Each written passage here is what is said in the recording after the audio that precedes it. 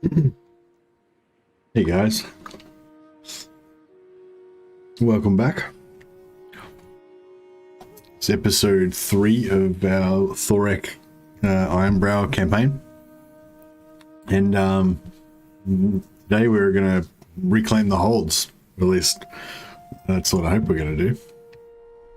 Hey Doom guy, hey guys, time. Yeah, so doing a bit of a different Thorek campaign.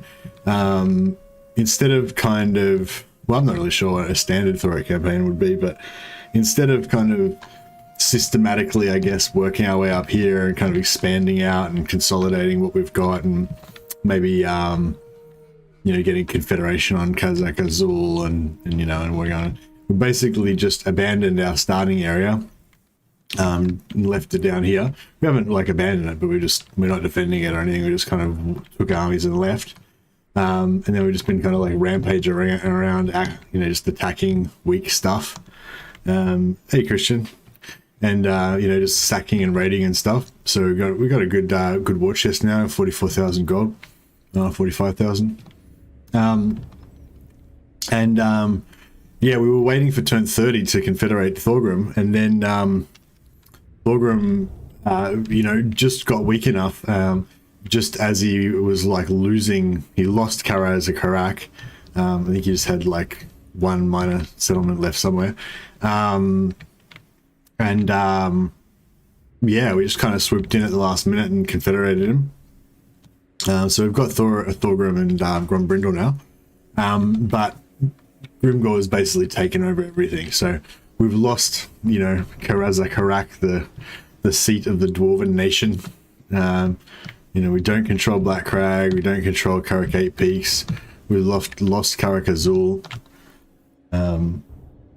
We're in the red, economically indeed. Hey dude, hey guys. Excuse me.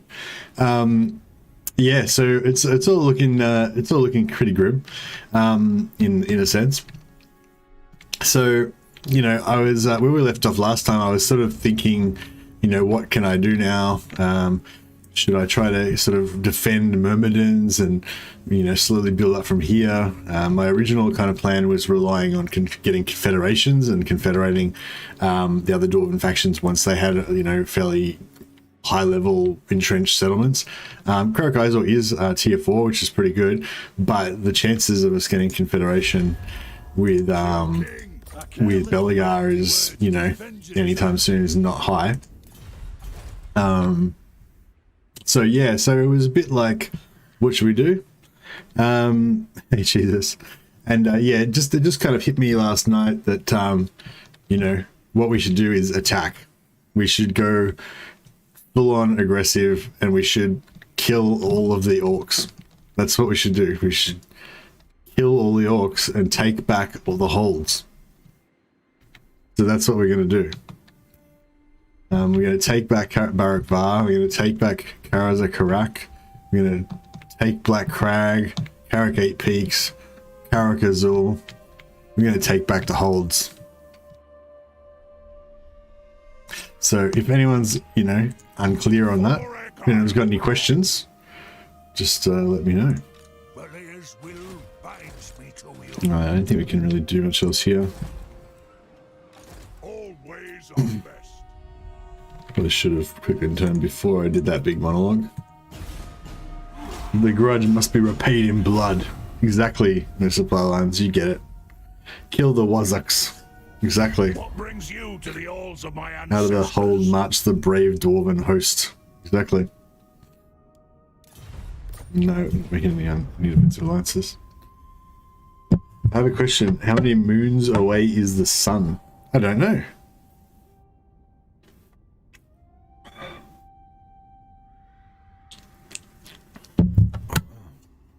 I think I saw a show the other day that said how many moons away was the moon.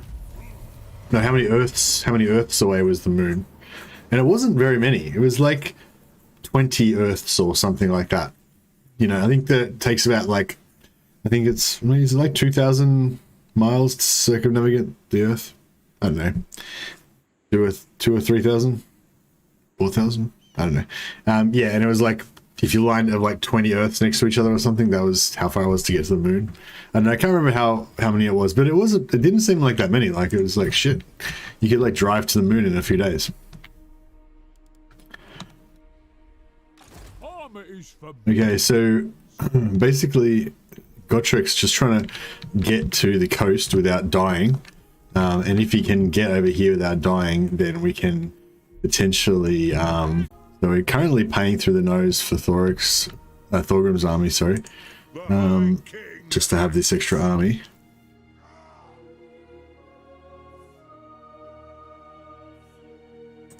Retake the realms. Dumgrong.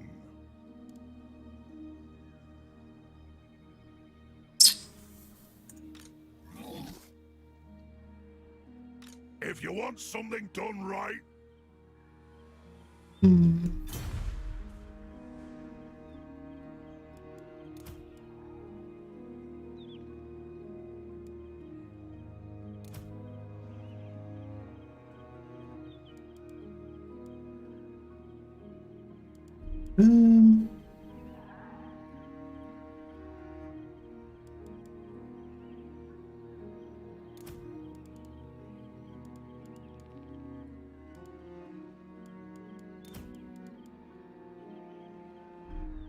Go!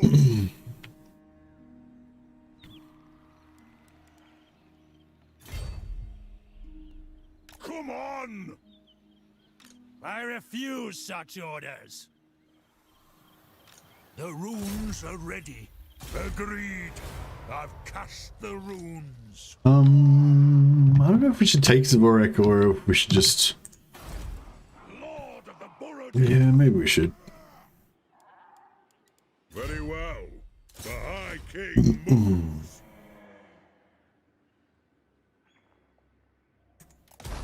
Adad! Umki engineering is laughable.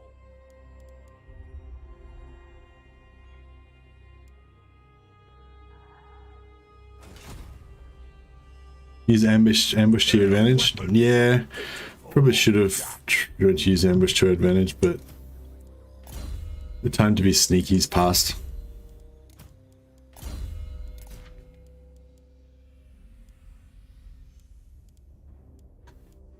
Oh, we got a spare one.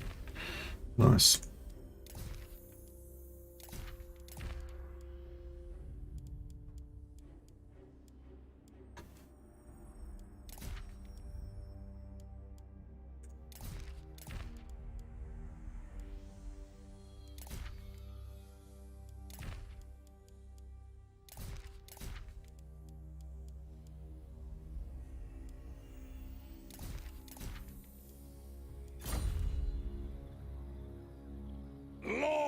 Hey Grand Albury, how you going?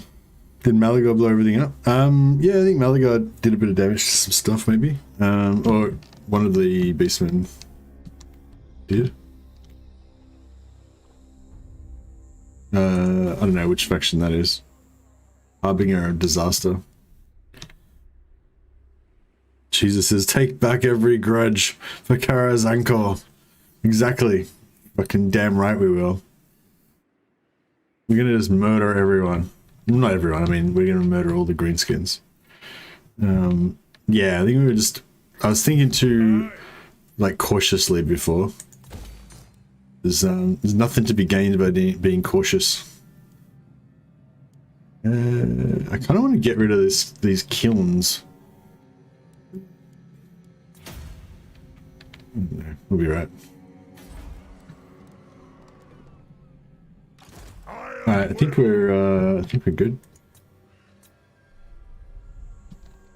Do we get to do anything with these? No, it's fine.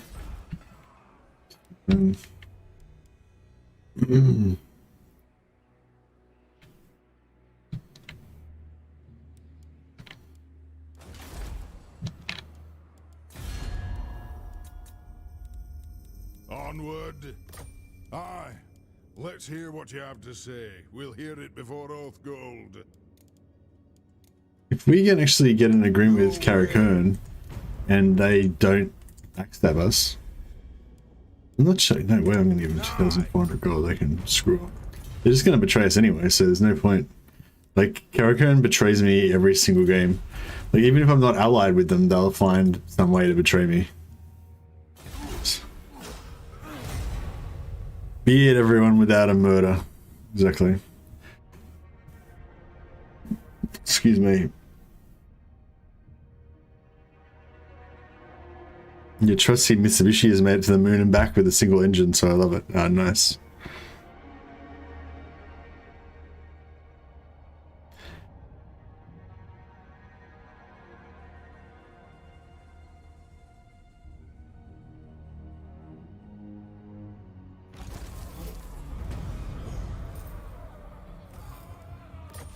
Yeah, and if you're not in the red, then you're not doing it right. You're like wasting your economy. Like, the only point of money is to enable you to murder. If you're not murdering to the maximum ability of your money, then you're like wasting your money. That's my take on it. I know what else we need on him. Oh, we're in a speed. Buff that up a bit. That'd be good. Okay, so Grimgor's war is over, so that's cool. We kind of want to go that way. Oh shit! Oh, this guy ruined our movement. Fuck. No? Yeah, minus 50% movement. It's only for one turn though, so it's okay.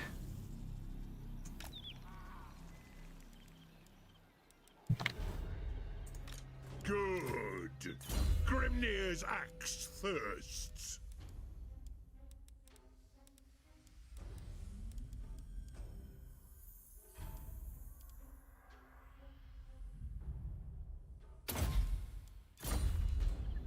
Send me to vengeance.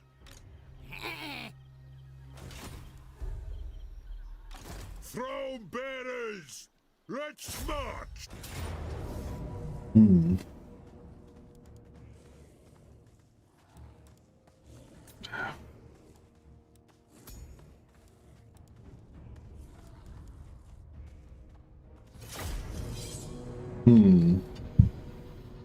We're gonna get any reinforcements coming on from behind, so that's gonna suck.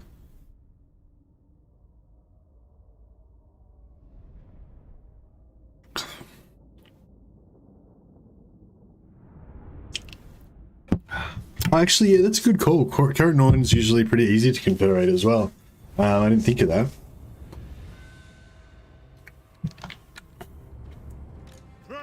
If we like confederate Karak Norn, but we later on lose it, like we only have to hold the territory for a short period of like for one turn or whatever to get, or not even for one turn. We only have to hold it for an instant to get the ingredients unlocked. I believe, is that right? I kind of want to move these guys over next to the wall so that if they die, they just like run off the field. For the Karaz-a-Karak. For the High King. Kazakan-Kazakita. Go. They have wronged us. War machine ready. Let the vengeance begin! Quarrelers! Right. Ready to serve! Move! Plow through! They have wronged us! Strike out! I'm guild approved! Now all these guys are regenerating, so if we can spin out the timer a bit on this game, it wouldn't be a bad thing.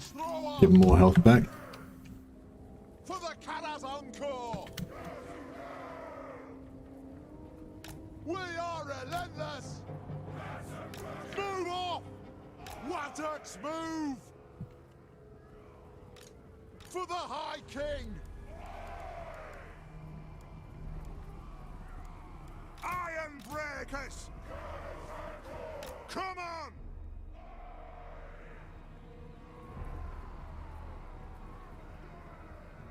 Quarrelers! Let the vengeance begin!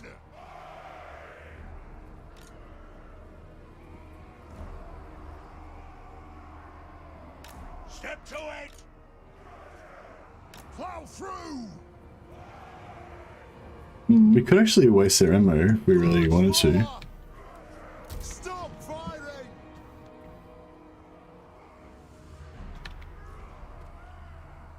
Unless that sets them off.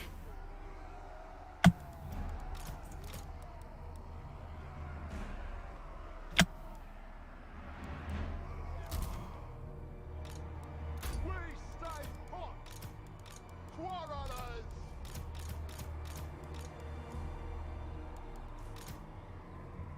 Ironbreakers! Grudge thrower! We demand blood! We fire on your command! Come on! Move off! Moving out! God! For the ancestor gods!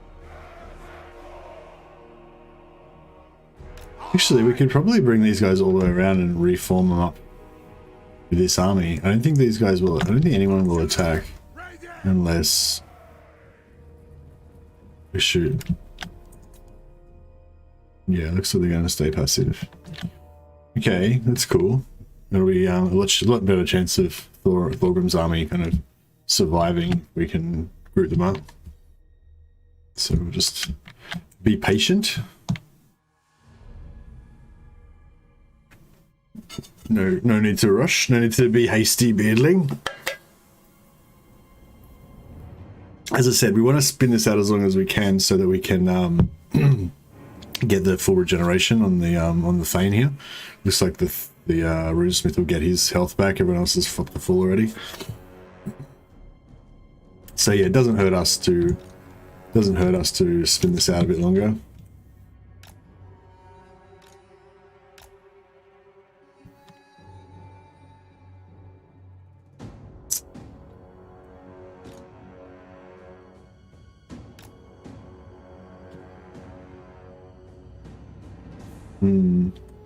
Maybe we're going to bring this back a little bit and just hug this wall a little bit.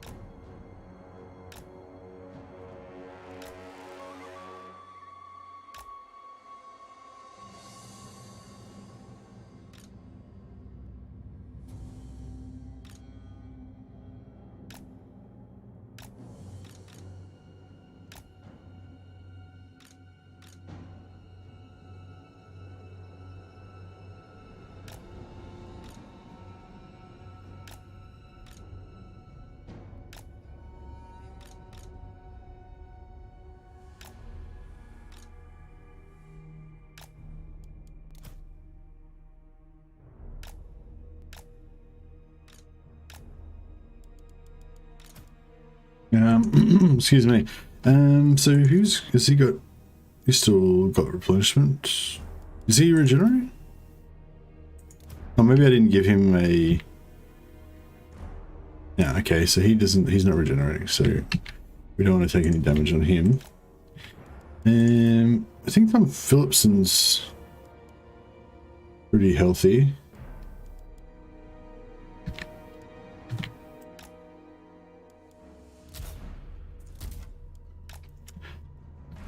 Let's see if we can try and scam some ammo out of these guys. Hey Dave, how you going? Hey David Chevrier. Exploring ruin with the item, taking a settlement, etc. will instantly give the artifact the same turn. Yeah, nice.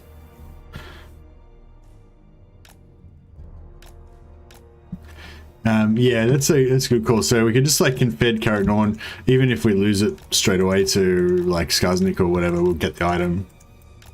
So that could be... Ooh, okay, this dude's trying to sell you out on me.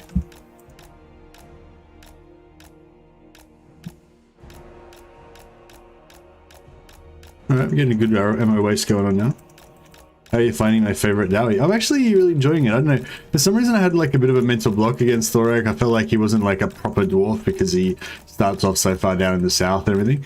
But yeah, I don't know. I just took him north and then it was fine. Yeah, like I feel like I had to get up into the Karaz-a-Karak, you know, or Badlands region and get into the proper dwarven theater of war, you know.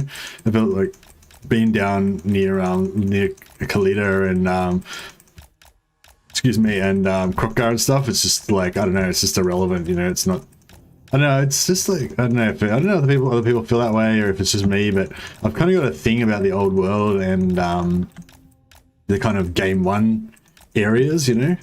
If it's fuck off. Sorry, there's like fucking goblin archers chasing me across the battlefield. Jeez, just trying to waste some ammo here, boys. Don't have to be dicks about it. What's going on there? If I get within a certain distance, maybe if I just stay at like max range.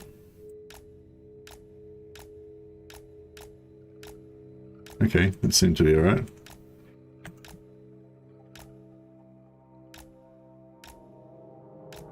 Oh.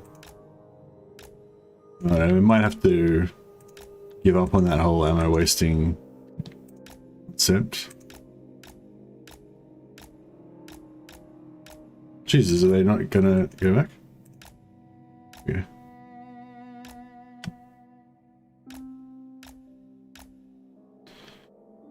The Gobbo's reformed, so they put their archers in the middle now. That makes it a bit easier to waste their ammo.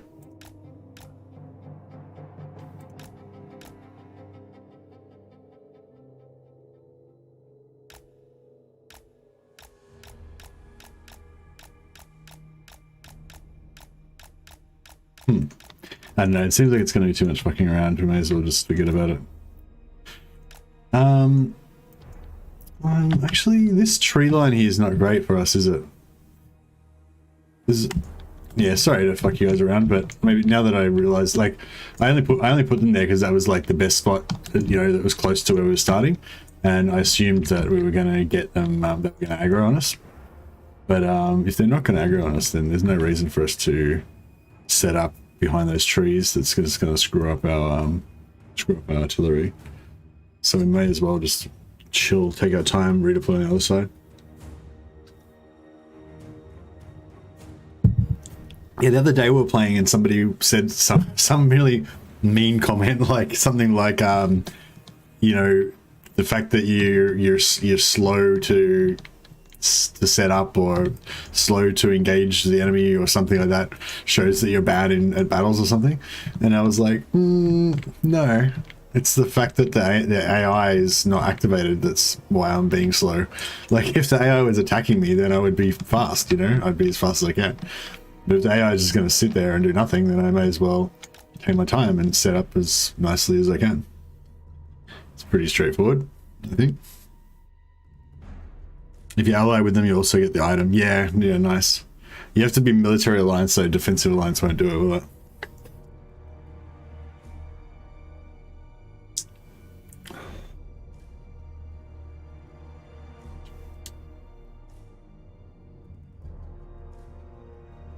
Yeah, I won't go all the way around and try and screw around with getting high ground or whatever. I'll just set up here and we'll sort of go on an even playing field across here. I think the open firing line is going to be the main factor.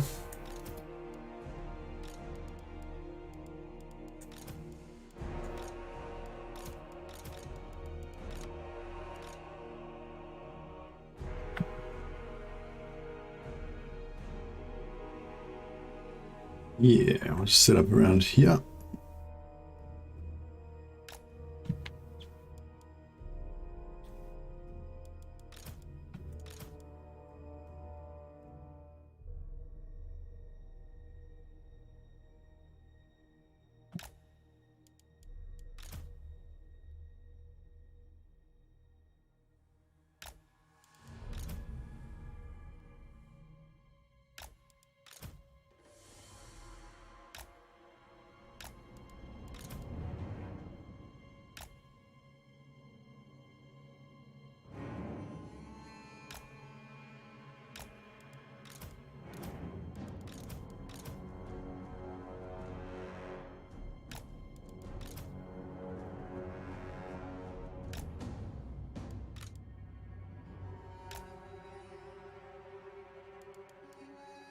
Right, I think we are good. As we get into position, we'll kick it off.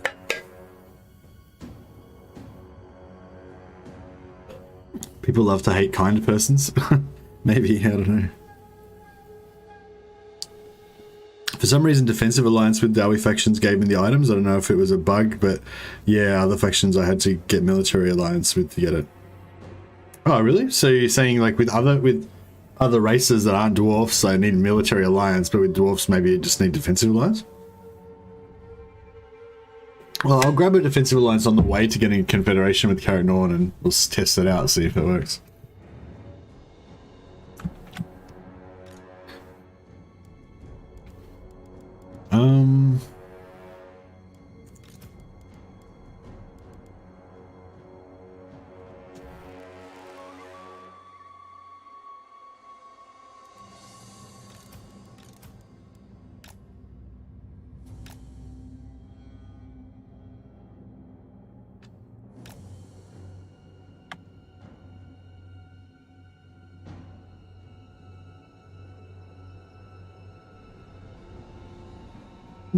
We need to move up to enable them to fire.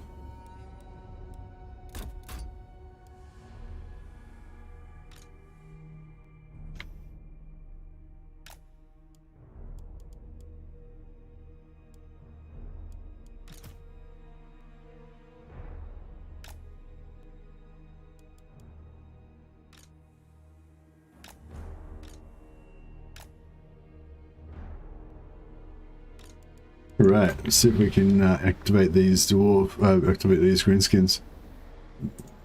Pop one of them down and see if that does anything. Hey Branislav, welcome.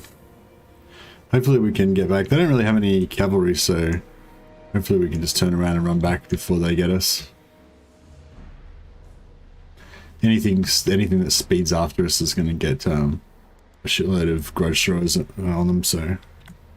Back to work. Looking forward to watching your stream later. Oh, awesome, David. Well, thanks for dropping by, man. Much appreciated. Oh yeah, somebody did a super chat before, didn't they? I'll do a rename. I forgot. Sorry, I was going to do it and then I forgot.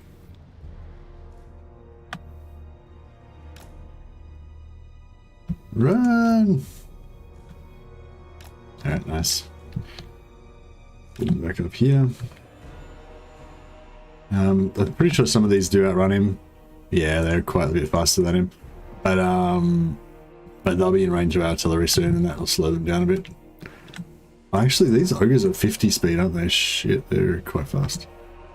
That's right. They're not in like full charge mode yet. They're still in the like move forward in formation AI or whatever. So they're keeping everything together at the same speed. He's also got his oh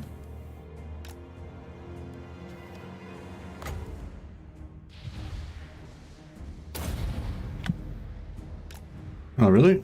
Fuck. Thought he could just do it out backwards, but no, apparently he has to face forwards to cast his runes. Shit.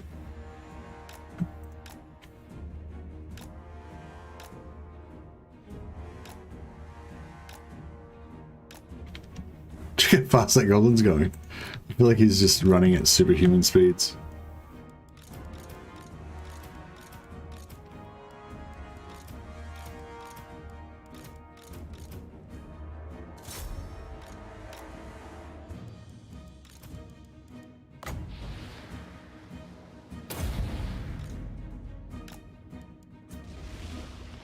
By Grumney! Strike the runes! Come on! Get to it! Go! Thane! Casting the runes! That'll do! I'll get my tools! Whirlers! Look through! Find your targets! Longbeards! Master of runecraft! Whirlers! On the way!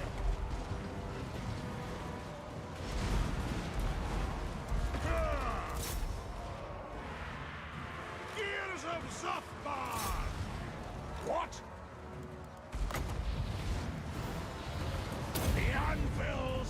I should have dropped armor on them instead. Hearth and home. Grudge thrower. Dwarfs, ready access for the ancestor gods. Stop.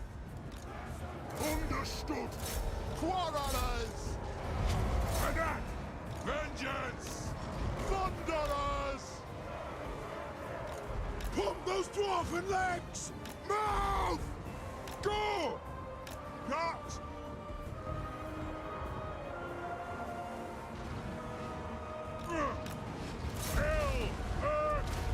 Oh, fuck. I think we just threw grenades into the back of our own dudes there. So this is pretty not great. Oh, maybe the artillery here is firing into them.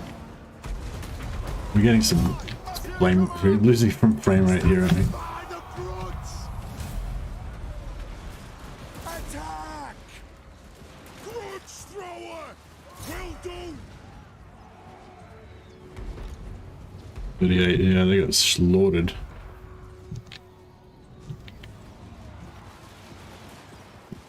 Everyone, all the heroes are at full health though, so that's nice.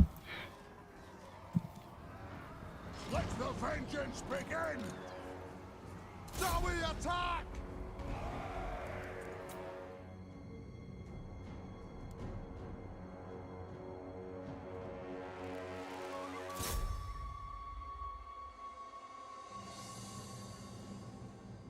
See you, Dave. Have a good night. I just know I had definitely a defensive alliance with Thorgrim and he took a settlement and I got the item, but I had to have a military alliance with Last Defenders. Okay, cool. Yeah, we'll try that out. See how we go. Hey, Boondale. Had to end my subscription with you today. Just wanted to let you know it has nothing to do with your content, but with my financial situation. Oh, no problem at all, Bundle, and that's completely fine. I don't know if you already got if you're on the Discord or not, but if you go into our Discord, there's a special role for supporters, for people who have subscribed to the channel. So yeah, you can claim that role even if you later on, you know, have to cancel your subscription or whatever. So yeah, if you're interested in that, you don't really get anything special, you just get a green name on the Discord, but yeah, no hard feelings at all, man. And like I said, you can still have the supporter role on the Discord, you know, even if you're not able to continue to support the channel, that's no problem. And thanks a lot for thanks a lot for letting me know as well. It's really nice of you. I'm not necessary at all, but yeah, you can come back to me. Yeah, you can come back to me, that's right, when you're rich again. But yeah, no stress, man. It's I do love seeing the green names and the pimp hats in chat, but it's yeah, not necessary. No problem at all. It just honestly, I'd much rather see your name in chat at all than, you know, than not see it and have it be green. You know what I mean? So yeah, if you have a chance to still drop by and say hi, that'd be the most appreciated thing, man.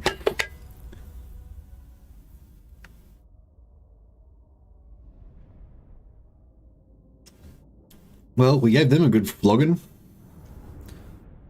Pink hats, pimp hats. If you're a member, you get a custom avatar, and the avatars, most of them all have hats. Bowendoll's got, you know, modeling the pimp Doge of Venice hat. Actually, I think is that the 3 month? I think that's the 3 month one. He's got the bit of facial hair on his pimp Doge of Venice.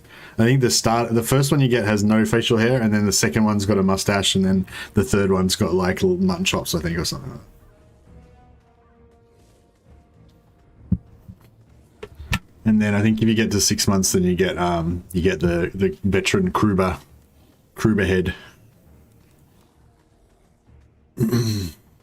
All right, we'll get us some more Earthcode. Hey, Damn Offensive, how you going? You lose your hair. I'm not sure actually. If you re-up later, I think maybe you just pick up where you left off, or I don't think. Yeah, I'm not sure. I don't think you go back to the start. I don't know. That seems a bit unfair if you do. Send me to vengeance. Much? Thorek Ironbrow.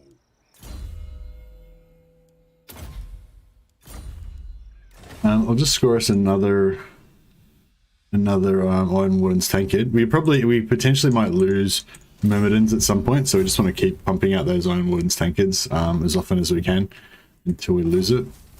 And we may not lose it, but it's not a priority. Like, our priority is vengeance and retaking the holds and slaughtering the Greenskin menace.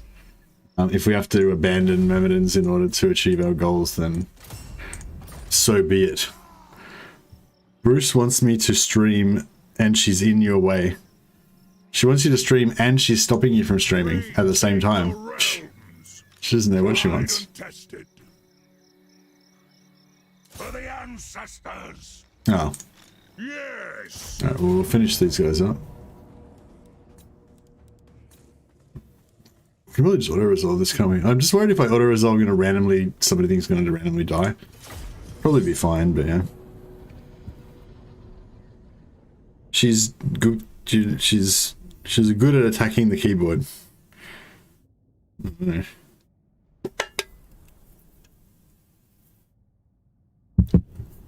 Oh.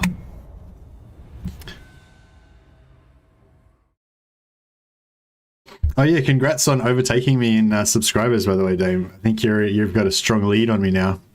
I think you said that you were going to beat me to 15k, so it looks like you're well on your way. Congratulations, you've done really well.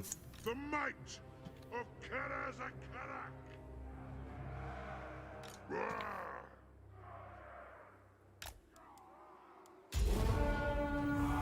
I hope someday they kick by the dwarfs. What?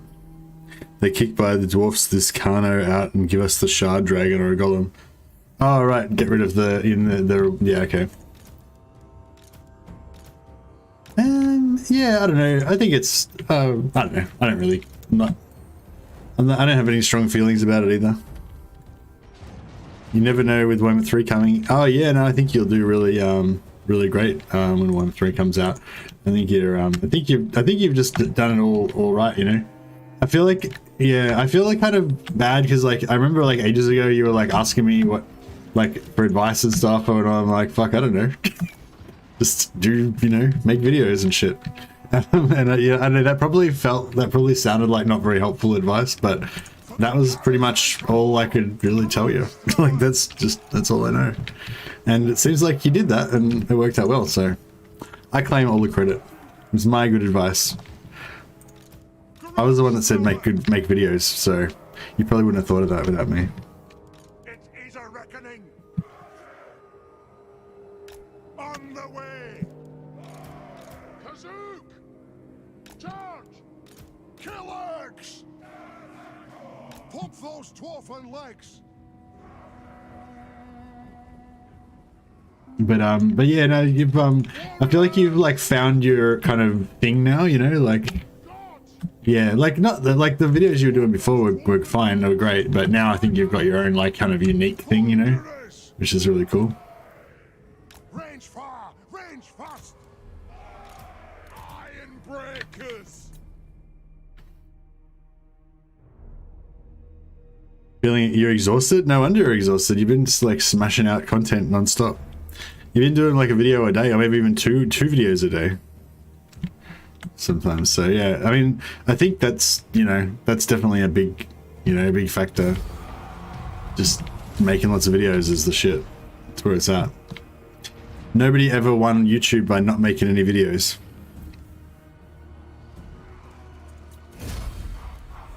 I had to switch to my phone because Bruce is across the whole keyboard.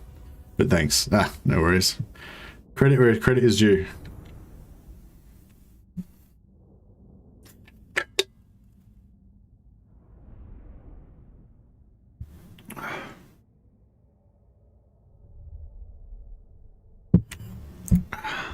Need to get a second bait keyboard. Yeah, it's like a fake keyboard to distract Bruce.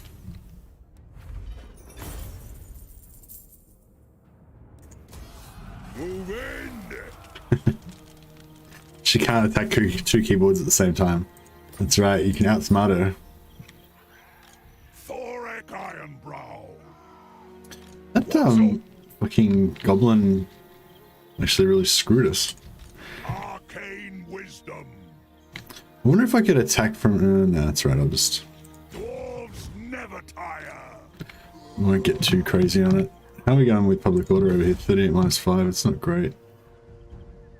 And we can put this up to tier 2 and then put some public order on that. That might get the job done. We may as well finish our volley fire. And then we can just, you know, go back into some other stuff. Maybe get Falaise protection and then we'll see how we go. You don't understand cats if you don't think they're capable of covering 2 keyboards. Well. The High King acts. Ronriki!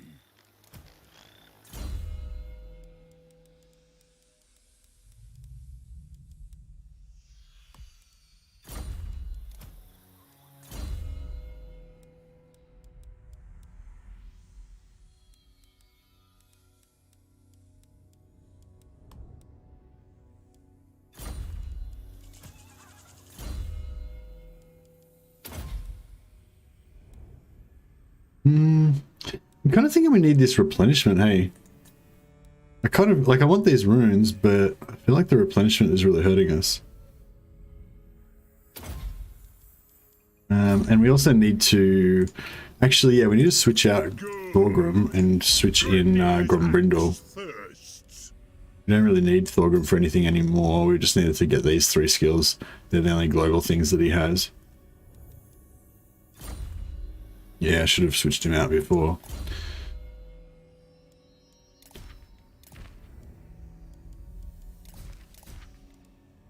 It's kind of arguable that maybe we can't really afford to keep him on the field, actually, but I think we'll keep him on for now.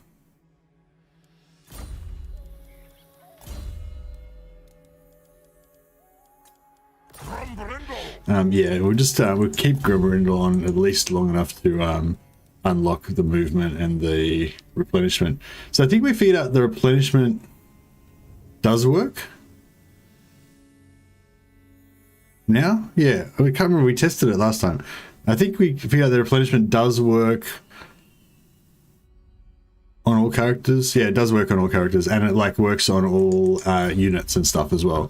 You just have to like wait a turn or something for it to kick in, or you have to like click off and click back on again to, excuse me, verify that it's working or whatever.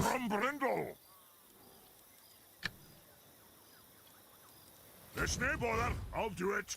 Rune Lord of Azul. Moving out.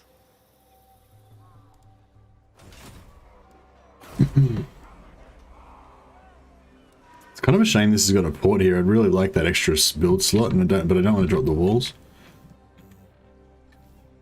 Yeah, as soon as we get some another tier 3 settlement, we'll try and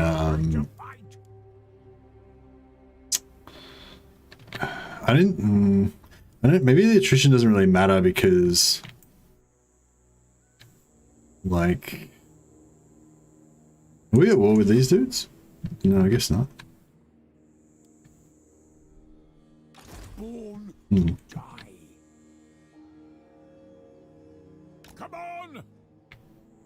Yeah, I guess the attrition doesn't really matter, Making ground! because we're not going to be fighting anything anyway. Arcane winds under control. But this guy's scouting ahead for us. Aye, it is time. Cats are like friendly as Skaven. Is a reason why God's spelled backwards, especially for me as an atheist. Yeah, I saw there's an old joke. Somebody said something along the lines of like, you know, dogs are super loyal and they love you and all that kind of thing. But like, if cats were as big as dogs, they'd just kill us and eat us. Like the only reason that they're nice to us is because we're so much bigger than they are. And even then, they don't give us much respect. If cats were just like a little bit bigger, then they just kill us and eat us. They wouldn't even bother with us.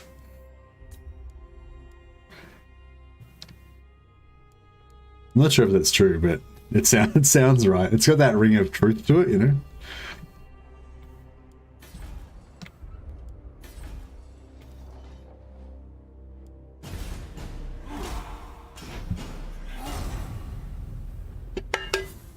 There you go, Anthony.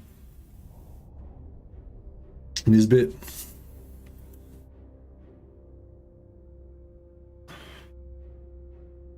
Cats domesticated themselves, historians say. Yeah, well, I'm not sure about cats, but I think dogs kind of domesticated themselves. Like the one theory that I heard was that that like wolves yeah, we'll sell pieces. We don't, I mean, we don't need any extra wars right now. To be fair, the only reason I sort of feel bad about it now, the only reason I attacked the Border Princes was to take their pottery.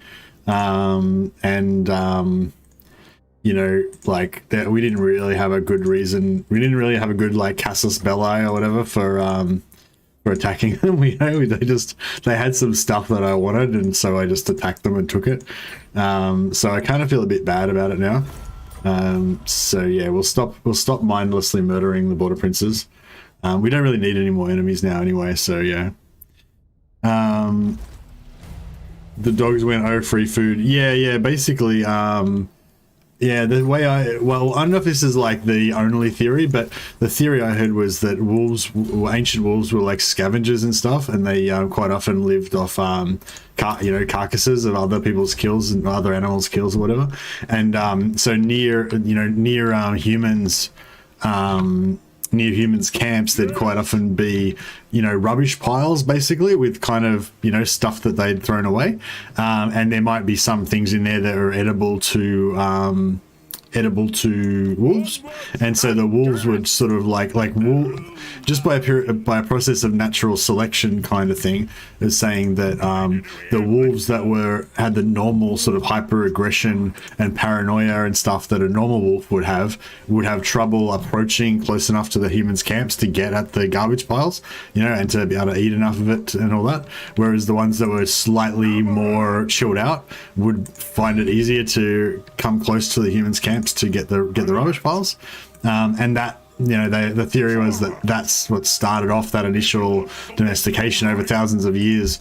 Certain breeds of wolves that were a bit less aggressive, to humans at least, started to develop, and then once they started being friendly, they could once they started raising them, obviously, then the process of selection went heaps faster.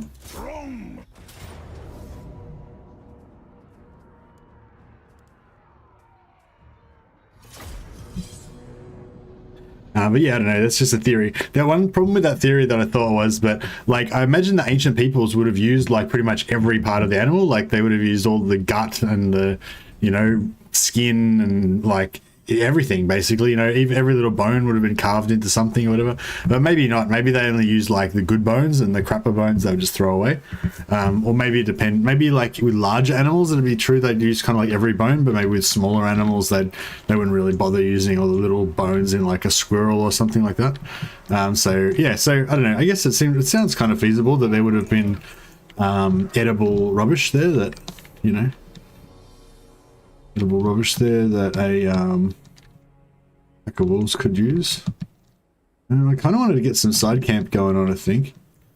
Oh yeah, they're probably going to just sit there again, so hopefully we'll be able to screw around as long as we want.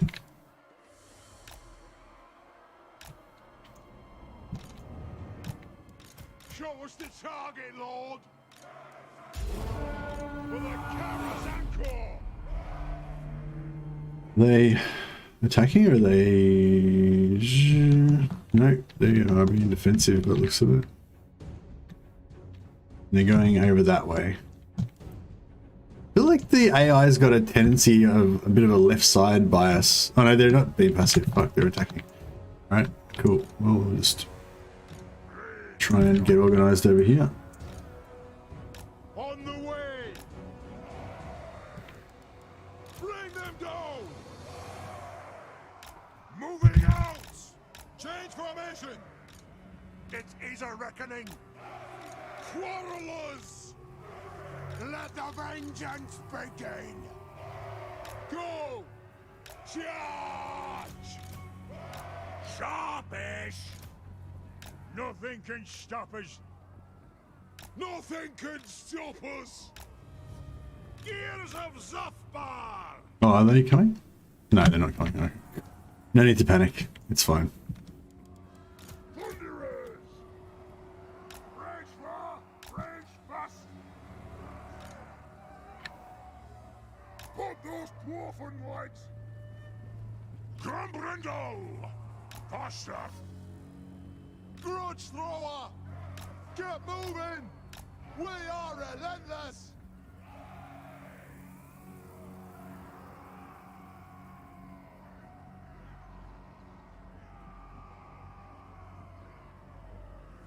There are also wolves that are domesticating ravens to play with their pups and help them find food. What the fuck? That's cool. That's crazy. If you kill a mammoth, there's stuff left over for wolves. Yeah, that's true. Yeah, I guess so. That's true. Because there'd be certain organs and stuff that you wouldn't eat because it would make you sick or whatever, but maybe dogs would be fine to eat it. And yeah, I imagine, yeah, probably right. There probably would have been some stuff that they could have, there would have been some stuff that they could live on. I might just shift down here a little bit more just so these trees aren't going to get in our way. I guess we'll try this. We really need a gyrocopter. That's one of the problems with the dwarves. You need, when the AI is passive, you need something that can like set them off and then like run back to where your guys are. Or we could move, if we were playing like banner rules where we had to attack, we could just like move our whole army up and start using artillery on them. But I think our artillery should last to about here, so it kind of should be the same as last time, except for we're probably going to get mobbed by all these boar riders, but we should be able to make it just back to the range of our artillery. So if the boar riders all like mob Thorek, then he won't care, he'll just like fuck them up with the artillery, so it'll be sweet. The Maasai tribe also have honey birds that lead them to beehives. They also get honey and leave some for the birds. Yeah, that's really cool, but like the concept that wolves are actually domesticating ravens to is crazy, you know.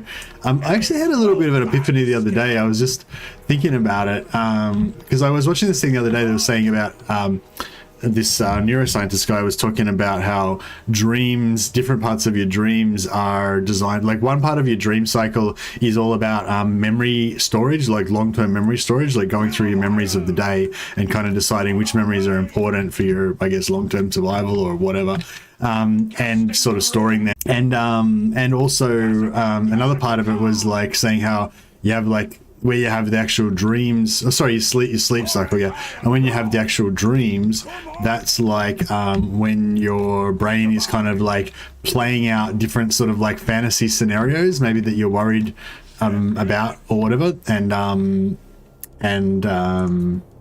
Yeah, so basically your brain will like play out things that you're worried about, and like you can sort of practice it, you know, in your mind or whatever. And I know that just that concept that like kind of trips me out, because there's a quote from Peter Baelish in Game of Thrones where he says something along the line, he's talking about like Sansa being smart, and he says something along the lines of, you know, the smart man or whatever basically like plays out the scenario, every scenario in his imagination, so he's like never surprised by anything. That was kind of irrelevant actually, but anyway, what I was trying to get at was the idea that humans play out scenarios in our minds so we can like practice what we're going to do in the future or whatever, right, in some sort of scenario. And like it's often like talked about how one of the things that makes humans, like our sentience, superior to animals and stuff is our ability to like imagine future situations that haven't happened yet and then like make up strategies to deal with it, you know. Whereas animals, you know, in theory just react to just kind of like react to what's happening and stuff. And anyway, and yeah, so the little epiphany I had is that, wait a second, but some animals, like especially dogs, you notice they dream, and they dream just like the way that we do. They twitch in their sleep like they're fighting or they're running away or whatever, you know, and they're dreaming the same way we are. They're imagining scenarios and they're playing out what they would do in that scenario. Yeah, cats dream as well. You see cats do the same thing exactly, like they twitch around and they, you know, they do stuff in their sleep just like we do. And so it's like, yeah, like they're, so yeah, so anyway, the gist of it was like, yeah, like I guess I just feel like it's another proof that animals, particularly higher mammal type animals, do have like the exact same type of sentience that we have. You know, they're just a bit dumber, basically. like, but they're not like, it's not like they're a different order of creature or anything, you know what I mean? They're just exactly the same as us. They're just a bit dumber, basically, you know, or they just, you know, they can't talk and stuff. And yeah, I don't know, I've kind of been, yeah, I guess I've sort of thought about that kind of trip for a while, like for the last few years now, but I'm not really sure what practical application it has for me, but the whole Sansa is smart thing did not play well. She was one of the dumbest characters in the show. I don't know. I feel like the narrative that they portrayed in the show was that she kind of like learnt from everything, and it sort of hardened her and made her like more, you know, smarter and more ruthless and all that kind of stuff. And so she ended up becoming a real player, whereas most of the rest of the characters died. Yeah, I mean, she did like suffer and everything, but most people like who play the game die, you know. She didn't die, and she did become a queen, sort of, so she's literally the only one left. Yeah, I'm trying to think of an example of where she did something where she survived. Well, I guess like, no, I guess there was various times, like when actually, did she leave? She didn't. She refused to go with the Hound, didn't she? Did she go with the Hound, or she refused to go? I think she refused.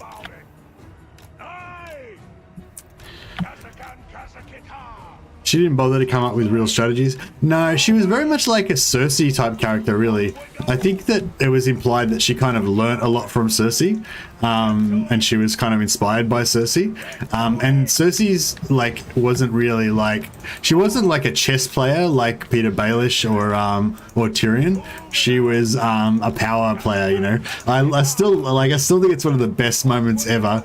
That part where Peter Baelish is like, knowledge is power, and then she just gets her guards to like, and she tells her guards to just execute him on the spot, and then she's like, oh no, don't worry about it. And then she's like, power is power. And like, yeah, she understood that, you know, power is power. There's something to be said for that.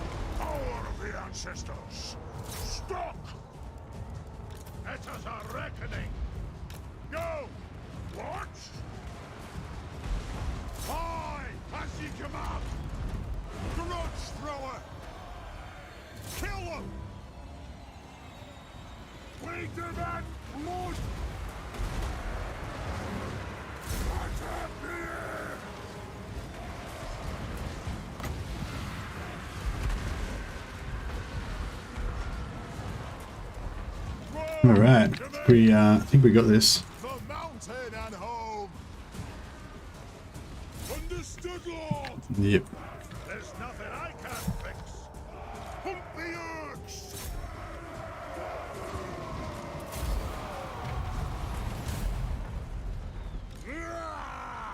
Stop! We'll guard it.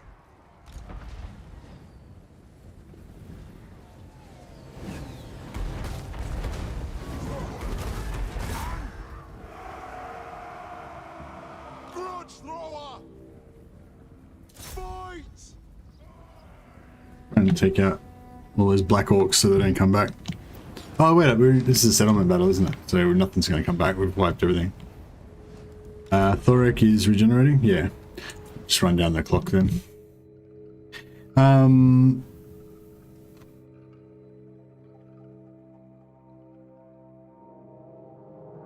Books were so much better. Nice one, Dungo.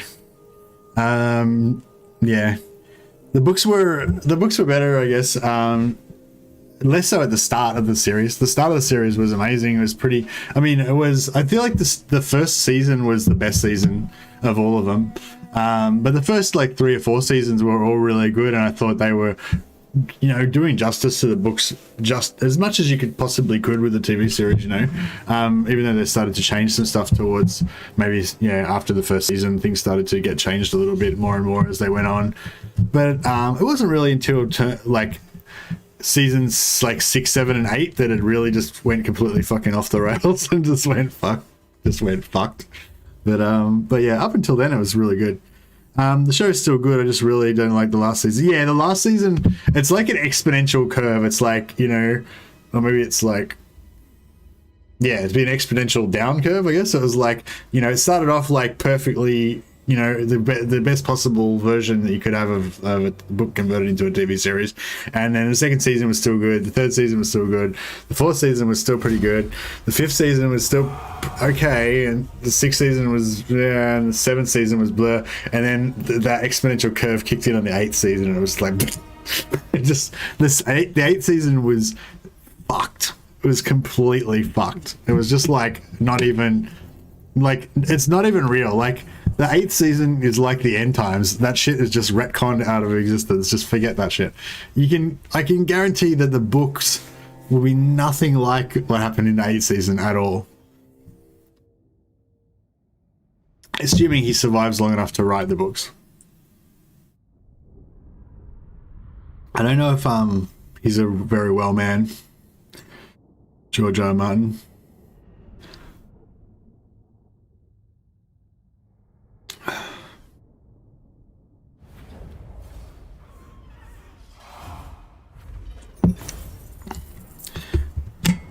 I think that after that it was okay and the last season was awful. Yeah, I don't know. I didn't really like the books. Like, the books were pretty good, but the books won't exist because he's not writing them. Yeah, well, that's the other thing I thought as well. He's kind of in a weird situation because it doesn't really matter what he writes in the books.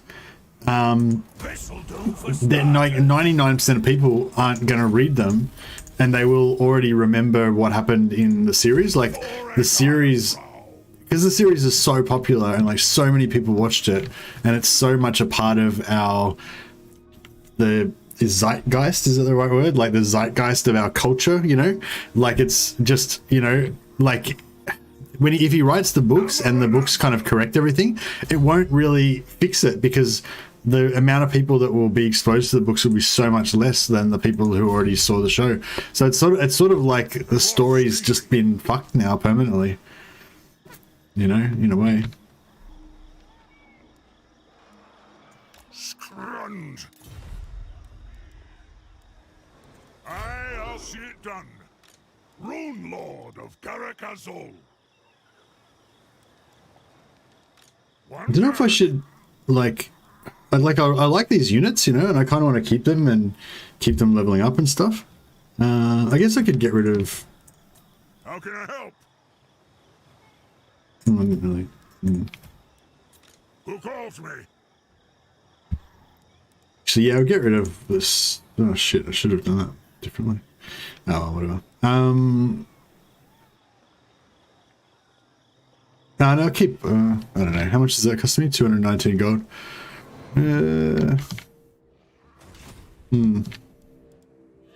Spoilers 2, yeah. Damn it, now you made me watch the Zeitgeist again. Apologies.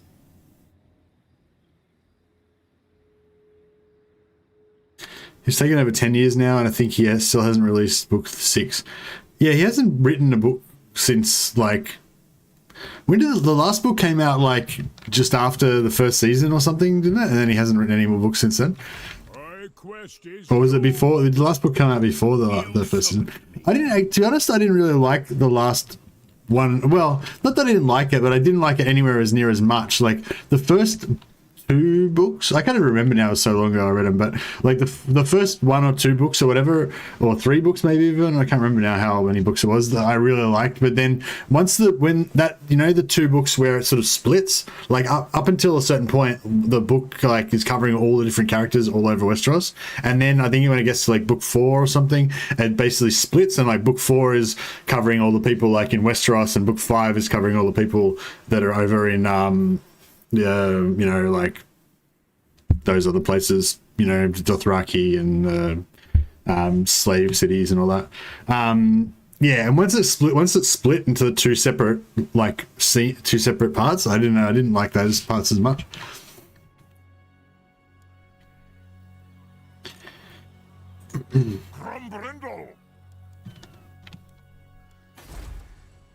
But I still like they're still like, you know, amongst my favorite fantasy books of all time. So it's not like I didn't like them, but it's just, yeah, just the first like 2 or 3 books were like better.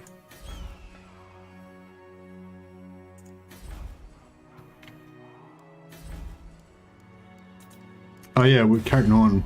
No, we don't have Carrick Norn. What's going on with Greybeard's Prospectors?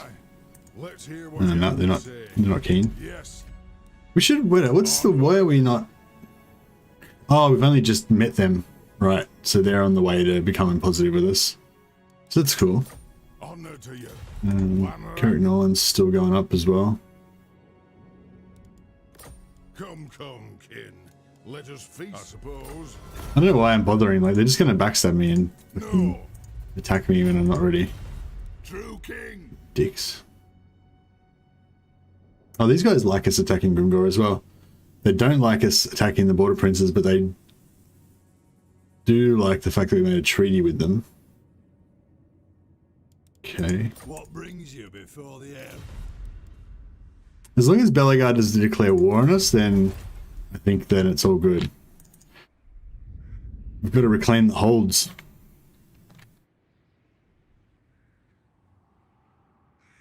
Oh, Skarsnik's dead. Cool. Alright, that's one less thing to worry about.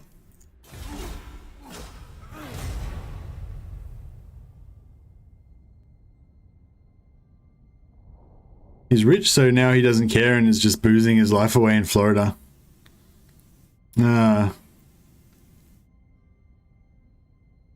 Yeah, I remember watching an interview with him and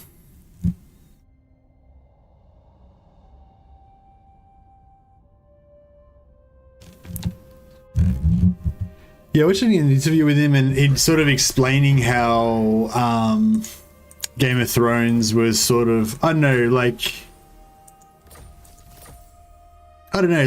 it didn't seem like Game of Thrones was like his opus or anything. It wasn't like he was like born to write Game of Thrones or anything, you know? It was more like he was just a professional writer. He wrote shit for different shows, trying to sell his stuff. And, you know, he had some success with some different things. And then he had some more success with Game of Thrones and then it blew up. You know, like, you know, I mean, it wasn't like, I don't know, like with some writers, like I feel like their fantasy worlds and stuff are, you know, like kind of like their life's work and stuff like that. Whereas I got from some interviews with him, I got the feeling like he's not really like that so much. But I don't know, maybe I got the wrong impression, or maybe he just doesn't like to get emotional about his work. You know, he likes to kind of play down the emotional importance of his work to himself or whatever, you know, like, do you know what I mean? Like, I imagine some people like when they talk about their writing, they're like super into it. Like they're like, the characters are real to them and fucking, you know, they're all really emotional about it and stuff like that. Whereas I feel like he doesn't like, he doesn't give off that vibe, you know? He gives off his vibe as like, yeah, it's just a thing that I do and it's pretty good. I don't know how to describe it exactly, but like he doesn't seem sentimental about it that much. Malazan is the sort of world that breathes love by the author. Yeah, and I think it's a pretty common thing with these epic fantasy worlds, you know, to get that vibe. axes and hammers. But yeah, but then again, but you don't know how people feel on the inside. Like he might feel like that, but just not really. Why can't I? Did they fucking get? Oh my god, that fucking Greenskin keeps fucking ganking me all the time and ruining my movement. Oh, what a dick. We almost need to get back here and. I wonder if I should repair this. How much trade are we getting? No, we haven't got enough trade partners to make it worth repairing.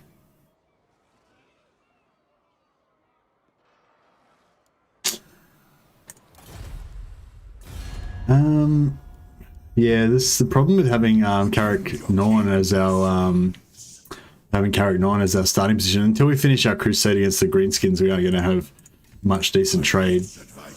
We might be able to get trade with Rockgar, but only after he wipes out the leader.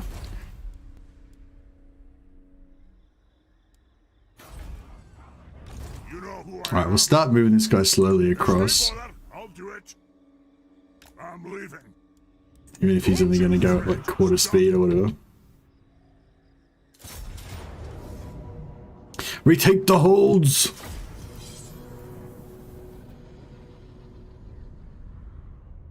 Anyone notice how Game of Thrones went to shite as soon as the focus went from politics to the Dark Ages into action fantasy? Yeah, no, it wasn't really like that though. It was the other way around. It went to shit and then they started doing shit writing.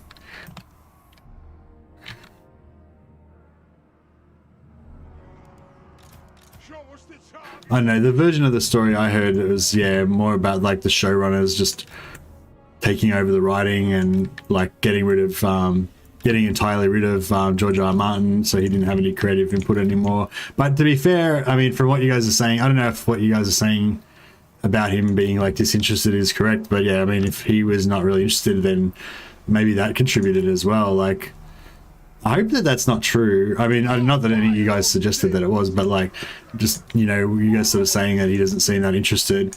I guess that's sort of what I'm saying as well. But, you know, I'd hate to think that that was part of the reason why the show went to shit, is because he kind of, like I got the idea that they kind of got rid of him kind of out of involvement with the show, but maybe he kind of voluntarily sort of stepped back as well, saying, oh, well, whatever, do what you want with it, I don't give a shit. You know, kind of thing. So yeah, I'd hate to think that was the case, because it's the thing, like, even if he didn't mean for it to be like this great artwork, like, I feel like it kind of was, you know, like, I mean, maybe it's not like the Shakespeare of our times or whatever, but, you know, I don't know, like, media's changed now, and, like, yeah, it just, it demands different things.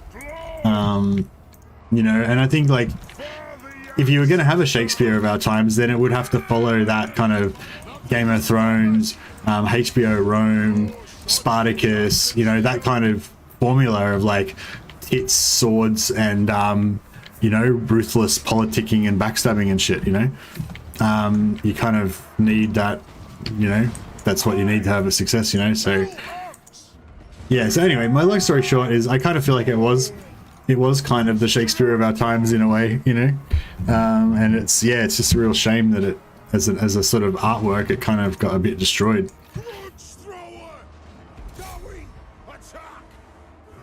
It'd be pretty cool if they came back and did like a movie, like, and somehow, no, they can't really fix it. It's just fucked now, isn't it? Like, I was kind of thinking how it was cool how they came back and did the like the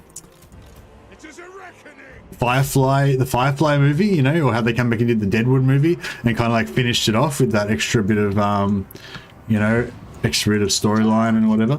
But it's a bit different because they didn't like ruin it and then have to like retcon it. Yeah.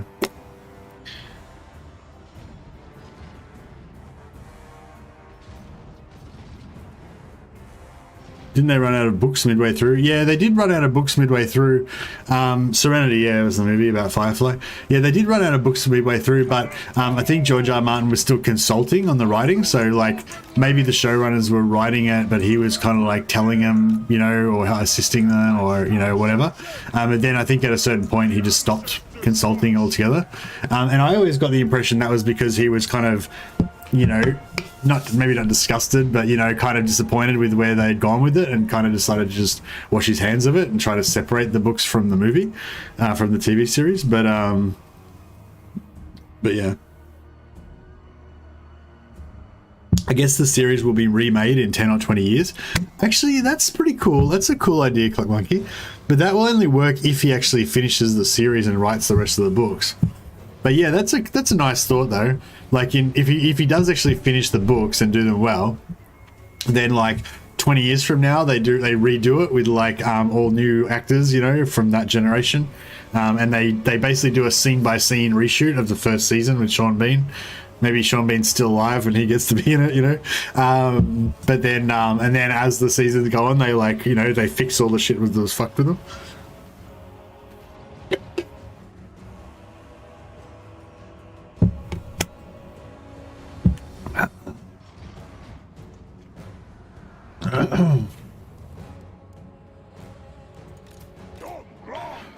All right.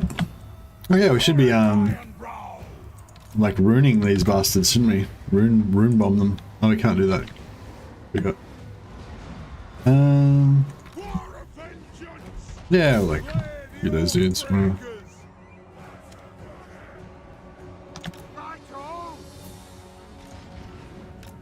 on! Move now! For the Karaz-a-Karak! Sean Bean always dies. Long live Sean Bean. I don't know if I should watch Hornblower again. What was the other one? No, I mean, sorry, not Hornblower, Sharps. Yeah, I watched Hornblower, and then I watched Sharps, and then I watched Hornblower again. I think I'd already watched Hornblower before. But yeah, they're so good. Like, just that genre of, like, they're slightly different, but they're kind of the same thing almost. Hornblower and Sharp. But Hornblower is sort of like, I don't know, I guess the moral of it is kind of being like a young, you know, headstrong lad, but like being brave and taking your opportunities, but also like being honorable and doing the right thing and everything. Whereas Sean Bean's one is kind of almost the same, but with like this sort of undertone of like lower class decency versus upper class, like, you know, wankerishness, pomposity. Sean Bean was awesome as Boromir. He was awesome as Boromir. Like, I love Boromir. Like, I love Boromir in the books, and I love Boromir. I love Sean Bean's Boromir as well. I read the Lord of the Rings when I was about like 10 or 11. It was the first book I ever read. And I mean, I'd read like Hardy Boys, like children's books and stuff, but that was the first kind of adult book that I read. Although I guess you could argue that it was sort of a children's book, but whatever. Anyways, but yeah, I actually remember. Oh, actually, maybe it wasn't when I first. I read it again later on. Maybe I can't remember what age it was, but actually, yeah. Now I think about it, maybe I can't actually remember any of my original thoughts from when I was 11, and I'm actually remembering all my thoughts from the second time I read it. All right, well, that ruined that thought. But anyway, point was, I love Boromir. I just love, like, you know, anti-heroes, and I love like flawed heroes, and I love like bad guys that do good things and stuff like that, you know, like that's kind of one of my jams. Not that Boromir was a bad guy, he was arrogant, but he wasn't a bad guy, he was a good guy. He was just, you know, he was born to fight evil. He was born to be a warrior, and he was born to, you know, to be strong and just like take charge. He was born to be a leader, you know, he was born to be a king, basically. And yeah, so he was just, I don't know, that's kind of explains why he acted the way he did. Boromir was great because he was the only one in the Fellowship with realistic gear. With realistic gear. Oh dear. Boromir meant well, yeah.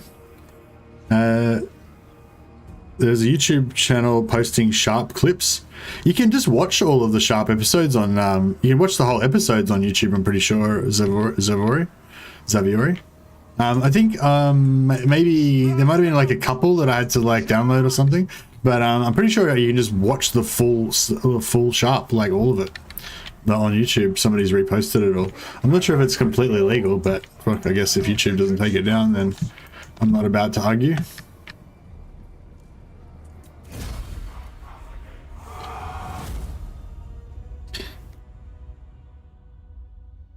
Imagine being the only guy with a one-handed weapon and also a shield. Danax, no shield there. Yeah. I guess it was... Well, I mean, I feel like Gimli's axe was a bit overly large. But yeah, I mean, I guess maybe he was really strong or whatever, and, you know... Yeah, to be fair, Gimli did have a two-handed axe, so it's fair that he didn't have a shield. But the thing, I don't think it was that unrealistic, because it wasn't so much about realism. It's just about like the sword in wars, you know, often a sword is a sidearm, you know, like especially for a mounted knight. Like, so, you know, you wouldn't, you know, what I'm trying to say is a sword, you might wear a sword at your hip in times of peace. But you wouldn't carry a shield in times of peace. You know what I mean? Like a shield is a weapon of war. Just like a spear, you know, like you don't walk around town with a spear unless you're a town guard and you're stationed at a gate or something like that. Do you know what I mean? So yeah, so like Aragorn was a ranger, you know, he was not a soldier. So why he wouldn't have a shield? And you know, Legolas was an elf, so I don't really know what elves do, but yeah. Hey Andrew Jones, how you going, man? What's going on? We're taking the holds. Bro. I do need some of that sweet sack money. Our cash is going to the toilet.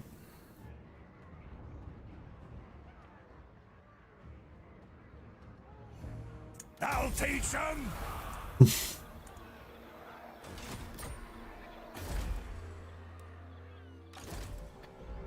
We honor the ancestors. Thorek Ironbrow. Your mercenaries, yeah, don't need them. I am the White Dwarf. If you want something done right... Oh, what the fuck? Is Majorca not part of... What? Oh, Majorca and Akendorf is part of... Right, okay, cool. So we don't actually want Majorca, really. Well, I suppose we kind of do. I don't know, whatever. So.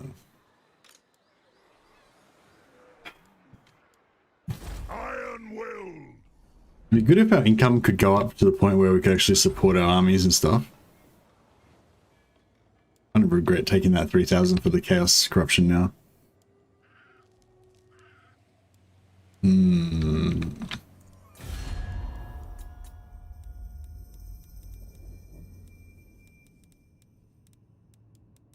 These guys ever going to peace out with us? They're never going to send any armies to attack us, and they're never going to go to peace. They're just going to be constantly just aggro with us for no reason. My quest is doom. Making ground. Arcane winds under control. Aye, it is time. It shall be done.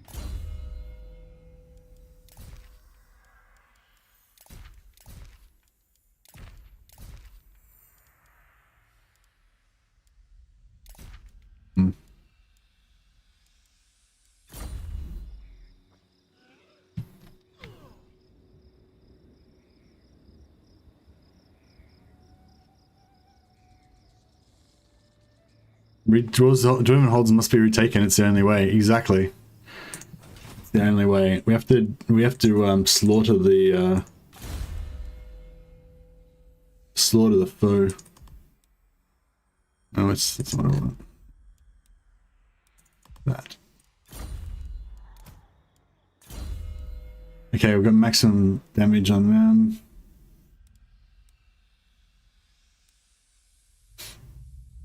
Bit more ammunition. I think the optimal in this army is just one engineer, right? There's no reason to have a second engineer, because with the engineer stats, battle effects, blah blah blah, blah, blah, blah, yeah, we get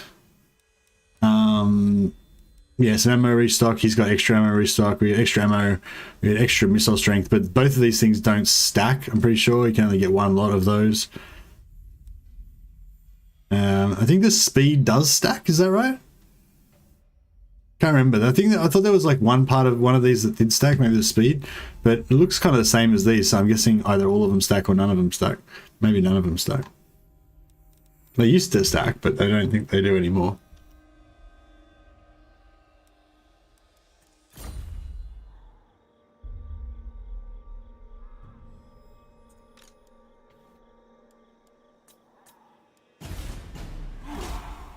Spears are somewhat useless in Warhammer 2. I mean, I don't know. It's like a lot of things. They're good when the AI uses them against you, but they're not necessarily that good, you know, against the AI.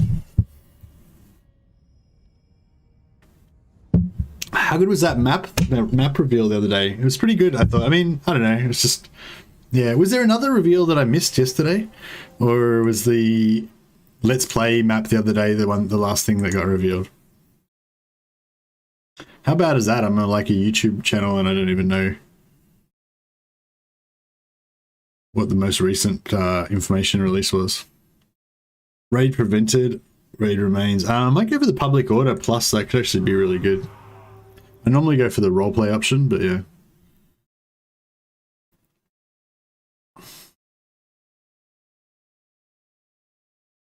Spears have high melee defense. Yeah, that's what these spears are for, holding the line. They're definitely not good at definitely not good damage dealers.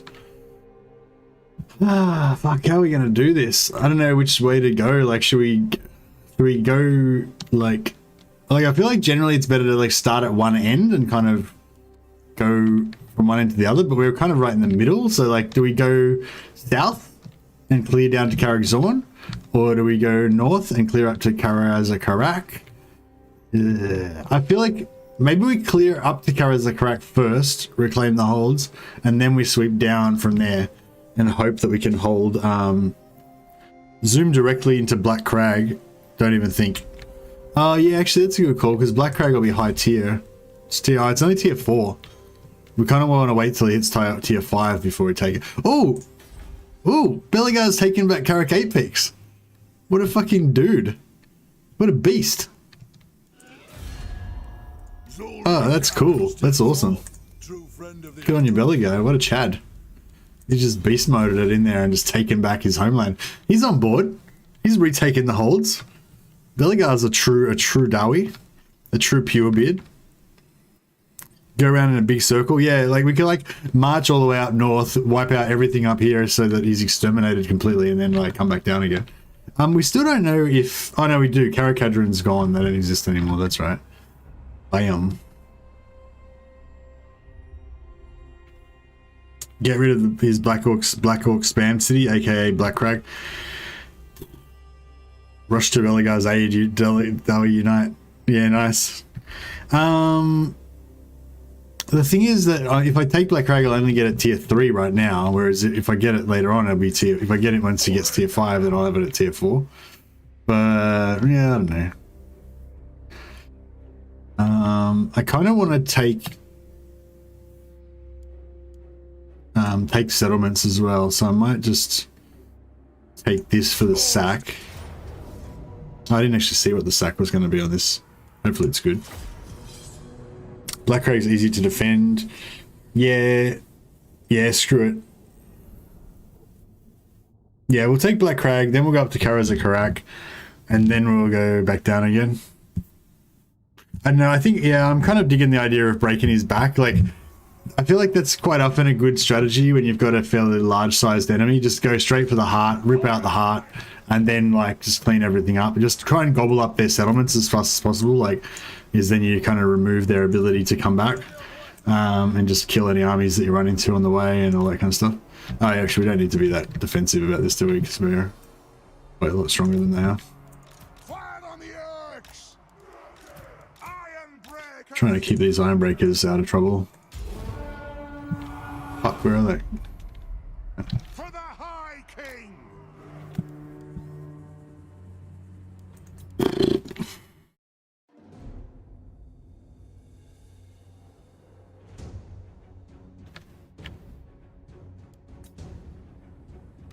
Thorek Ironbrow!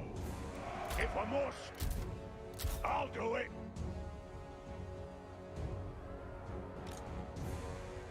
What the fuck are you guys doing? Just shoot him. Come on! Just shoot him. Thorek Ironbrow! Cripple their recruitment while they're at wars, yeah. Makes them fall apart most of the time, yeah. Yeah, what I like to, like, especially with, like, the Von Carsteins and the Vampire Counts, I like to just get in their back while they're off somewhere else, like, where their main front army is far away, and just get right into their back lines and take Drakenhof and Temple off, and then just work my way out from there towards where their main armies are. Usually, like, if they're attacking up in Ostermark and Ostland, then it works really well. But it tends to always work regardless of where their armies are. Move now! Sharpish!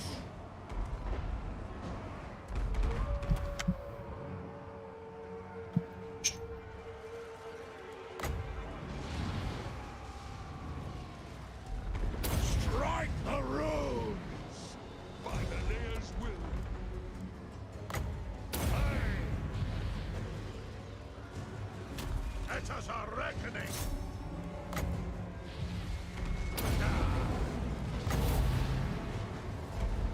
I'll do it! To the forge! War of vengeance! Runesmiths!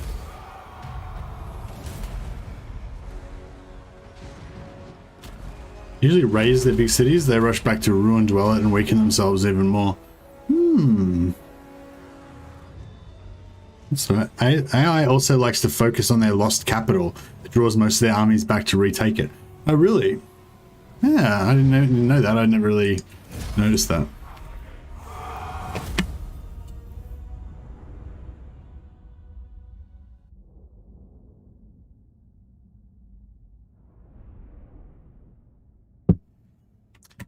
Yeah, well, I mean, I already wasted their main army.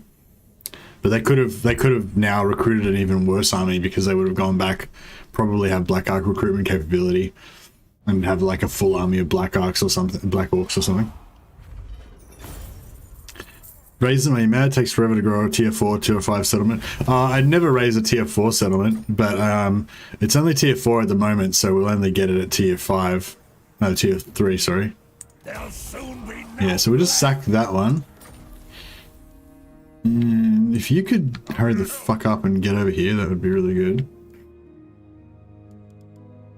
There's no bother. I'll do it.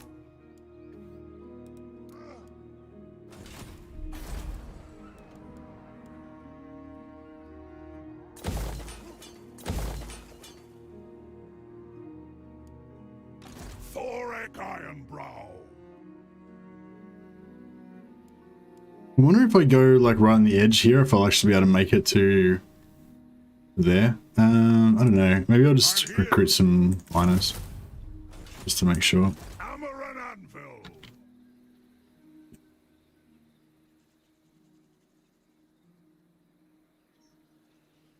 Victory for the old ways. I think if we go there, we'll have enough movement to get that next turn. Oh, what the fuck? God then. Yeah, sometimes when you've got a movement enhancing hero in the army, even if you've got the 50% movement, it'll tell you don't have enough movement to go into encamp stance, so you just gotta move the movement enhancing army unit out, go into the stance, and then you can put them back in, and it's all good. But yeah, it still annoys me sometimes when that happens. But I've noticed it happens sometimes even when you don't have a movement enhancing unit in the army too, which is really annoying.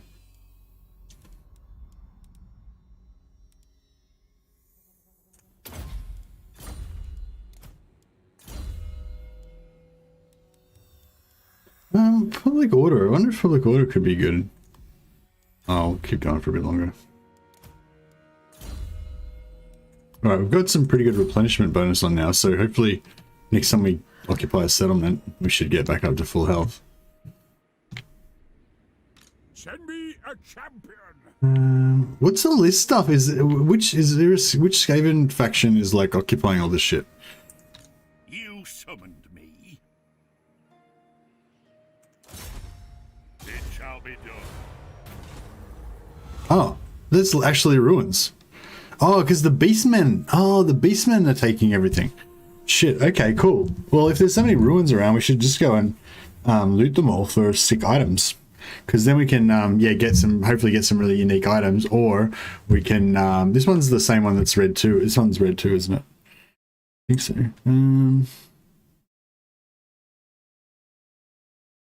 What am I trying to do here? Oh yeah, so, just check. I'm not sure if this one's the one that's red, is red too, or if I'm remembering wrong.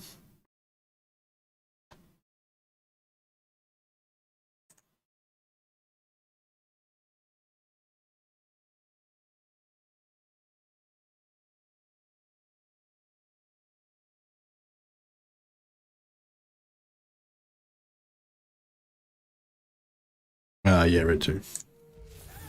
Ogre Blade, yeah, it's actually not too bad, but also it gives us a chance of getting more rune bearers on the on these guys. If the rune priest levels up outside of an army, then there's like a 40% chance of getting a rune bearer follower, which is really good. So we're just trying to get as many as we can. Oh, this one's actually a one of the places that we need to go to get the things. To get the rune artifacts. Oh, this one. What the fuck? Oh, this. Sorry, I'm just confusing myself.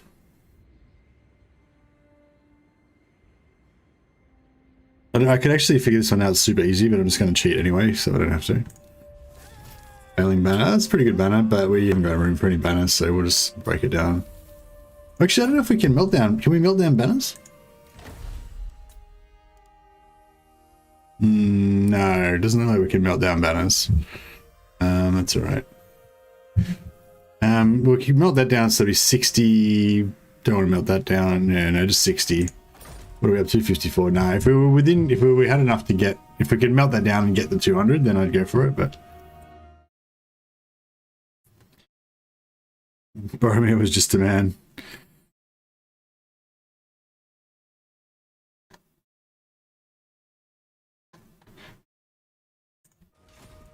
Yeah, we didn't get a rune bearer again, but that's okay. I'm not sure if I should head up here now. Like maybe I should head like over here, more directly towards where we are. How long have we got left on these guys? 23 turns. Yeah, I might just send them up more directly, because if they die on the way there, then that's bad. But if we don't actually get to use them, then it's no point in them really fucking, you know, having them. So I'm going to run a bit of a risk. But if we can get them up here quicker, then that'll be good. If you want something done right. Okay, so I think that's all we really need. The volley fire is really the only thing we needed as far as technology, military technology goes at the moment. I would like to get Valea's protection so we can start getting those followers. It's pretty far away though. We just take like, yeah, if we just take like toolmakers and we're not really gonna need any of that stuff just yet because we haven't really got any territories. So yeah, maybe I'll go for the layers first. Not retaking the artifacts. Yeah, we're trying to. Oh yeah, didn't we get the artifact from searching? Didn't somebody say that when you search you get the artifact? I searched this and I didn't get the artifact. Oh, was there a different option that I had to take to get the artifact? No, I did search ruins, but I didn't get it. So I guess like searching the ruins doesn't do it. You've got to actually occupy it. So I could just send Gotrek back down and occupy this.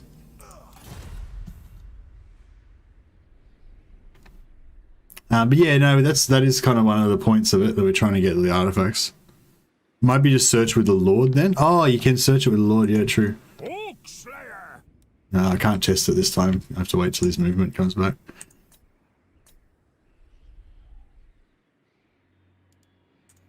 One back.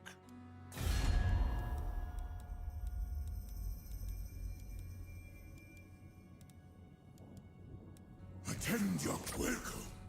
I think these guys are like ever gonna trade now.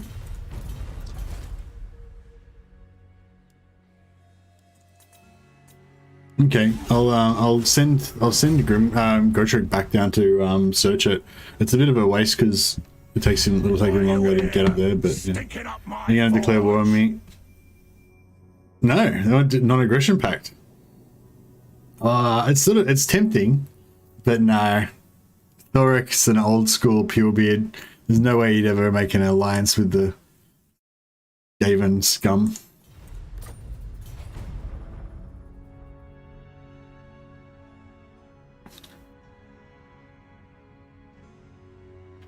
Like I could maybe push myself towards taking a peace agreement or something, maybe, but probably not, you know. But I feel like if I took any sort of non-aggression pact or alliance with Skaven or Greenskins or something like that, it would just taint the campaign for me, you know. I'd have to just abandon the campaign in shame. Like I don't tend to really like roleplay or anything. Like I don't talk in Kazalit or anything, but Vengeance for the 8 peaks. To battle.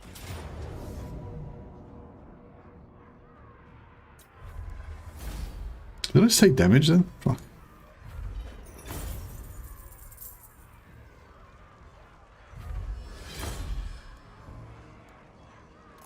On my way.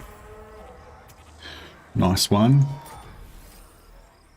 Oh, that was we got a master rune out of that. Fuck, that's sweet as. Sweet AF. Fearless and unbreakable.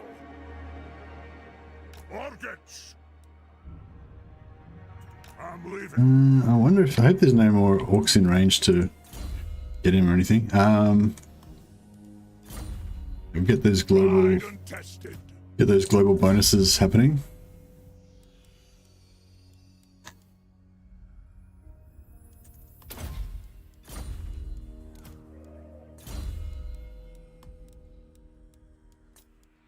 It's up by 42 pounders can do some good damage actually sometimes.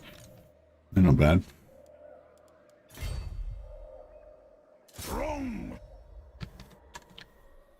Oof. Well, I mean, see, they've got big uns. They're recruiting big uns still. They haven't got Black Orcs. That's weird.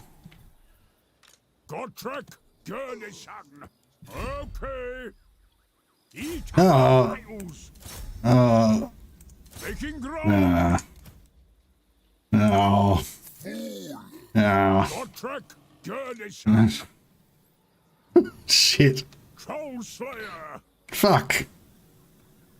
I didn't like, I you know, because you know when you get an agent and you click on there, how it gives you the option to choose whether you're going to search it or whatever. For some reason, I just had like a mental blank and I'm like, yeah, if I just click on it, it'll tell me whether I've got the option to search it. But of course it doesn't. It just moves towards it as if you're going to attack it. And I didn't realize this guy was here and now I'm going to die. So yeah, fuck that theory. Gotrek, Gurnishan. An oath. Yeah. You summoned me. Agreed. I've cast the Well, that sucks.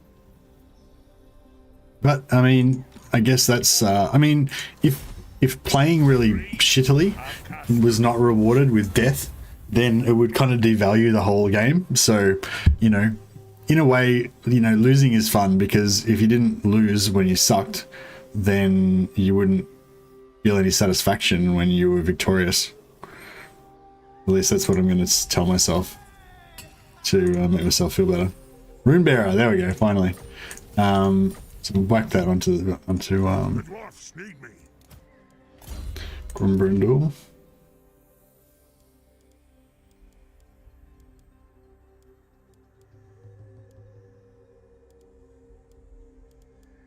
Runebearer.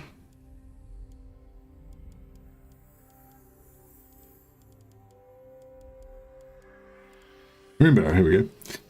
Okay, cool. So both of our main armies now have got the Runebearer. May as well give him some of these extra runes that we don't want.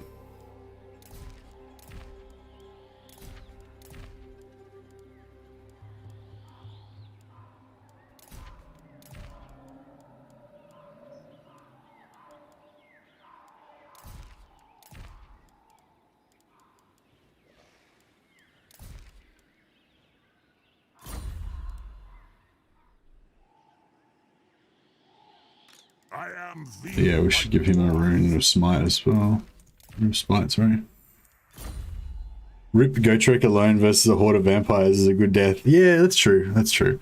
It is a good death. But yeah, so basically I've ruined the whole point of having Gotrek, which is in order to get reduce supply lines. So the whole point of marching him all the way up here was to try to replace Grimbrindle's army and get rid of this extra 903 gold that I'm paying in supply lines, which would basically fix my economy. But yeah, if Gotrek dies, when he comes back, he has supply lines. It's only when he first gets spawned that he gives you no supply lines penalty. If you actually recruit him again, then he does trigger the supply lines. So yeah, so we basically ruined that now. Which is kind of sucky, but such is life. always are best.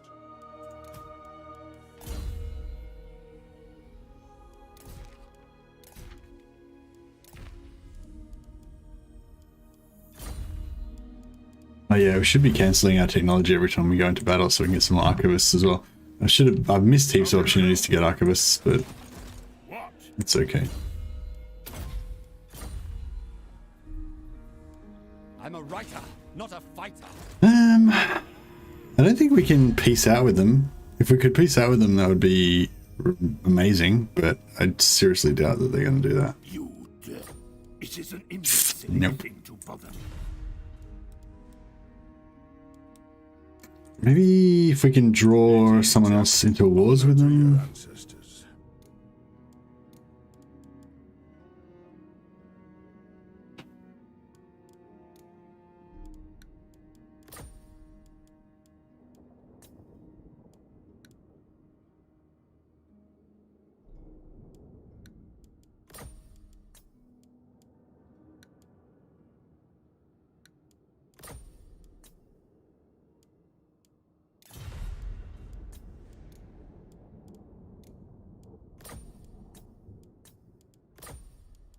Yes. The Empire. Friends of the Empire, come. What? You have a proposal? We are willing to hear it. A fool's action. Sigma's will. I don't know why I'm bothering to check any of this stuff. I know that none of them are going to do it. Yes. Belagar, nah, they've all got. If any of them like didn't have enemies already, then they might be interested, maybe. But even then, it's probably a bit of a long shot. Yeah, I can't think of anything that we can do to possibly fix this situation. I mean, I could try and just force march him away. Beast Slayer. Do you think he'll move further than the force march? Maybe. Actually, Born to die. if they attack him from this direction and then he retreats around the river, then they might not have enough movement to be able to get to him. Maybe. Isabella's still alive, yeah, for sure. He might not reach you if you withdraw. Yeah, I'm sort of thinking though that like if I force march away, he might still get me. So this is not his full movement. This is his force march movement. So I think he can only move to about like there. But I'm sort of thinking if I force march, he might be able to catch me. But he might. Fuck it. I might just force march anyway. Fuck it. I've not got all day. Not good all day, exactly. We'll just hope for the best, basically. Chance would be a fine Yeah, thing. there's no point like screwing around with it anymore. Like we'll just hope for the best and see how we do. See how we go. Handle these with care. Arena sucks. Yeah, I think you might not be able to reach it. Maybe.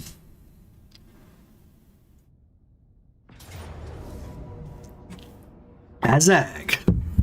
Very nice. Get some magic resistance. Oh yeah, I was supposed to be attacking. So I could have just fought one of these armies instead of both of them at once.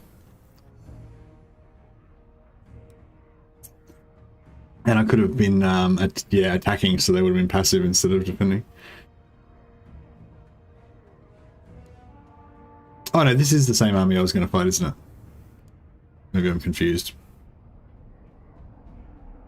I'm trying to think if we should auto-resolve it. If we auto-resolve it, we're going to take like 50% casualties on everything probably, aren't we? I think we'll... these fucking... I think we'll be okay. We'll make it happen. Yeah, Isabella's still alive, so we can get regeneration on some of our Ironhard dwarfs. I don't really like taking Isabella's regeneration on good races a lot of the time, but I don't know. I sort of convinced myself that it's okay with dwarfs and stuff, with certain characters. And sometimes I just forget about my dislike for taking it. Like, my problem with Isabella's trait is that I feel like it makes you, like, it's like you've like let her give you the blood kiss and like turn you into a vampire. So it's sort of like not what you would do if you were a proper pure beard, you know? But I don't know, then like this, if I was playing like as Angrim, for example, I'd just totally take it, no problem. I don't know why. Just somehow in my headcanon, it's fine for Angrim to be partly vampiric. Because he's a slayer, I guess, or something, I don't know.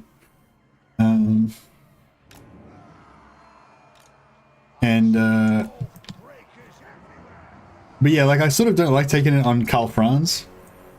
Also, I think just practically, if you're playing a healing race like High Elves or Empire, you don't really need the vampirism because you're going to be able to get the healing cap anyway through just normal heals like Earthblood and stuff. There's nothing I can't fix.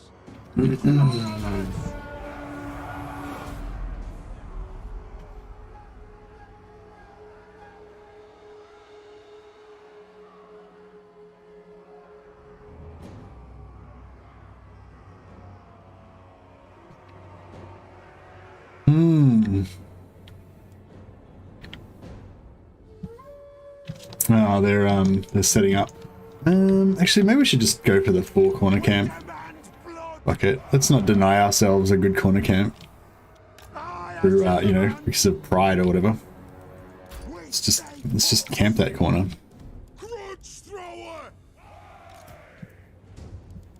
Yeah, I can't wait to. I hope we get this replenishment going pretty good soon. Runesmiths. Might pop these guys out the front so they can get us a bit of Iron breakers.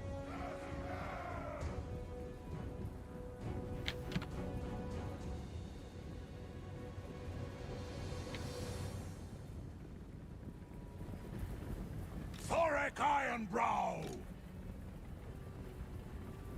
Yeah, well, for a while I won't be using Thorgrim as one of my main armies anyway. I'll probably stick with Grombrindle. Ideally I'll swap Grombrindle out for Gotrek if he survives, but that might be a bit of a tall order. This is a reckoning. Charge! Move now. Pop those dwarfen legs. Quarrelers! Move now! Thorek Ironbrow.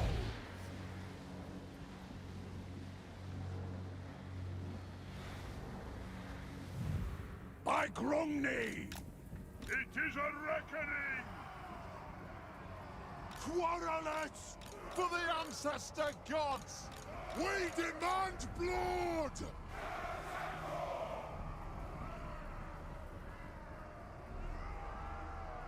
Hunt those dwarfen legs! Move off! Right off! The clans unite! Range far, range fast!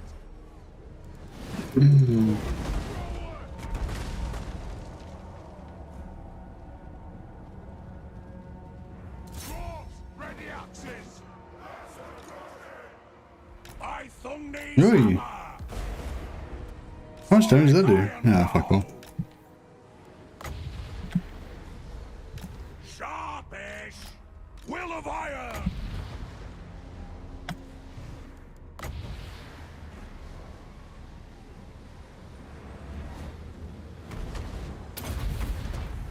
Thorek Ironbrow! Wrath and ruin! Quick about it!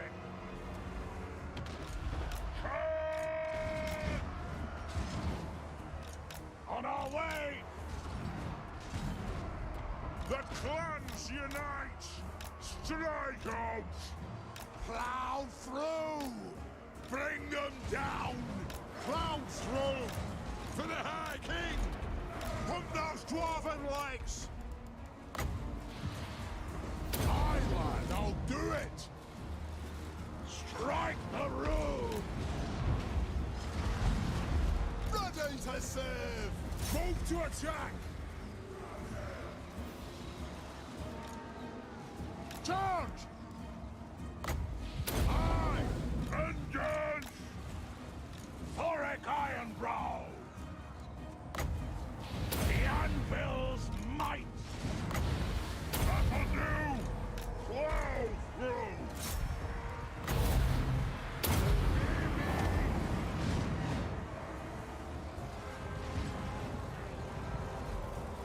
Valea, bless our aim! Quarrelers! Hammer them! Iron breakers! Let me get my tools! Oh yeah, Thorek Ironbrow! going mano a mano with that guy, Azag. Sorry, brain wouldn't work for a second there. Quarrelers! Attack the axe! By the gears of super! That'll do!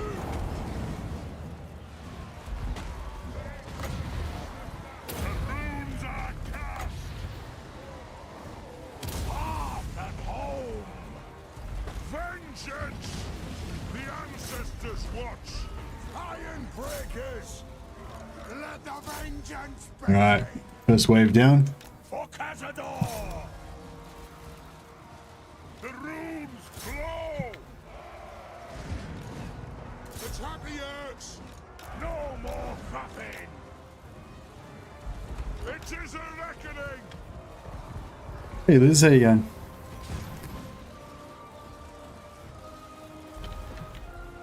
I love me some melee armies as well.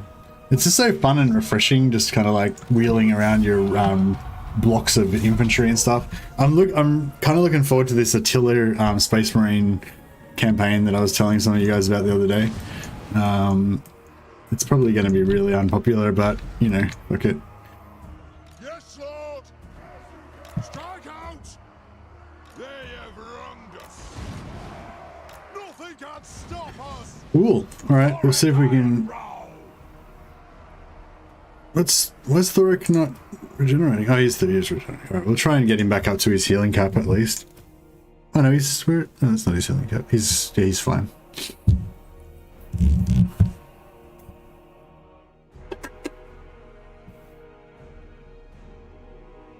I usually build a hammerers build Doomstack with Thorgrim just for the funds. Yeah, for sure.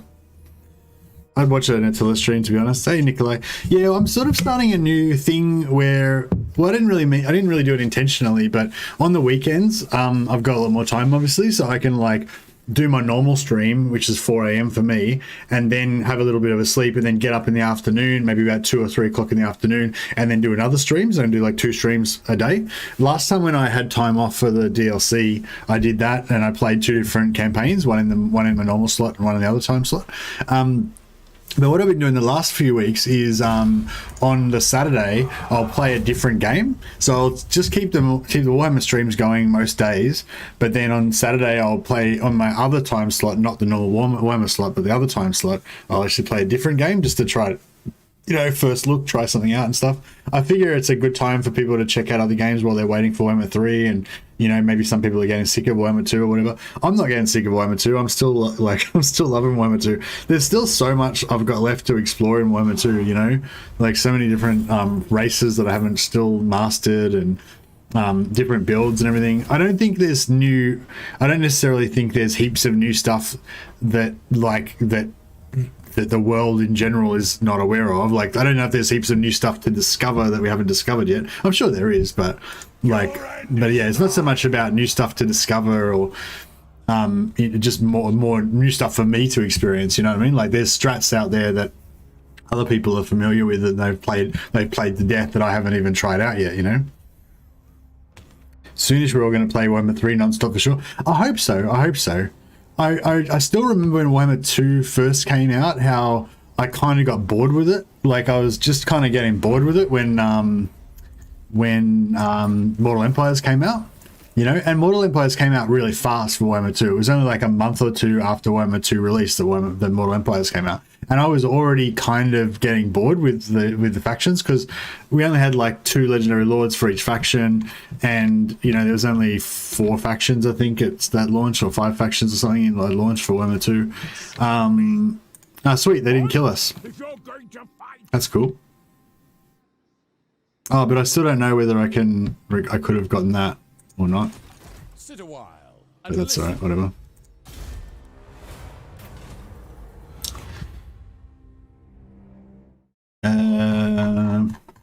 I'm loving all these ruins. How good are all these ruins? We're getting heaps of loot and magic items and all sorts of goodies. Sort of battle, yeah, we can melt that down. 1,000 gold paid for itself again, so that's nice. Another exploit. He knows what we're about. He's like, fucking stop exploiting, Mercy. I know what you're up to. It is time.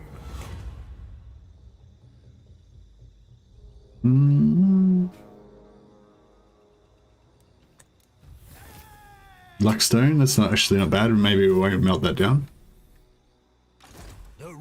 And every time we level up one of these Runesmiths, we've got another chance of getting another Rune Bearer, which should be nice to get another one, just so that we've got one ready to go when... Where are those beastmen? Are they wiped out now? I want them to like make more ruins for me to search. Did we already... Yeah, we already searched that one. Agreed. Oh, we can... Oh no, he can just get up there. And maybe you can check out Bone Mine. An affront to Sigmar. When did you leave from work start? Next Wednesday. So, but it's like 6 days from now. So yeah, so as soon as the leave starts, well, I don't know, actually. I'm sort of thinking I need a holiday, kind of. Like, not a holiday, but I just need to take it a bit easier. Like, yeah, I don't know. I'm kind of a bit worried as well about like getting brain damage and stuff from sleep deprivation, because I don't sleep like properly very often, Maybe like twice a week I get a decent night's sleep. And yeah, I don't think that's very healthy for you.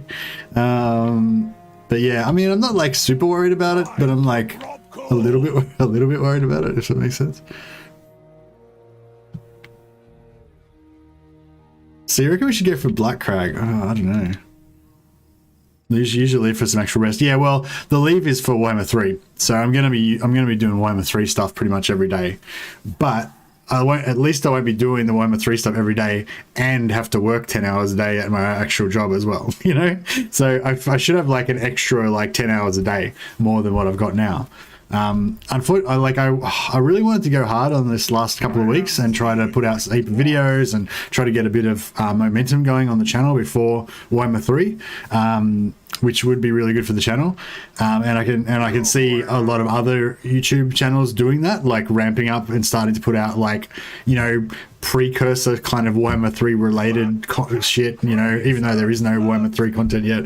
I can see a lot of channels trying to put out that Warhammer 3 related stuff now to build up that momentum and kind of, you know, but yeah, I just haven't had time because I've been too busy trying to wrap up work, because I finish work next week, so I've got to kind of, you know, I've got to like write training documents for the people who are going to be taking over my job, and I've got to like train people, and I've got to try and actually do my job. That's fucking all my shit that I'm behind in, and catch up and everything, and you know, all the shit. So it's like, you know, this time when I would like to be doing extra YouTube stuff, I'm actually not doing hardly any YouTube stuff. So anyway, enough about my feelings.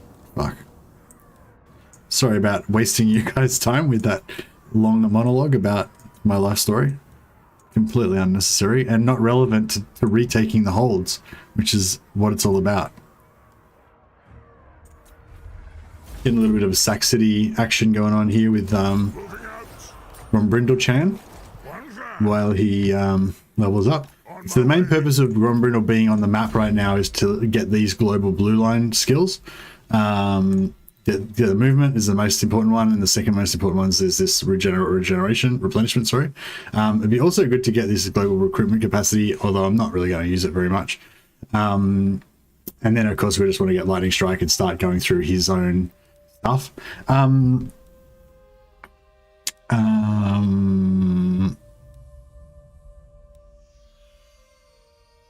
Yeah, I don't think he has any other global stuff that we need. No. So yeah, so once we do that, we can get rid of him. I'm not sure if, like, do you reckon Thorgrim or Grombrindle's the better lord? I think Thorgrim's... Oh, yeah, I don't know. I kind of think Thorgrim's the better lord. You'd make an excellent villain.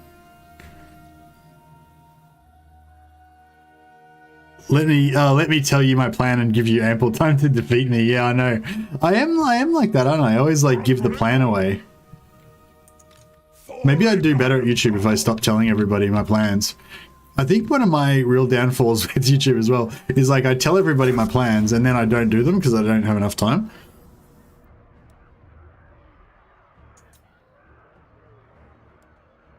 I hope we're going to still have enough money to delete Azhag after this.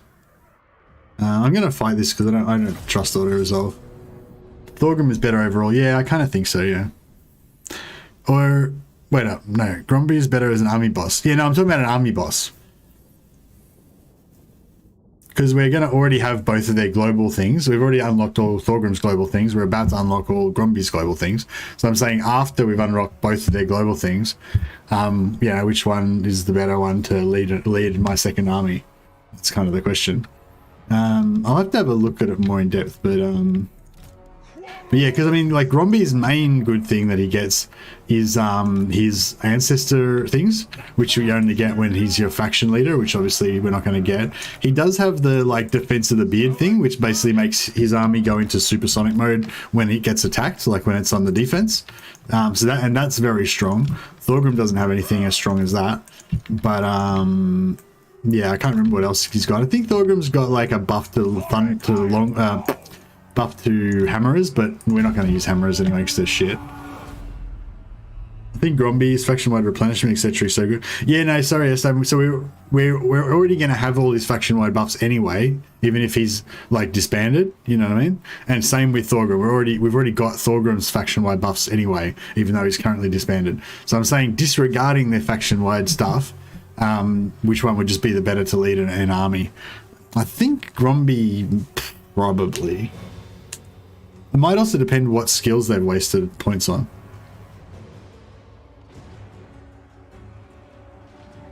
Gromby's better because he's stuck on top of a bunch of guys carrying him. Yeah, true. Thorgrim's pretty tough though. Like he is a bit weaker because he's a large target and all that, but he is still pretty tough though.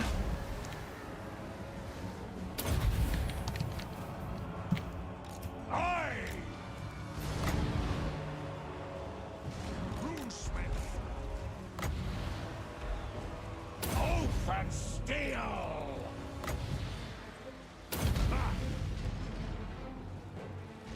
Strike out! Nothing can stop us!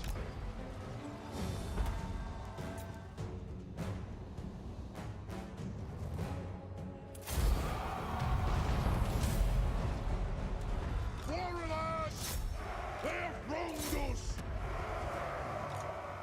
Karaz-a-Karak! Kill them! Warriors! Hook those dwarven legs! I know! Azul! Slay the oath breakers! Axes out!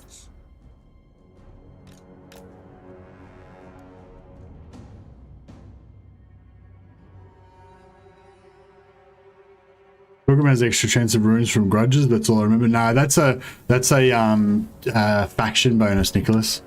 Yeah, he does get extra runes from grudges, but that's only if you are playing as Thorgrim, like as the faction leader.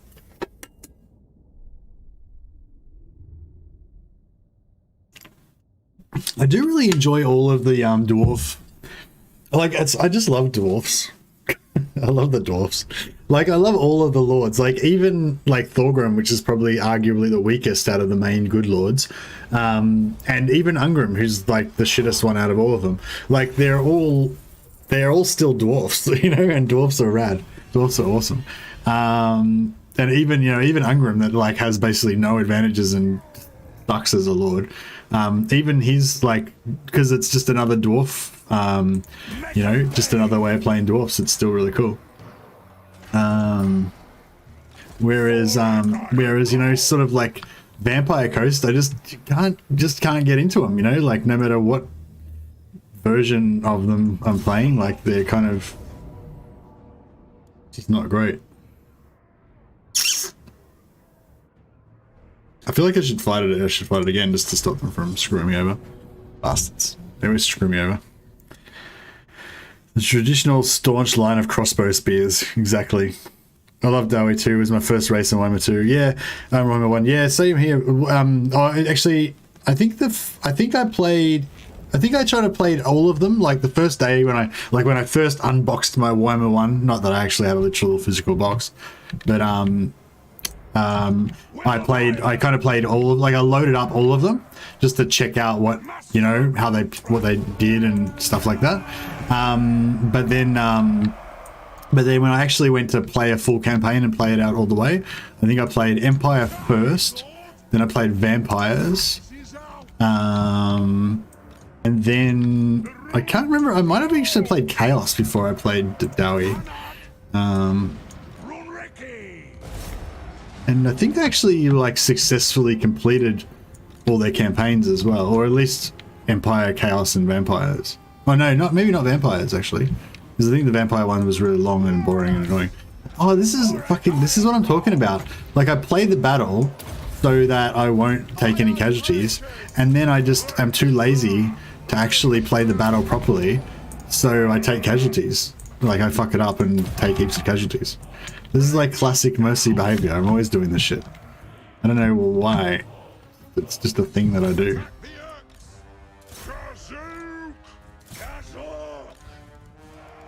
Runesmiths! Wrong as well!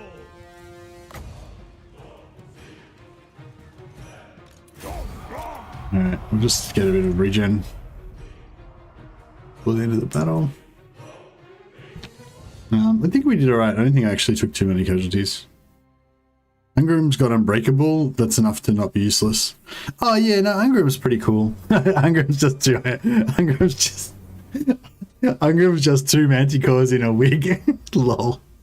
That is awesome. I can't think of any reason why that's even remotely accurate or represents him at all, but it's just such an awesome comment. Good work. Ungrim is just two manticores in a wig.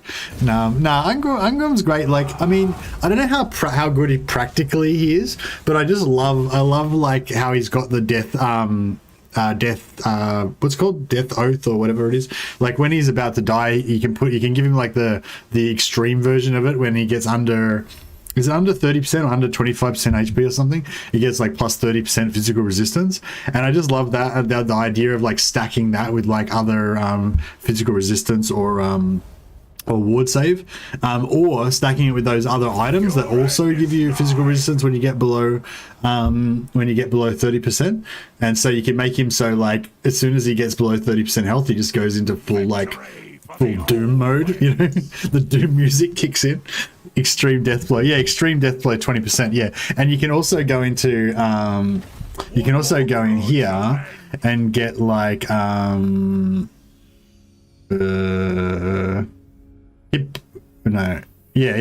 his hit points go under 50%, he gets 10% ward save, so you can give him that. And I think there's also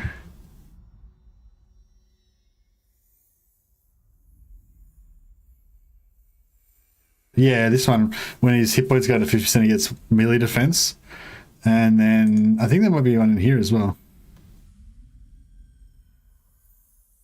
No, maybe I'm making it up.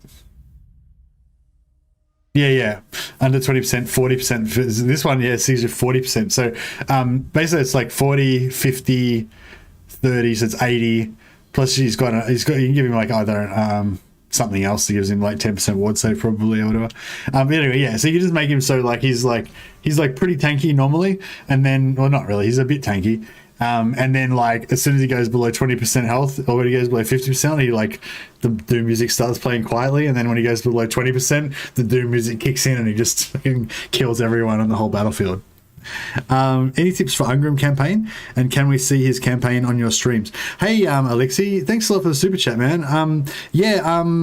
Basically with Ungrim, somebody told me how to do it. You basically just take all of the region above him, so you just like go straight for that settlement to the east.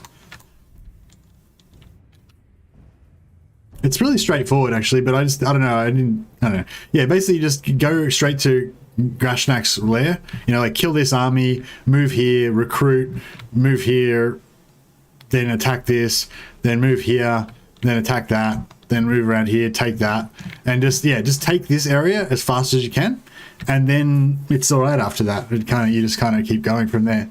But yeah, if somebody else knows like more sophisticated tips, please chuck them up in the comments. But yeah, basically that was like my thing. I wasn't sure if I should go for the vampire counts or what, and I never really had a successful campaign with him. But yeah, when I got told to just take all this starting area first, and I just did that, and it was like, oh yeah, it just went much more went much easier. Yeah, I don't know if going full Slayers is the way to go, but I mean, he does get them pretty cheap, so it's probably like not a bad way to go. One good advantage that he does have is that he gets Slayers pretty cheap, and he can replenish them on the fly, because he's got that, you know, you've always got Slayers ready to go in here. Excuse me. But yeah, yeah, I don't know. I hope that helps you, Alexi. Yeah, but yeah, I did do it. If you just go back through my old streams to the last Ungrim stream that I did, then I did that, and it worked out quite fine. So yeah, if you want to check it out, I don't know what the best way to find videos is on my channel. Oh yeah, if you just go through all videos and just cruise down to find Ungrim. I usually put a picture of the Lord that I'm playing on them, like a big picture of the Lord on the thumbnail, so you should be able to find it pretty easily. Fuck, it was a long time ago. Oh yeah, there it is. 5 months ago it was.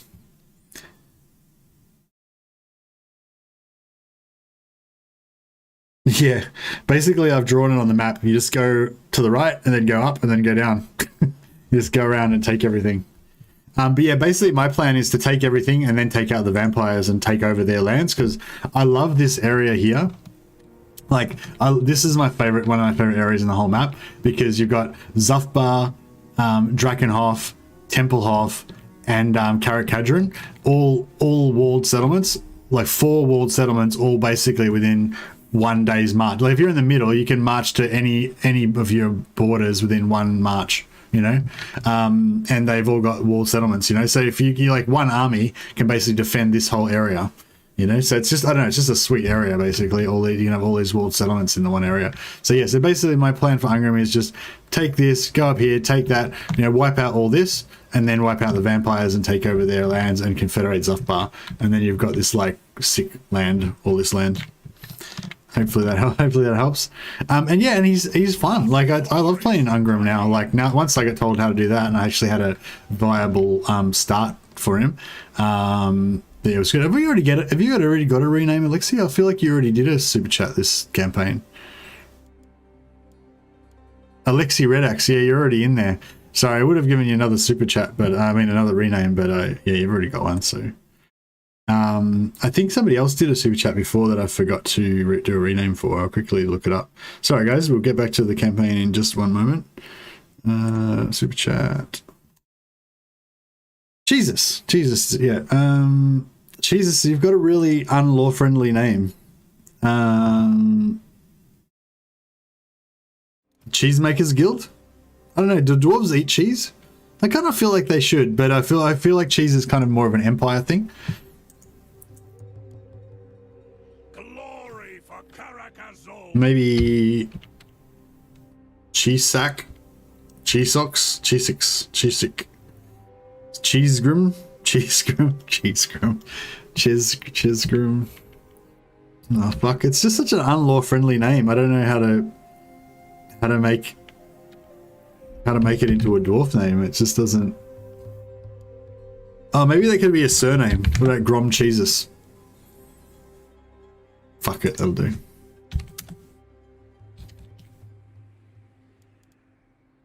Grom Cheeses as bolts. Alright, that'll have to do. Sorry, Cheeses. It's hard. Cheese sacking. Cheese sack does sound like a rude name for a aubergine.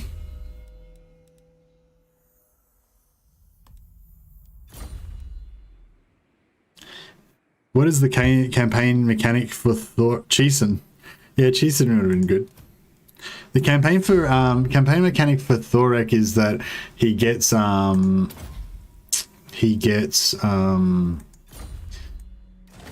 these rune what do you call them? Rune artifacts, I guess. He gets these artifacts. Oh, they're not rune artifacts. They're just artifacts that he gets. And when you collect all these artifacts, then that gives you the ability to create these kind of legendary runes. So we've already unlocked this one. This one gives us a global 15% reduction in cooldown for rune magic, which is pretty sweet. Plus giving us some other buffs that aren't really useful. We haven't really unlocked anything else yet. We got half of Carnosaur, but yeah. The one that we really need is the one that gives us the bonuses to this one. Yeah, it gives us the bonuses to It shall be reunited with the Dowie soon. so that's not too far away. If once we've finished our jihad against the Greenskins, we can grab that. And The ones who took it will pay with their lives. fuck, that's pretty far away. But I don't know, if we confederate Caragnorn, that might be not too far away. You can have a Carnosaur in a dwarf stack? Is that a question? If it's a question, then yes, you can. Who is your favorite lord in the whole game? Oh, that's such a hard one. I love so many of them. I feel like Tyrion's up there. Like, I wouldn't start as Tyrion, but whatever, any high elf faction I play, like, confederating Tyrion is like a number one, like, very high on my priority list, you know, because I really love having him in my armies, and he's just awesome. So yeah, Tyrion's up there. I don't know if he's like my absolute favorite, but yeah, Tyrion's up there.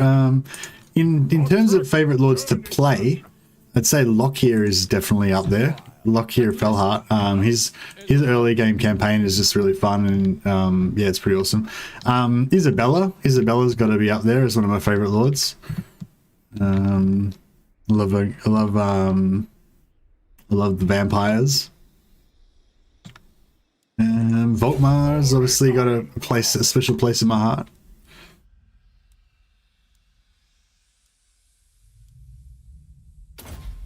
Yeah, I don't know. I like quite a few of them. Yeah.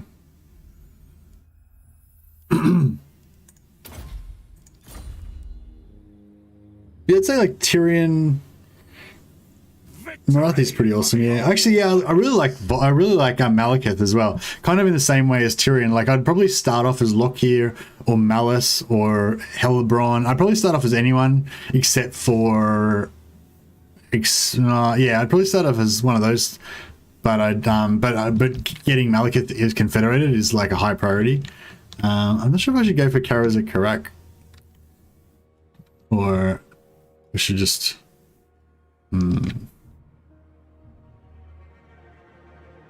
Is this tier 5 yet? No, not yet. For the ancestors! Make it fit for the Dowie! If we go here, Lost glories reclaimed! On we go! will we still have enough movement to take Iron Rock? Yeah, heaps. Alright, cool. We'll just camp there and then we'll take Iron Rock next turn. Glory for Azul! The dwarfs need me. You have my axe.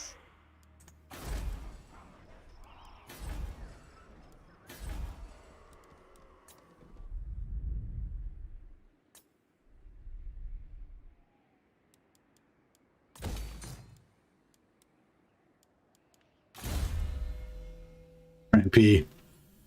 I love the renames. I love it when we rename characters after you guys. Like, it just makes them so much more, you know. I don't know. I just care about the characters much more. I'm much more interested in how they're doing and stuff if they've got like names named after you guys. I wish Marathi starts wasn't so damn fucking awful. I really do.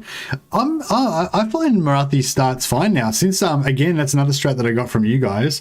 The way that we started with Marathi last time I played, or last couple of times I played Marathi, I found was quite fine. Similar to the way that Legend does his Marathi start, I think. Oh, actually, I don't know. I only watched like the first bit of his one, but yeah, I think it might have been pretty similar to the start of Legend's campaign. But yeah, if you just watch, Legend just did a guide on Marathi. So if you want to have an easier time doing Marathi, I'd recommend you probably watch Legend's video. I haven't actually seen it all, so I don't actually know exactly what his strategy is, but I'm sure that it's, you know, it's Legend, so it's going to be like probably 100% reliable and repeatable, and quite strong to lead you into the late game and everything. If you want to see how I did it, yeah, the last Marathi campaign I did, that's my new go-to Marathi strat now. That's how I play Marathi every time, and I think Marathi's, you know, no problem now. I used to think Marathi was like shit because her early game was so hard, and I just didn't like to play Marathi at all because of that. And now I think Marathi's just completely fine, totally viable. So yeah, so if you like Marathi but you don't like her start, then I'd have another look at it because it's fine now, I think. Not upgrading the gold mine.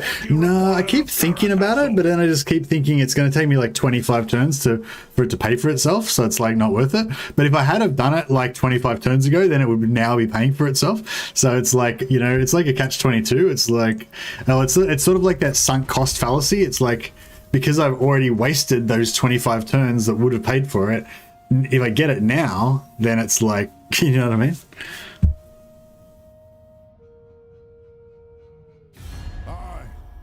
He enjoys watching us die horrible deaths. Hey, how you going, John? Yeah, that's true, I do. Are you going to make a dwarf hero doomstack? Hey, Nikito Gamer. Yeah, I don't know. I did want to have a lot of runes. I want to get as many runesmiths as I can because I wanted to have a bit of a like runesmith themed campaign. That's why I was like called the first couple of episodes THOREK'S Apprentices. But I don't know if I want to stack them up in. Shit, he's getting close.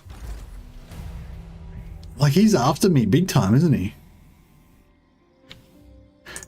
I have the forge fires glowing. Yeah, it's too early to do that. I'm moving. The layer's will binds me to The layer's will binds me to you.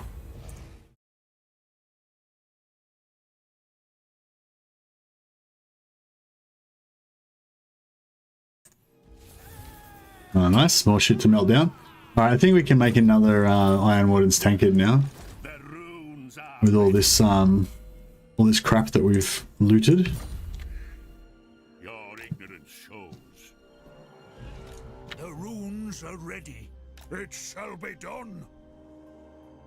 Sit a while and listen. Gotrik's still surviving. What a boss. I'm just gonna see how far would he go if he...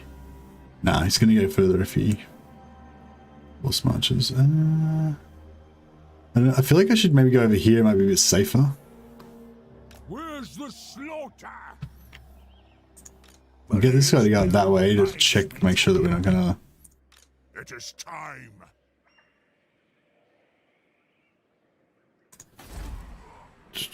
Maybe I should start... Should I start taking this shit? Just like gobble up... Where's Doc Karaz? I mean, oh yeah, and take these two so we can get a bit more growth. Might be a good idea.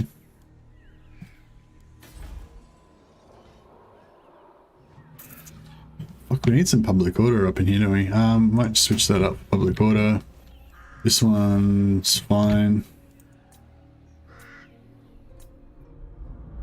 This one is fine. Sort of fine, not really.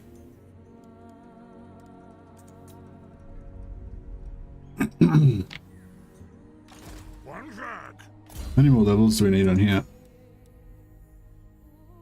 3 more levels, at least.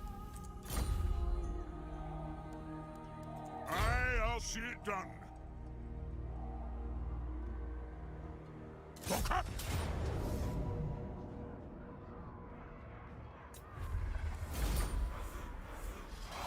On my way.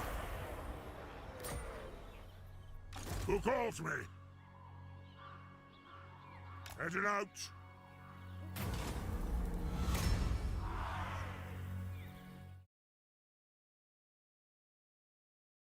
He loves aiming for the named halberds. I don't try and kill them on purpose. What if you take all the soul with little armies and start to invest money there so you can search for traits, build new armies and so on? I would take all the south with little armies and start to invest money there so you can search for trades, build new armies. So, hey Nikita, yeah, I was sort of thinking I probably will, when I have enough money to recruit a 3rd army, I'll probably recruit a 3rd army down south, yeah, and screw around down there. But yeah, probably not. Oh shit! Fuck it. I didn't. Yeah. Avenge the ancestors! There'll soon be naught left. Oh, that's it. That worked out alright. We can still take Iron Rock. That's cool.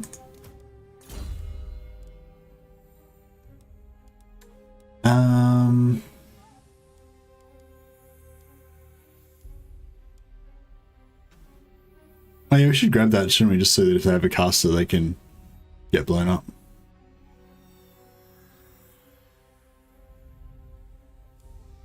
THOREK'S pretty sweet, isn't he? He's a pretty cool character. He's got a lot of cool little buffs and stuff.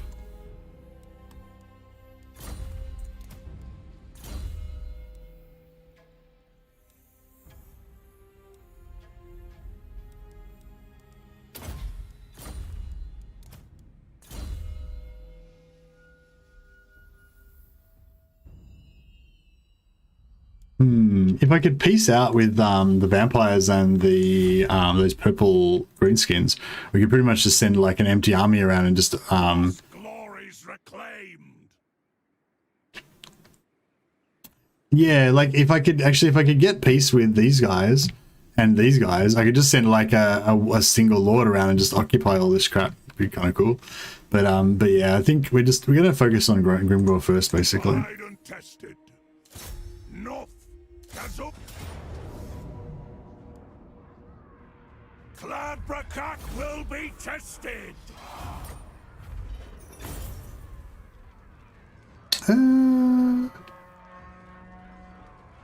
Yeah, I think I'll take the sack money because I don't think we're gonna hold it straight away anyway.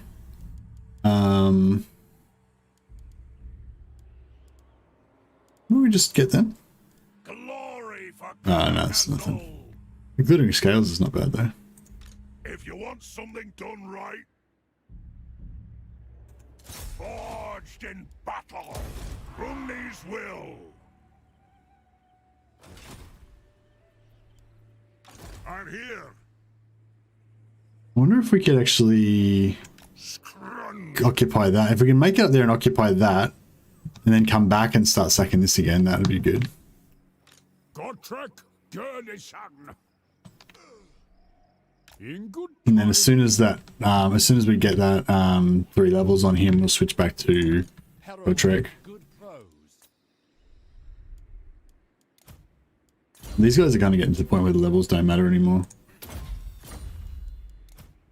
Oh, not this guy. This guy needs some more levels still. All ways are best. So everyone's got iron ones, tankards. Yeah.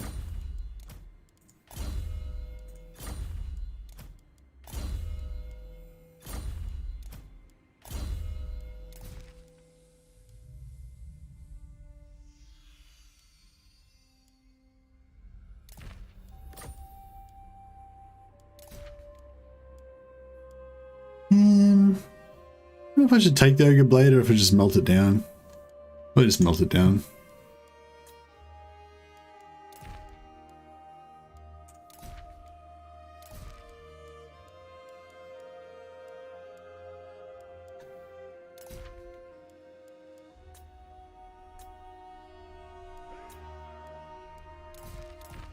Melt that down.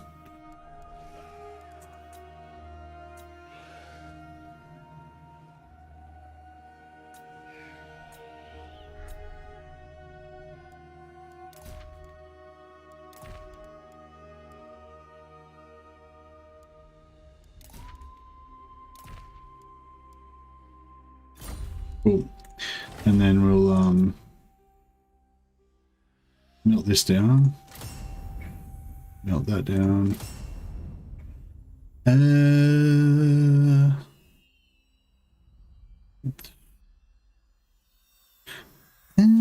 That's that goes in Ironwarden's tankard slot, doesn't it? Yeah, so we're not going to use it. So we may as well melt it down. It's worth 60 as well, so it's a nice lucrative one. The 18% weapon strength, I don't know, it's pretty big. It's a pretty big chunk. It's not a bad weapon. Do we need it? How much do we got now? 238. No, we don't need it now, so I'll just do another Ironwarden's tankard. Yeah, but as I said, I just want to get as many Ironwarden's tankards as I can right now, because if we have to abandon Mamidia later on, we might not have access to Potter anymore, so we might lose the ability to cook them up. But yeah, I think that's a good strategy, Nikito. If we can sort of, yeah, we've got this kind of defending here. I'm sort of thinking, I don't know. I'm sort of thinking. Well, I think we'll go for Black Crag first. And then, yeah, actually, yeah, maybe we just won't bother taking Karaz-a-Karak yet first. We'll take Black Crag first, then we'll kind of wipe down here. I don't know. We'll just do one thing at a time. We have met Eshin, yeah, and they haven't declared war on us yet. They actually really like us, I think, because they hate Grimgor, and so they're actually offering us like non-aggression packs and shit. Yeah, military attack against Grimgors, because they're at war with Grimgor, so they're loving us at the moment because we're beating up their enemies for them. So that's a good thing that we don't have to worry about them declaring war on us immediately. But yeah, I mean, I'm sure that they'll turn on us in the long term.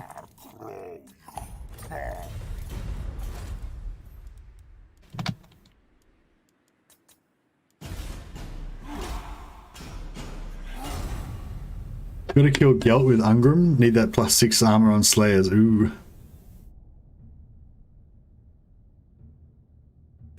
Fair call, fair call. That's a good thing about Ungrim too. Like, even if you don't play as Ungrim, like if you just you still get all of the advantages that you like. There's not really any advantage to like having Ungram as your actual legendary lord, as your starting lord. It's much better to just confederate him as one, because you still get all of you can still have his like Slayer themed army and all that stuff.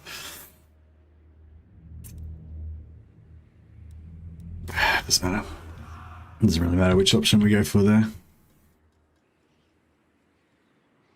Heinrich Kemmler is pretty sweet. Yeah, I kind of like Kemmler's cool. I really like the regen thing that the dash figured out with him as well. I mean, it doesn't really work that well, but it's pretty cool. Do we want to walk around and like go an ambush stance or something, or do we want to just go for it?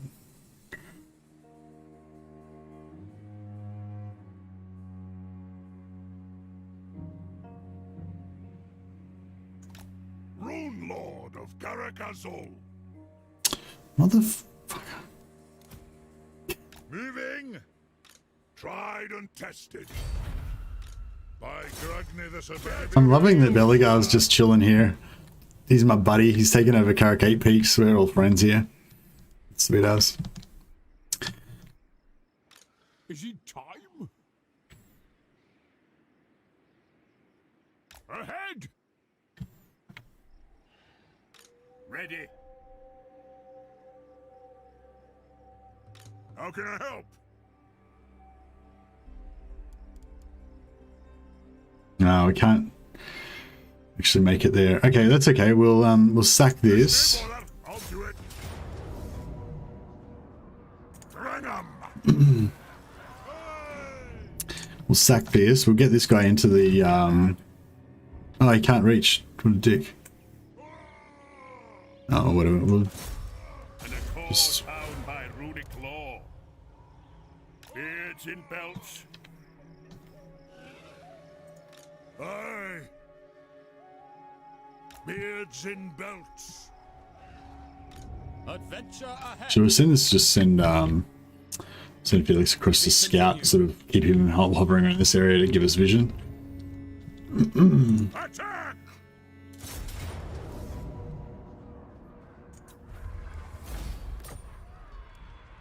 I'm leaving. You know who I am. Strolling, Rolling. our enemies shall tremble. Oh, he can't reach at all. Fuck. Weird. Fearless and unbreakable. Why is he not able to reach that far? Okay. Well, maybe we'll just move. I'll see it done. Yeah, now we can make it. Alright, cool. You have my axe. Getting those global bonuses.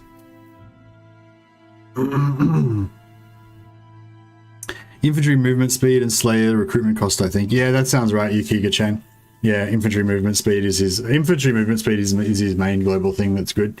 But the upkeep reduction is a lord skill. It's on him, on his army, even if you confederate him.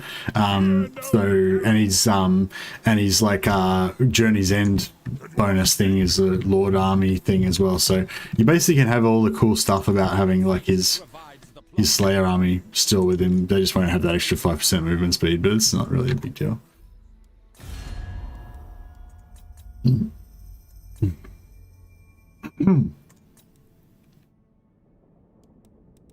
I stand. Have you come to pledge me your loyalty? 120. What? He loves us now because we're attacking Grimgor so much. Interesting. What? Oh, he's already got Karak 8 piece to tier 3 as well. All ways are best. Oh, actually, do we need to do some buildings somewhere?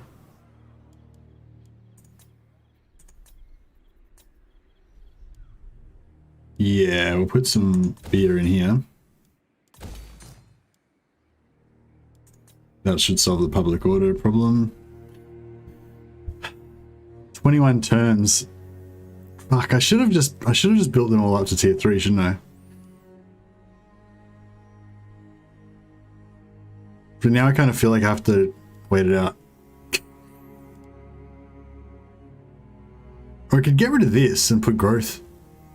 Because it's going to be a while probably before I get another one. Yeah, fuck it. Okay, we'll do that as well, so that I don't still regret it in another 27 turns or whatever. I don't know if I should put them up to tier 3 or not. I feel like I kind of should have done them a bit earlier, but I just, now it's like that sunk cost thing again, like I feel like it's too late now.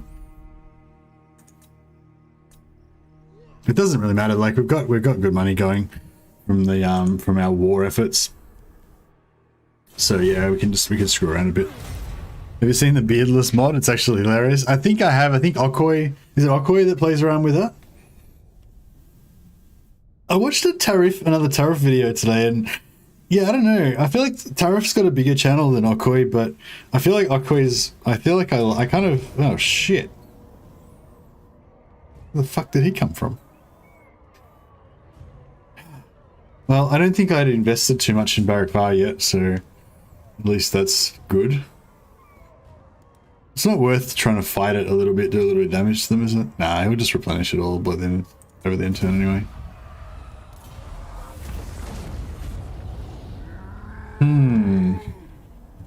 Oh, he raised Akendorf. Oh shit, okay.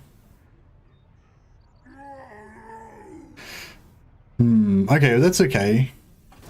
We've got a oh, they might come down this way and attack here. Interesting. Okay, so I don't want to lose my Myrmidons. I've not accepted like Myrmidons loss just right now. So if we lose Myrmidons, that'd really suck. Zavorak, I don't really want to lose that either. Mallorca, I literally don't care. I don't even want Mallorca. So we've got that buffer of one settlement that direction.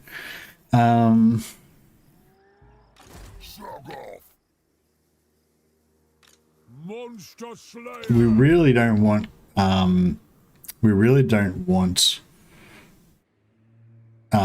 Gotrek to die.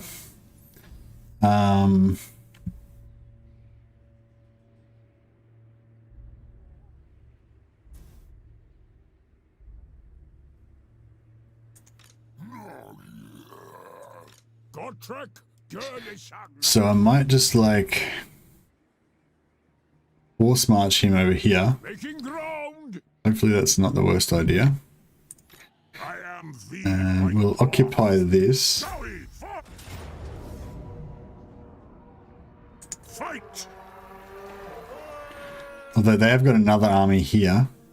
So I better not sit inside the settlement or we might lose it. I have the forge fires glowing.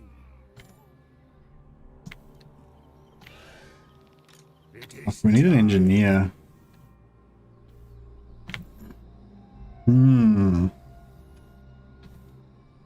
Beardless mod. The beardless mod looks terrifying. Those chins were never meant to be seen. Yeah, I agree.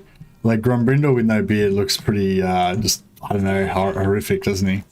It's not so much his chin, it's his like eyes and everything. Like with the beard covering his face, like his eyes look fine. But when you take the beard away, his eyes suddenly look all crazy and stuff. That's my opinion anyway. Arcane wisdom.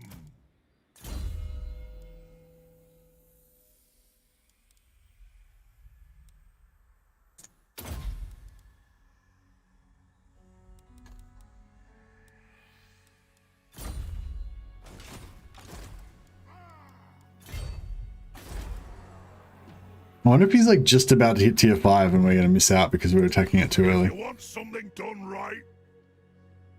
Alright. Got to be done.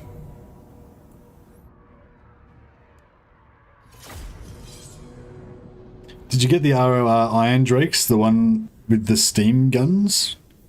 Yeah, I assume we've unlocked pretty much everything by now. Sorry, I haven't had a look at the ROR for a while. I think we're at level 32 or 35. Yeah, I was actually just thinking about ROR before, because I think it's going to be a pain trying to recruit a decent army for Gotrek, but we can probably get a decent army from what we've got already, plus a couple of RORs. So yeah, that might be a good contender. For that.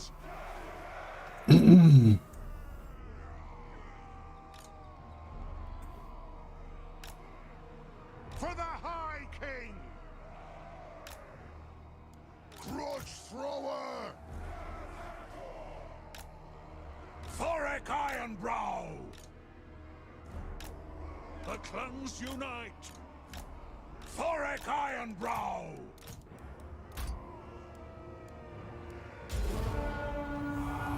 For the ancestors!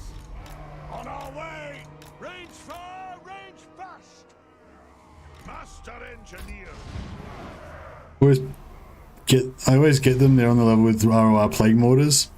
Yeah, nice. Yeah, no, they yeah, I was thinking about RORs, but I don't want to put any RORs in THOREK'S army because these fucking Corralers are so buffed that they are basically like the fucking plague sensitive. Like, look, they got 57 missile strength.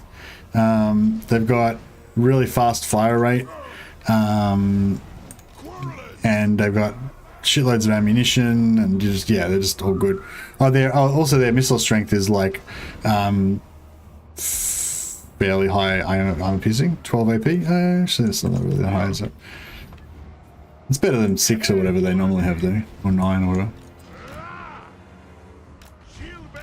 Anyway, yeah, point is that, especially, and value for money wise as well, they're really cheap. These guys are only costing me, oh my god, I got the tower bug. Bro, just shoot the fucking towers. Off we go! I know, we don't actually need to take that tower out, so I won't worry about it. Grudge Thrower! Thorek Ironbrow! Understood! Step to it! Oh yeah, let's get some sweet fucking stuff bar. Oh, they're probably a bit too spread out to get the proper damage on them. Yeah, if they were a bit more tight packed, you would get more damage, but that's still pretty good. Will of Iron! Nothing can stop us! Quick about it! Ironbreakers! Aye, as you command! Ah! Word of The Gobbo archers don't do much to these guys because they're all heavily armored. Yeah, for sure, not Thorek, but maybe one of the not full armored. Yeah, no, I'm gonna get rid of Grombrindle. I'm gonna put all his units into Gotrek's army so we can save on supply lines, so that will save us lots of money. And then I'm gonna build up his army with some more expensive units once we get rid of those supply lines issues. Oath and steel! It's not good. No, maybe we get no.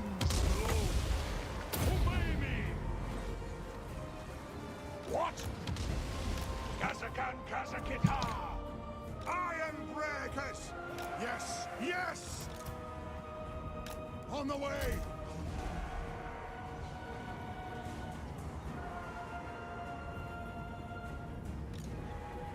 Strike out! By Grumney! Thorek! Yeah, I want to take all the damage on the heroes because they've got the regeneration. Actually, we should just fuck it. Let's just knock it all down and start spiting them because we've still got the rune of spite on Thorek. I forgot about that. So if we get him to melee with a nice big blob around the doorway, then you know he'll just do heaps of damage. So that'll be pretty cool.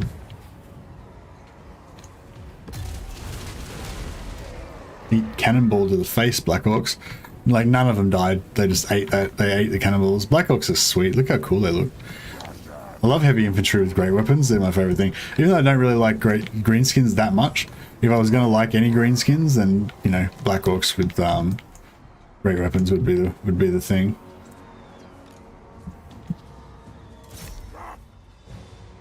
Done wrong!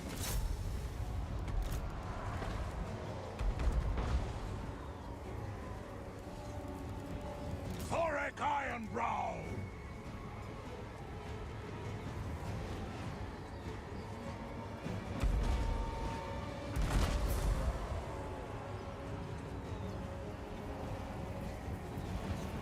Warrior!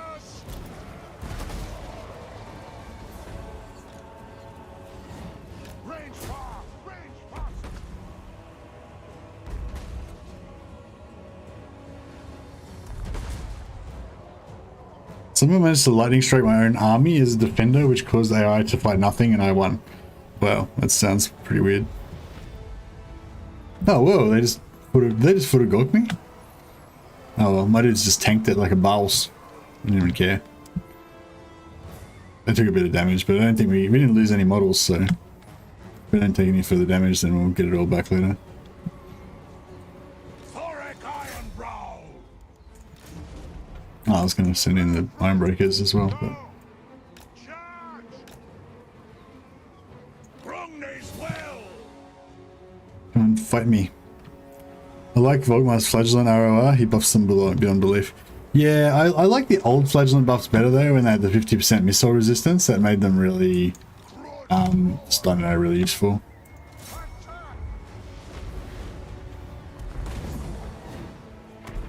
Oh yeah, I forgot we got artillery, enemy artillery, shit.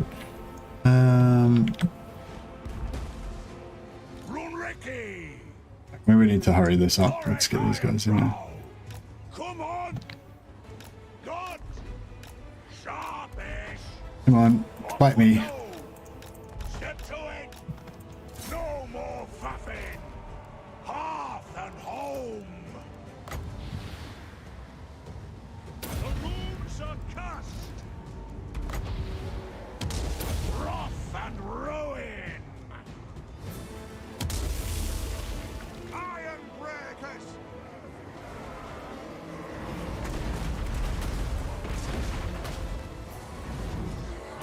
Yeah, this is good. The artillery's just going around here. Dowie out! Shoot, lads! The clans unite! Move! I don't want them taking artillery shots. Best ROR in the game is Mirror Guard, though. I don't really, I don't see that. Well, how's the Mirror Guard the best ROR in the game? Mirror Guard are just Chaos Warriors. It's, you can't, it doesn't really matter how much you buff a low tier item with low tier, you know, like Chaos Warriors, they're not going to become like the best unit in the game. Sell it to me. Tell me why Mirror Guard are the best ROR in the game. Tell me why they're better than, what are the red Black Orcs with the dual wielding AoE damage? Tell me how they're better than them.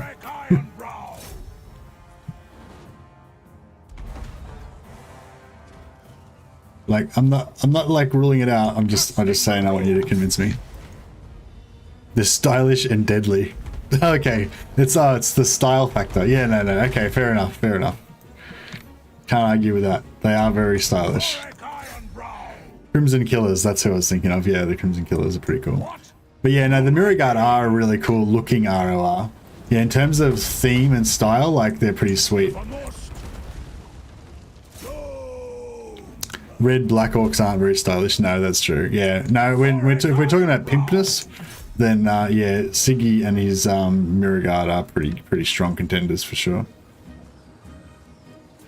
Let's get our band of heroic adventurers to just cruise around and kill everyone. We'll like mop up.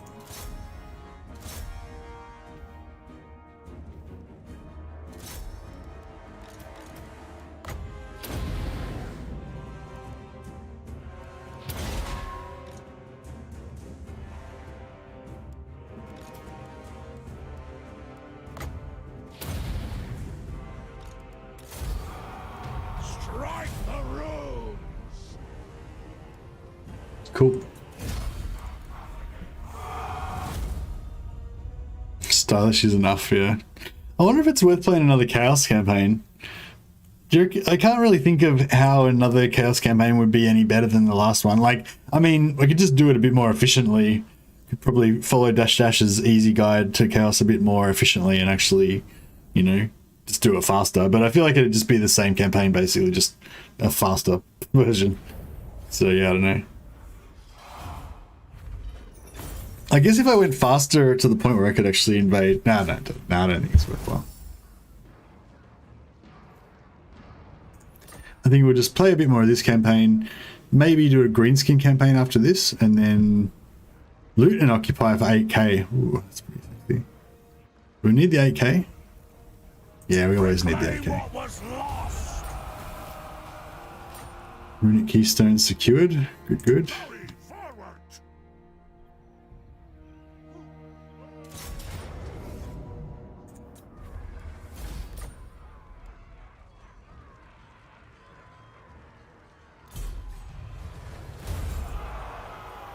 We are one step closer to understanding Smednir's formulas. Fearless and unbreakable. Fight! If you're going to fight! So yeah, so we could take another artillery piece, but we don't really need it. We'll probably grab the warriors because they're cheap and the miners because they're cheap. Probably won't grab them. We could get Norgrams and Ironbreakers, but like 516 gold, they're pretty expensive. Whereas these guys only 375 gold, and they're going to do a huge amount of damage. So yeah, I can definitely get on board with that. I can probably get on board with the Skyhammer as well. So it'll be like 1, 2, 3, 4, maybe 5. So that'll put us up to 14 or 15. We really need more ranged. What do we got over here? Oh yeah, we can get more Quarrelers, more Thunderers. We got everything. So that's cool. Grimnir, Disciplined or Grimnir. Fuck, that's a hard call. I'll probably take the Grimnir for combat, but I could take a Grimnir for buildings. Nah, I kind of want the combat. So we'll drop a Grimnir for Gotrek's army, and we will drop a Cunning.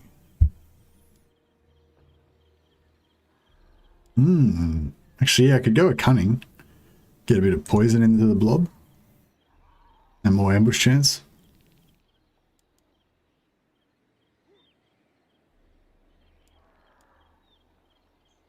Ready to do the guild's bidding.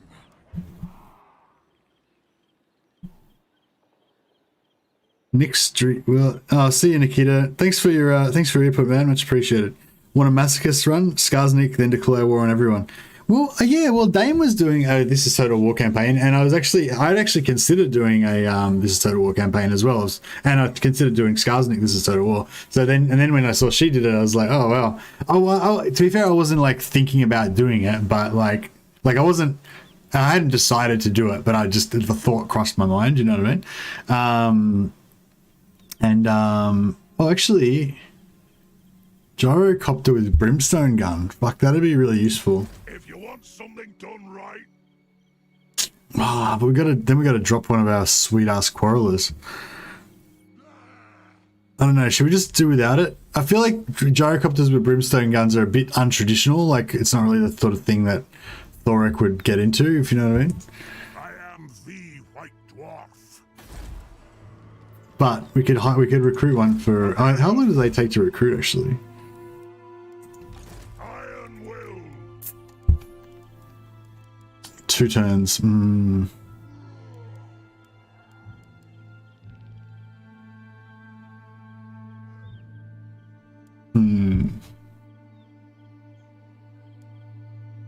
Gyros are newer than Thunderers. Yeah. I don't know if he would dig it. When did Vortex camped last time? What? When I last did a Vortex campaign? Oh, never. Never done a Vortex campaign, Lexi.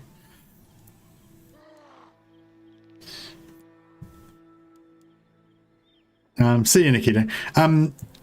So I had thought about doing a Skarsnik This Is Total War campaign, because I remember like it being one of those ones that Legend, I thought it was meant to be one of the hardest starts in the game. But then people were telling me that it's actually like one of the easiest or something. So I don't know. Maybe it's only one of the easiest now because Legends kind of figured it out. I feel like that happens a fair bit. So we could go Vanguard and Stalk, or we could go ammunition for the Ironbreakers. not really that exciting. Or we could go Guardian, which gives us extra 15 physical resistance on Thorek, maybe. I don't know. That's a kind of a hard one. I don't really need any of those things. I'm not even sure we're going to keep the Ironbreakers in there, so there's probably not much chance, not much reason to buff them. Although I would love to make an Ironbreaker army for Gotrek, for Grombrindle, sorry.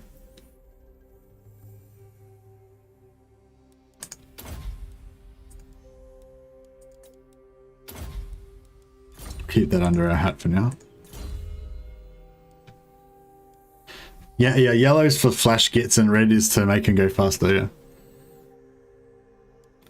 Correct.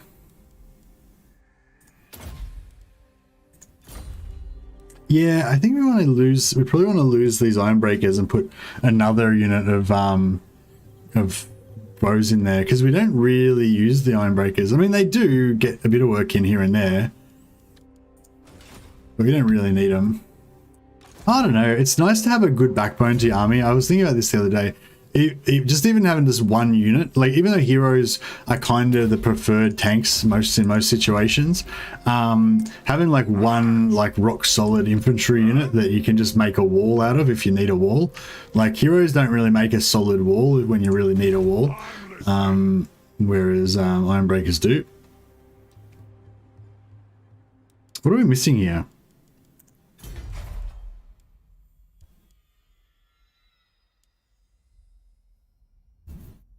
Oh yeah, walls.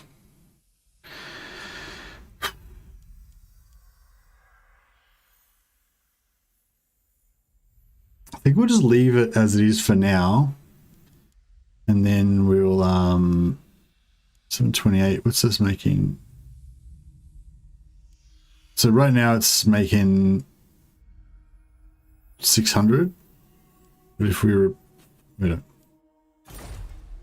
right now it's making 600, but if we repair it, it'll make 1200. Okay, so that's definitely worth it. Just repair it and then we'll start making good money.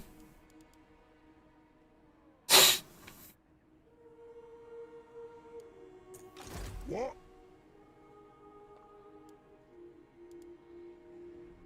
Yeah. Oh, he's not at war with fucking Grimgor. What a dick. Come on, Belagar. Like, get on the same side as the rest of your race. Fight Grimgor.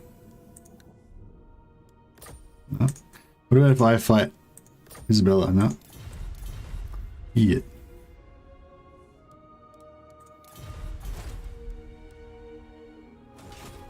My bow stiffens.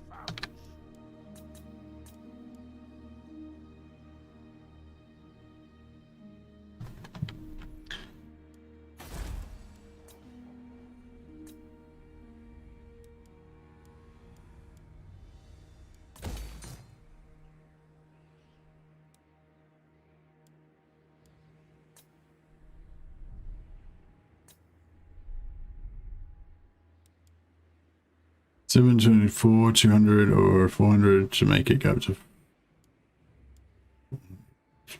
I don't know. I feel like it's almost going to pay itself. It's almost going to repair itself in time. They're going to need to. All right, good.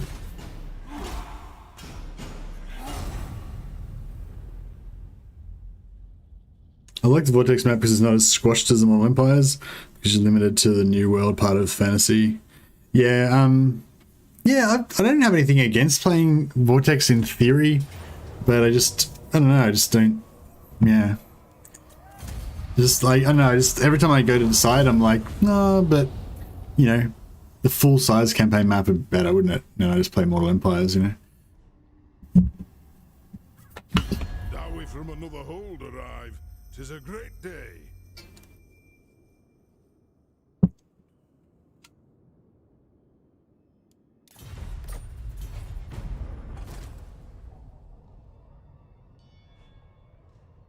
I wonder if Karak Norn's still alive. I should check that on the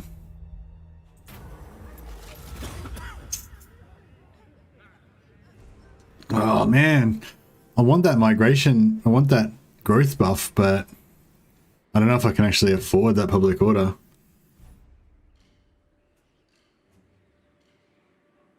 Five turns, that's 15 minus 15 public order.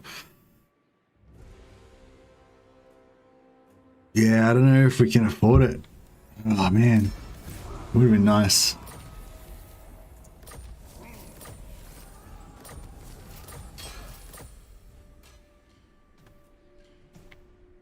Oh, he's taking over Barrack Bar. What if he's going to reset on Mallorca next turn?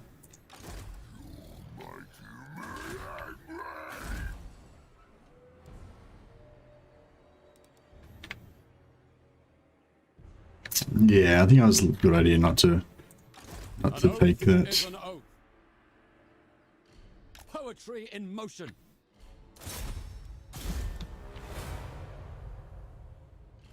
Tried and tested. Yeah, I think we're gonna have to go up here and sort out these armies of Grimgors, otherwise we're gonna lose Myrmidons. Or do we want to just not worry about Myrmidons?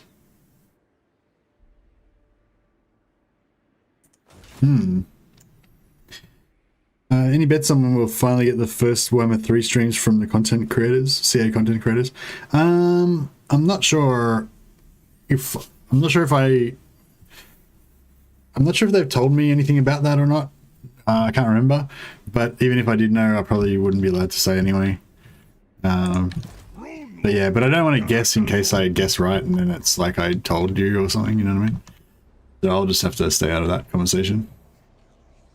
I don't think they've told me anything exactly, but I think I heard something, but I can't remember if I heard it from CA privately or I heard it publicly. Yeah, does anyone else know if they've publicly said when they're going to start doing that stuff?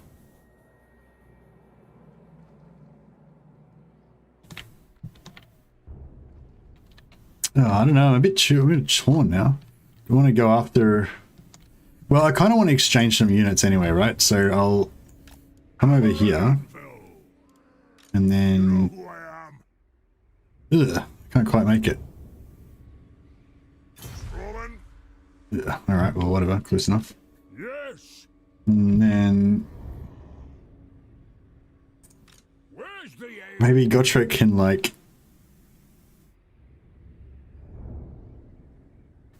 Wait, what do we want to do here? So, Best. Gotrek, Gurnison. Point taken.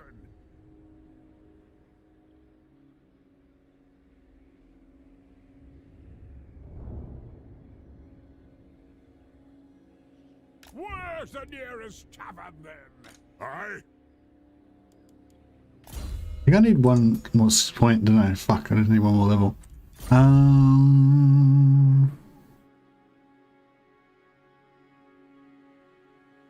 Okay, so Gotrek can start recruiting. So he wants one Iron Drake.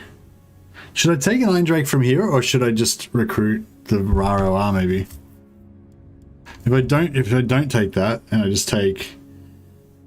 I may as well, maybe I'll get 2 gyrocopters, because they do take a couple of turns to recruit, and if we need another one later on, it'd be easier to just have one from there. That makes sense. Tried and tested. That means we're not recruiting anything with Thorek. So Thorek can... Dwarves never tire.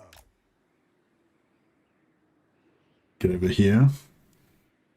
It is time.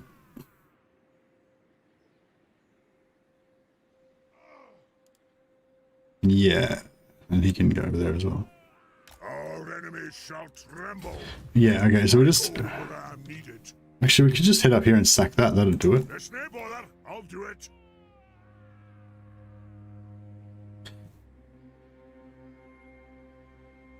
Guess next month. Haven't heard anyone who might know. Yeah, I don't know. I think that we'll definitely... yeah, I think 2 to 3 weeks ahead of the release is like normally when you start seeing stuff, I think.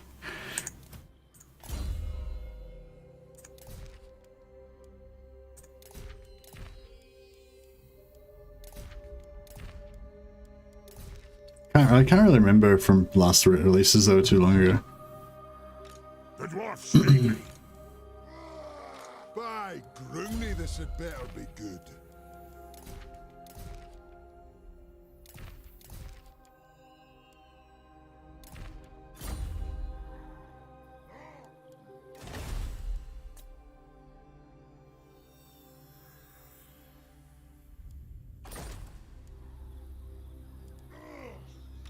Aye, lad, what can I do? Grease those axles! Slain. The runes are ready. The rune's duty is never done. A runesmith's duty is never done. Yeah, we're going full Hero Hammer and Gotrek's army, so that's What cool. horrors await? Kind of works out because he doesn't have any unit buffs anyway, so. Yes.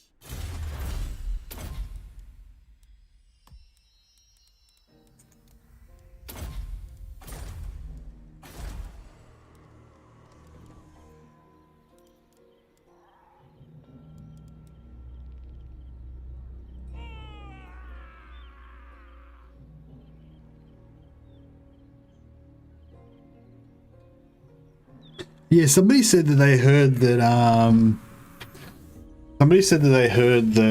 Mortal Empires was going to take longer this time than it did for Warhammer 2. So yeah, if anyone else has heard anything about that, or they saw, I think somebody said that it was like a update on Discord, or like the Discord for one of the devs or something, or from one of the community managers or something like that. So yeah, if anyone else has heard anything about that, I'd be interested to know, because I really am hanging out for Mortal Empires, and it's not like I'm going to get all up in arms about it or anything, but I'm really disappointed if it's going to take ages to get Mortal Empires, because I just remember last time I was kind of getting bored already with Warhammer 2, and that was only in like a month, you know, before I got my Mortal Empires back again. This time it's going to be a bit different because we've got so many more factions. As Dame reminded me, there's going to be like 9 factions at launch. So I think there was only 8 Legendary Lords. Well, there's 8 Legendary Lords at launch, I guess, with the previous game. So yeah, it's not that much more. It's only 1 more, but yeah. Anyway. But yeah, but there's like kind of like 4 Chaos factions, which are fairly different from each other. And then there's the 3 other factions. So there's like 7 different factions to play.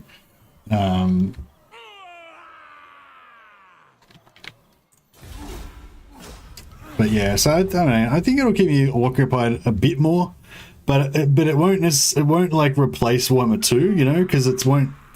I don't know how to say it. Like it won't have all your whole favorite factions. It won't have that same kind of depth, I guess, that Warhammer 2's currently got, just because of all the variety in it and all the different, the size of the map and everything, you know.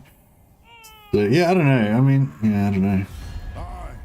Let's hear what you have to say. Hopefully we're going to just love the gameplay so much in Warhammer 3 that, you know, we won't miss our favorite factions, and then when we get the favorite factions back in Mortal Empires, it'll just be like even more of a bonus. Still sieging Varenka Hills. I'm not sure why he didn't just take that.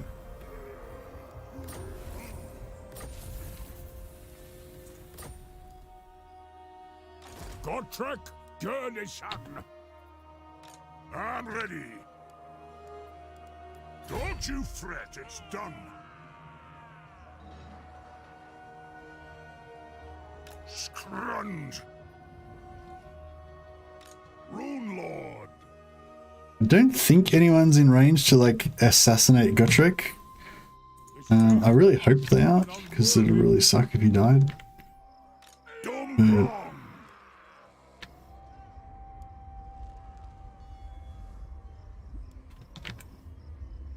Seeking knowledge. I'm here. You have my axe. Forward. Yeah, we'll take we'll either sack or take Karak. That'll get Grombrindle up his last level that we need for his global bonuses. Then we can dump him like a hot rock and give his stuff to Gotrek. Should I build this wall? I don't want to build the wall and then like 2 Corollas with great weapons, 2 Corollas with great weapons, and 3 Thunderers. That is pretty solid. Okay, let's do it. I'm just looking forward to fighting the siege when we've got those extra units. That'll be sweet. I suspect there'll be a steep learning curve, and learning always hurts my brain. Don't worry, Click Monkey. We'll work it out for you. I'll as soon as Mortal Empires comes out, I'll just play vampire counts non-stop until I work out how to like smash the game for you, and then you'll be comfortable again. You can just play vampire counts all the time again.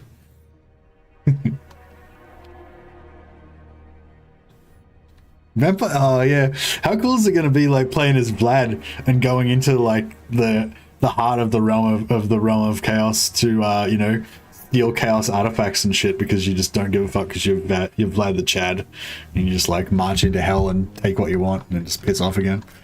Same with Malice. Malice will just be like cruising around in the realms of chaos. Yeah, I'll copy the smart kids. Yeah, alright, cool. So we've got, that's for Gotra, that's for what's his name? Actually, maybe we'll get him some more quarrelers. What do we got here? So we've got I'd like to have at least one quarreler in the army, so we'll probably get a couple of quarrelers. We'll get some more thunderers.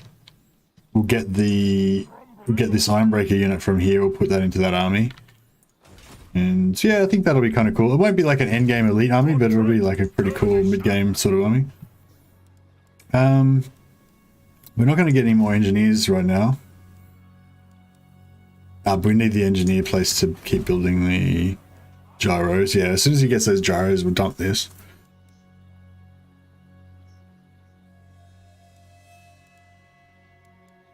It's like, it's repairing really slow actually. Fuck it, I'll just get it done.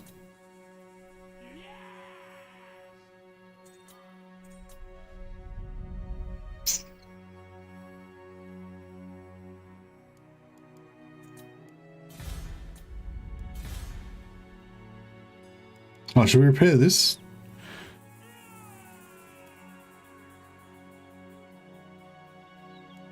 Uses more growth. Okay, yeah, let's do it.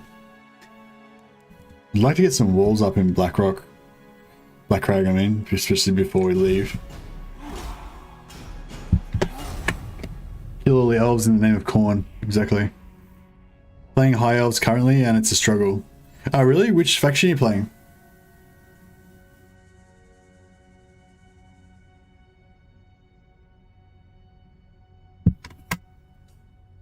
Wounded Felix Thane? How's Felix a Thane? That's pretty cool. Somehow like the text's like bugged out because it's like he's a Thane apparently. Whatever. We actually probably want to occupy this because we want to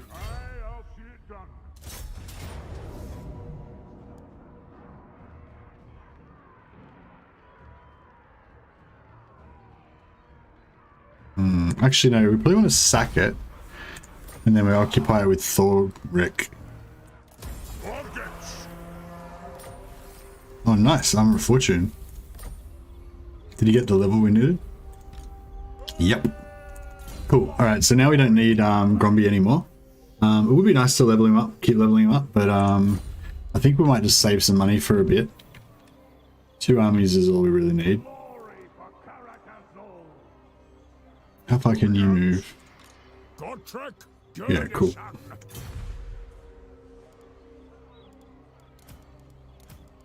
In good time, lad. I'm here now.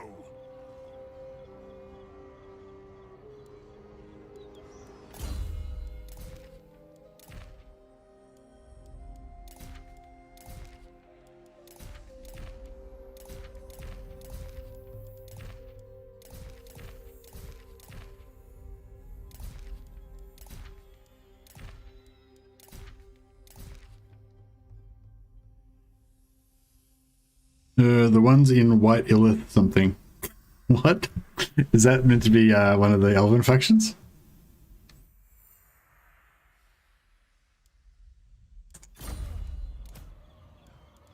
White Illith.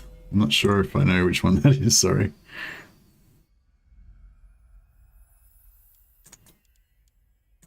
Let Let us begin.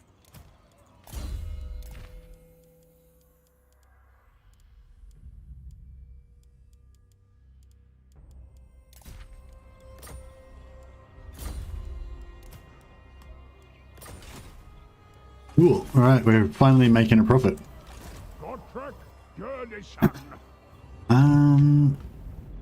Yeah, I think I don't know. Should we occupy this or not bother? I don't know. Yeah, that's fine. I guess we'll occupy it. It's fine.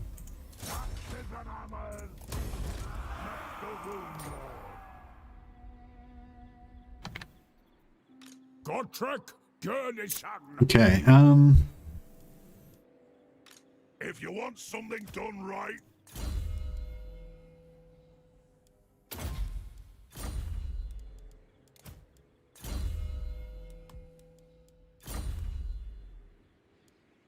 run Riki. So we're gonna get some Ironbreakers in here. And then, well, we don't want these miners at all, basically, so we may as well fuck them off. They're just wasting wages. We'll keep the Thane. I don't know, should we keep the Thane in here? I don't know if we really need this Thane, actually. I mean, he's good, but he doesn't really bring that much value to the team. We could, if we get rid of the Thane and the Ironbreakers, we could put in two more Corralers, which I think would be pretty sweet. I wouldn't mind putting, like, maybe replacing the Thane with another Runesmith just for the lols. Anyway, whatever. So two Corralers here. We'll get two more Corralers to put into THOREK'S army. And we'll get the ROR Flamer. And I think I want some more guns. Cool. Yeah, I think that's pretty solid. Mobility. Give him Maroon Bearer, so it gives him extra speed.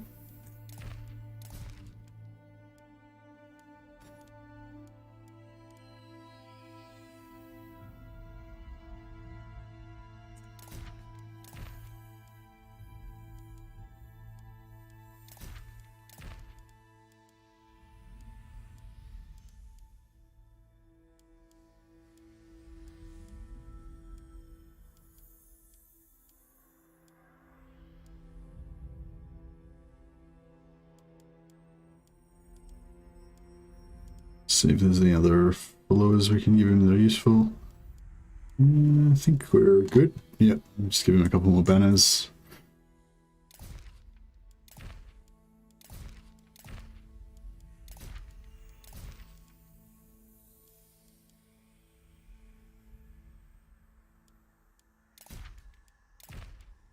And his banners are all pretty crap, but what's that?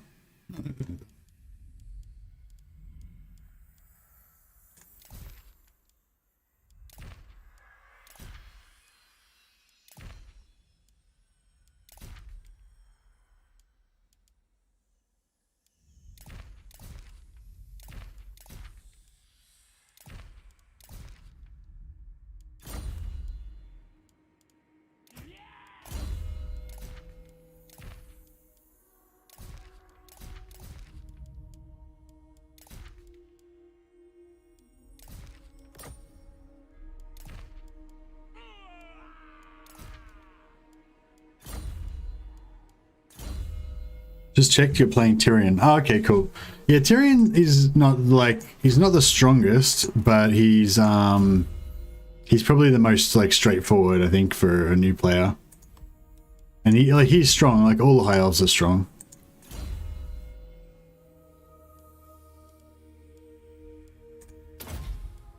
Oh, actually.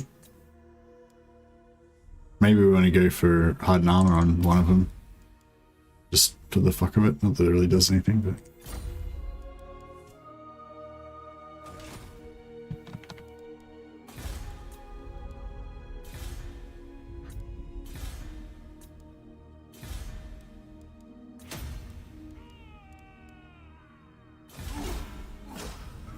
But he's an Ellie.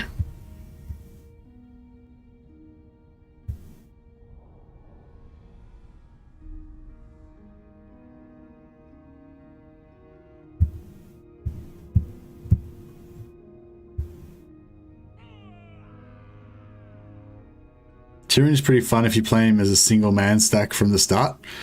What are you saying? Just like delete all your units and just play like Tyrion by himself? I don't think that you could like win that first bit. Has been fairly easy. It's weird having missile units. Oh, okay. I thought you were saying you were struggling or something. Weird. Yeah, well, you're not struggling? That's good. Yeah, just build heaps of archers. Tyrion's your main tank, and yeah, get a mage to heal him as soon as you can once you get to tier 3. Or just don't worry about healing and go for, oh, got the angry gods again. 5 turns. I just can't deal with the public order. Yeah, it hurts me, but I really want that growth, but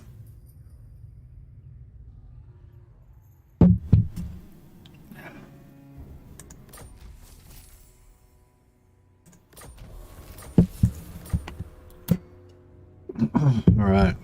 Fucking, he's wiring again. He's all wired up again.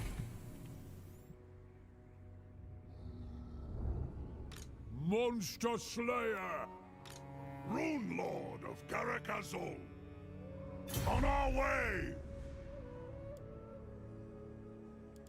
Oh, I don't know which one's the one I want. Wait up. So this guy's... Yeah, this guy's the one. Kazran Kandum. On we go. Kazran Kandum, yeah. I'm going to miss this Thane. But all good things must come to an end, and we're going to get rid of that as well. So we're losing quite a lot of tankiness.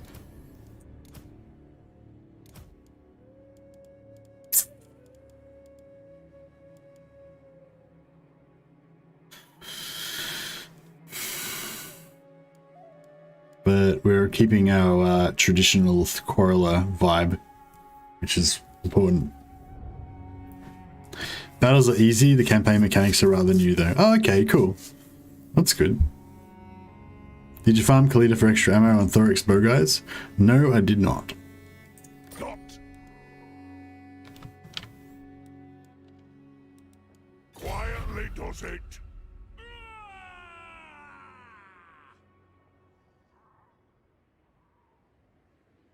On the move.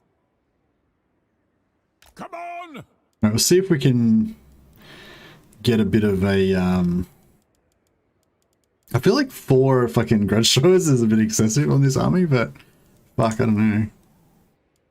Gotta go for it, I guess. We've got 2 do you reckon 2 Thanes and an Ironbreakers is enough of a front line? I guess we've got 2 Thanes, Ironbreakers, and we've got a couple of other backup heroes as well. So maybe that's enough. I really like the quad Ironbreakers vibe, you know.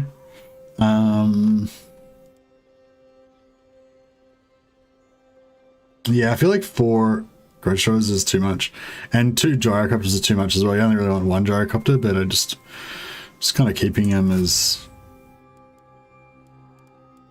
yeah, I don't know, that's fine. I think we'll be able to make it work. It's only a secondary army anyway. The main army's THOREK'S, so should be cool. Oh, this is Alexi Red Axe, our beast Thane. Should we get some more runes? Actually, I haven't really. I was just going all out on the.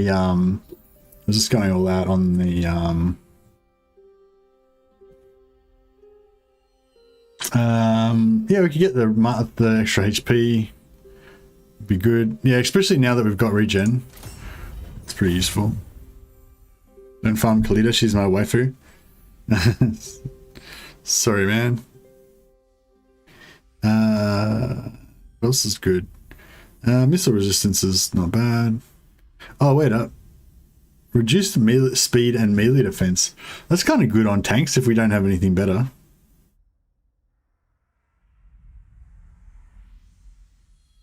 Oh yeah, armor 50, that's nice too.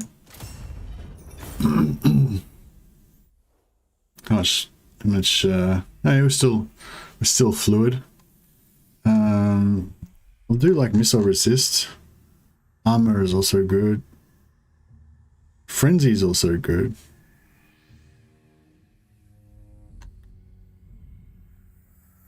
I guess armor is good in all situations. We're good enough for missile resist as well. Yeah. Alright, that'll do. And we can spread out a few runes around our extra guides that don't have any runes.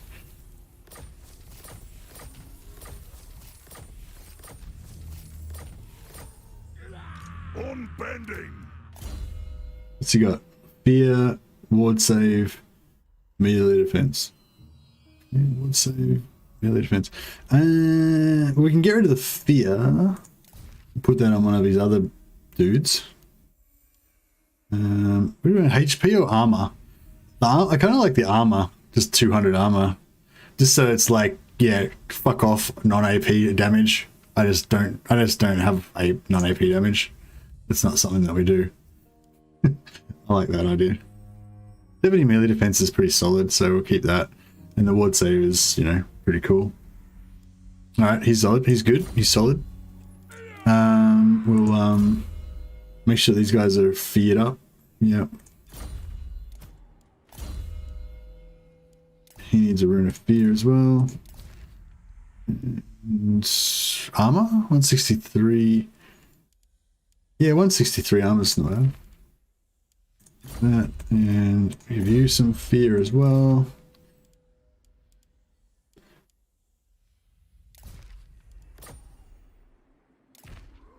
And armor, yeah, armor's probably the best. And give him so resist, sounds good.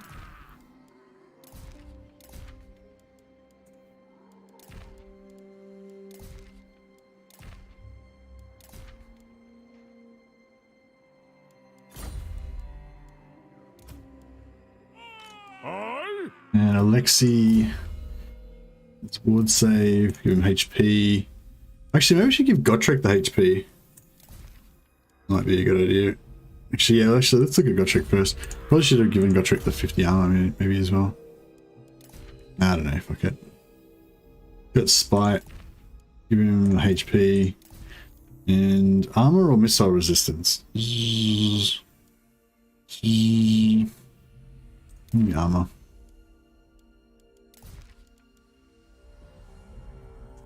Actually, we might have to give him Alexi's physical resistance as well.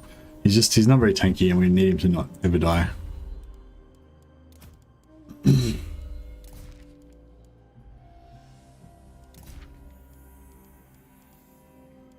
Cool. Alright, I think we're good to go. Now, hopefully this is going to form an ambush trap for Grimgor. He's probably just going to take Iron Rock, but if he goes for Gotrek, that'd be really sweet.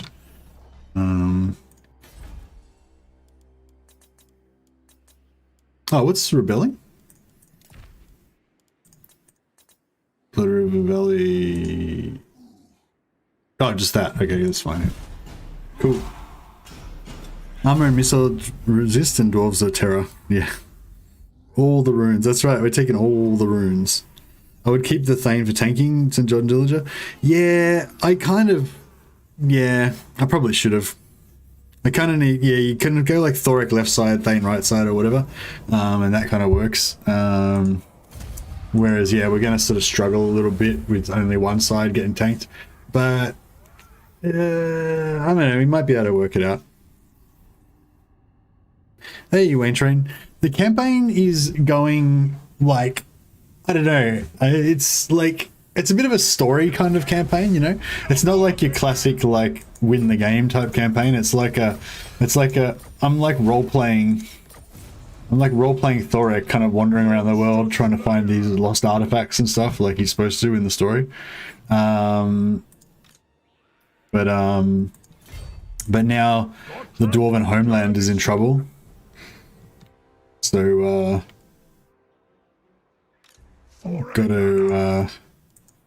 Thorek's got to come home and reclaim the holds because these younglings, young Thorgrim, young High King Thorgrim and his mates, they've stuffed everything up. So old THOREK'S got to come back and sort it all out for him. Troll Slayer. Okay, yeah, so I don't think we want to do any more recruiting. So we don't need the engineer building anymore. We don't need quarrelers anymore. I might keep the gunsmith's forge. Wait, so what do we want? We want growth, walls, and...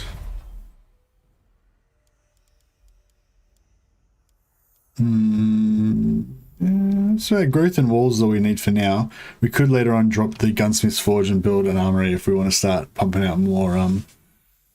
Yeah, that'll do for now. Looks like a Grimgor steamroll. Yeah. Basically, Grimgor smashed. Like I was waiting to confederate Thorgrim on turn 30, and yeah, when I actually confederated him, I think on like turn 35 or 40 or something, and by that time, Grimgor had just smashed everything. So yeah, now we're on a Reconquista. We're taking everything back from Grimgor, basically. Okay. So if we move this guy to like here, Quick about it. yeah, he should be able to still get that. And then we could still take Grimgor out here. Atone my sin. Ah, shit. All right. Burning. There we go. Dismay causes fear, so I put that on the tank, I guess. Causes terror. This is fear. This is dismay. Oh, the dismay doesn't go onto their... No.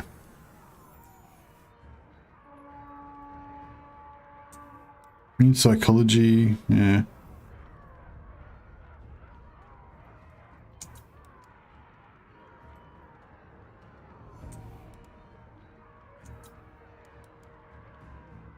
Actually, dismay would make it easier for these guys to get away, wouldn't it?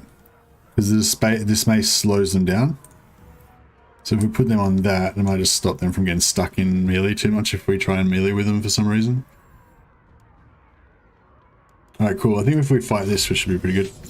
Charge bonus for dwarves. Yeah, I know. This guy's basically got all the like leftover rune banners that don't fucking do anything useful. Remember when Grimgor used to be terrible? Yeah, he's still like he's gotten buffed ridiculously, but he's still kind of not that great in like an overall tactical sense. But if you don't want to be in melee with him, so that's cool. Like he's kind of like he always was. Like he's pretty good in melee, but you just shoot him to death and you don't care about his melee. And that's still the same, except for he's like heaps more dangerous in melee now. But you still just shoot him down before he gets into melee, so it doesn't really matter. That's pretty much my take on it.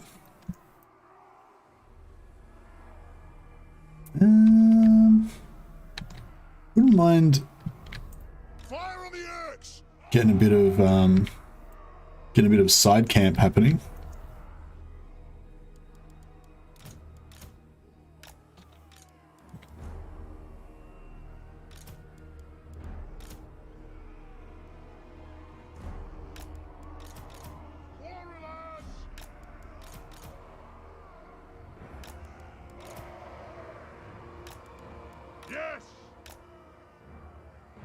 Pretty much like that. This is our little We fire on your command. Missiles ready! Ironbreakers!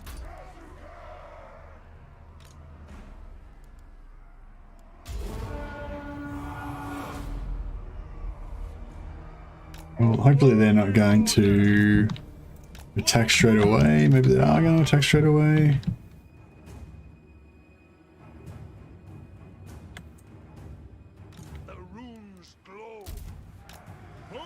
No, they are going to attack straight away, aren't they? Are they all in combat mode? Yeah, they are. Fuck. For the Karaz-a-Karak.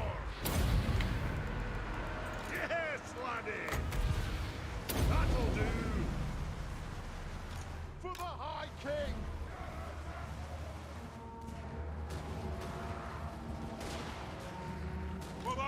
king!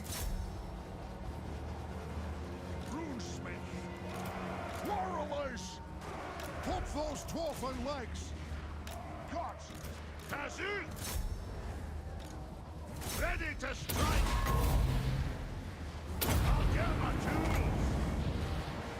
Obey me! Go!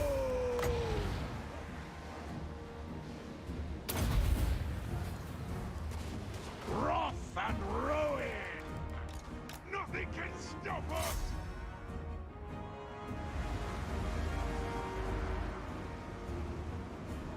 Let the vengeance begin! Hey! Move now! This grudge must be satisfied! That would have been better if they were facing the right direction. To me!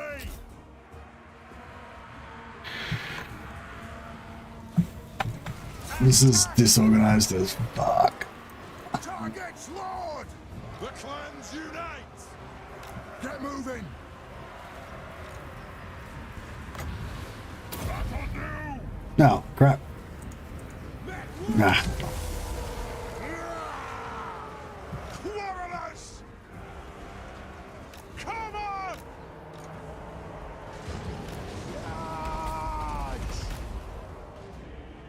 Ah!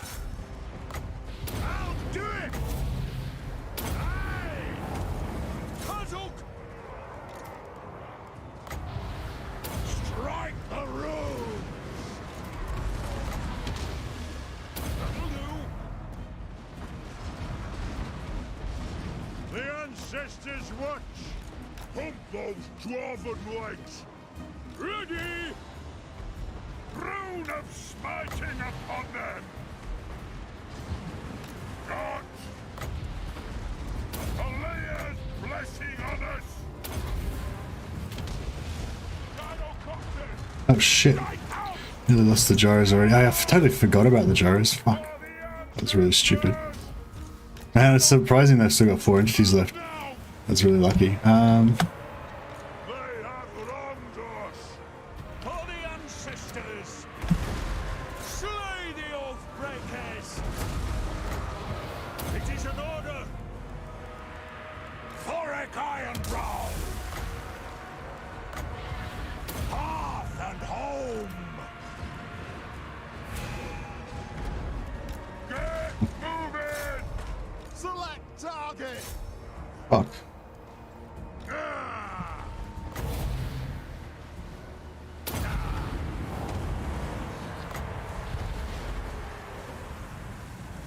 That's an order! Obey me! Pump those What are you guys doing over here? We won this yet? Fuck. Brandy! Alright, you get it. Come on, come on. Go 1v1 versus Grimgor. Do it. So we need more tanks over there. Let's get over there and tank some shit. Targets, Lord! For the High King! Anu! Tsar! Vengeance! Yes! Kill them! I speak my lord's will! Brungner's will! The anvil's might! Obey me! Obey me! They have wronged us! Quarrelers! Strike out! For the ancestors! Nothing can stop us! I! For the Karaz-a-Karak! Yeah, Gotrek is 1v1 and Grimgor. Let's do it, Gotrek. Get in there. Get in there, son. Thane's on him as well. Oh, it's not really 1v1, I suppose, but whatever. They're 2v1ing him. Attack! Alright, we're broken their back now. Boom. Good work, lads. For the High King! Honored! Kazuk! Obey me! Understood, Lord! Brooch forward! Attack! Attack! Moving out! That worked out really good. That was really good. I don't think we lost anything. Maybe we lost one unit of corals or something like that, but it's pretty good. Is there any heroes in here we could kill?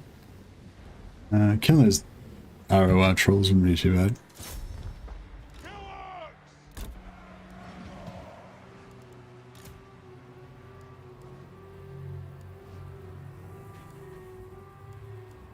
Not too bad. Apparently Grimgor does throat singing while he's besieging you, was he? A mighty doom. Yeah, I think we that's what war's all about. It's like not having a mighty doom and making the other guy have his mighty doom instead.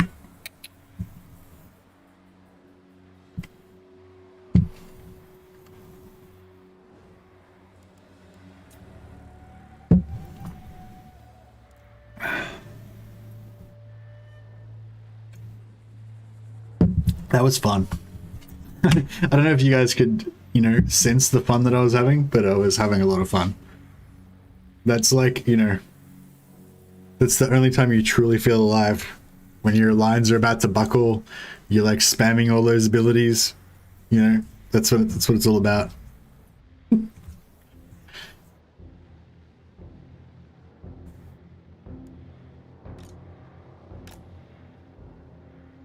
You know, it's possible that I should go outside more, but but you know, it is COVID times, so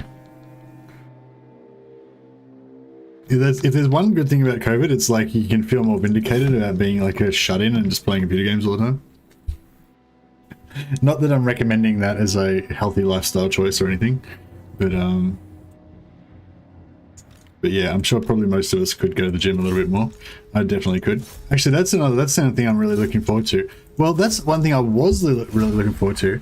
I was thinking like, right, next week I'm going to be on leave, and I'm going to start just going to the gym every day. I'm just going to do jiu-jitsu every day, maybe do like 2 sessions a day or something. Because I'm thinking I've got like 10 hours extra, you know. But then I was thinking, yeah, I'm probably going to spend most of that time doing Warhammer 3 content and stuff, but you know, but I should still have extra time free, right? So I'm like, cool, every day jiu-jitsu and maybe start running again as well.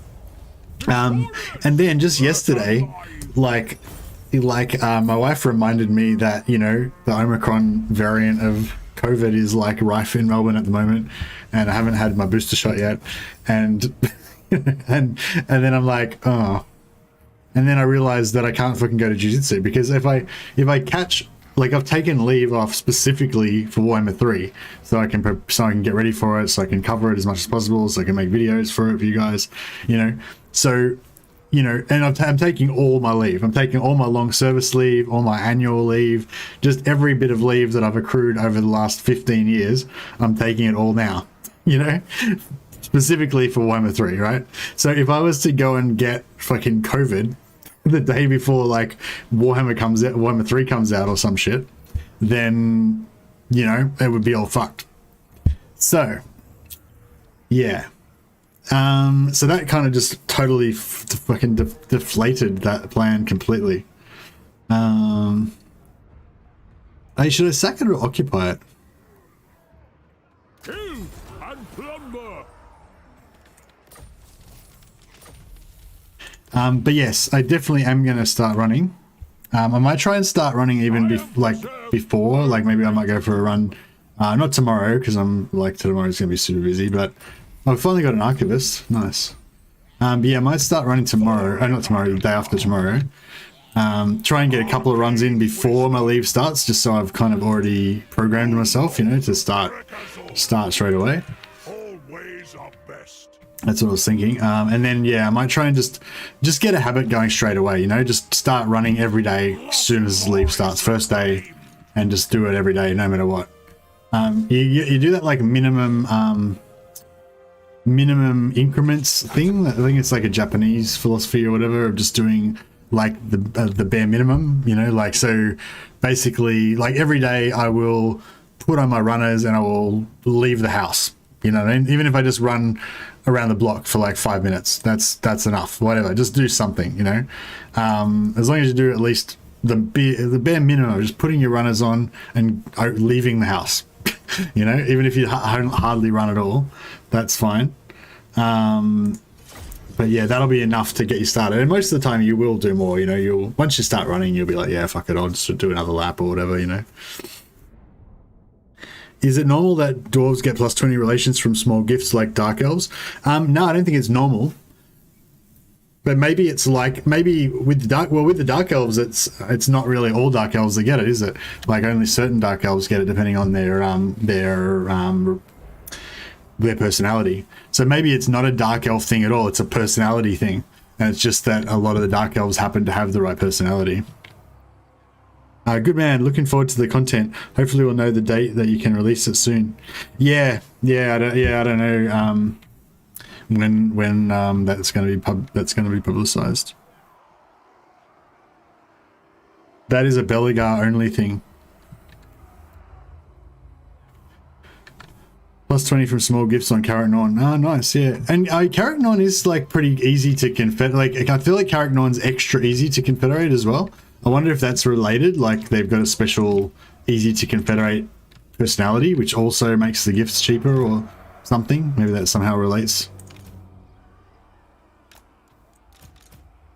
Oh, they've got artillery. Let's see if we can snipe out that artillery. We'll hide these busted units in the forest so they don't get shot. And we'll get our regenerating heroes out the front on tank duty.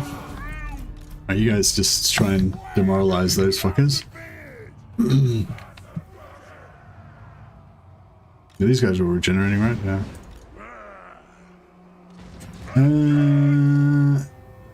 Actually, he doesn't have an iron one. It's tanked. He does. And I'm pretty sure he does as well. Fuck, these guys aren't, like, getting dead. Why aren't they getting dead? I wonder if this will, like, fuck them up, like if it hits the actual artillery pieces. Oh, it got one! That's cool, it just deleted one. Actually, did it delete two? No, that one's still going. Oh no, it didn't delete any of them, they're all fine. Fuck. I thought it like killed one of the artillery pieces. That'd be sweet if it did.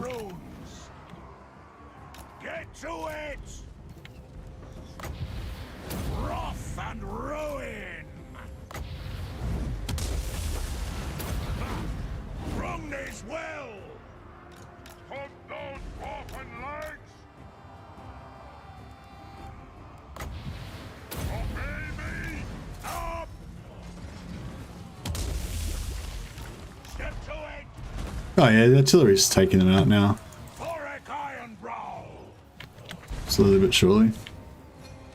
Strike out! Moving out! By Grumney!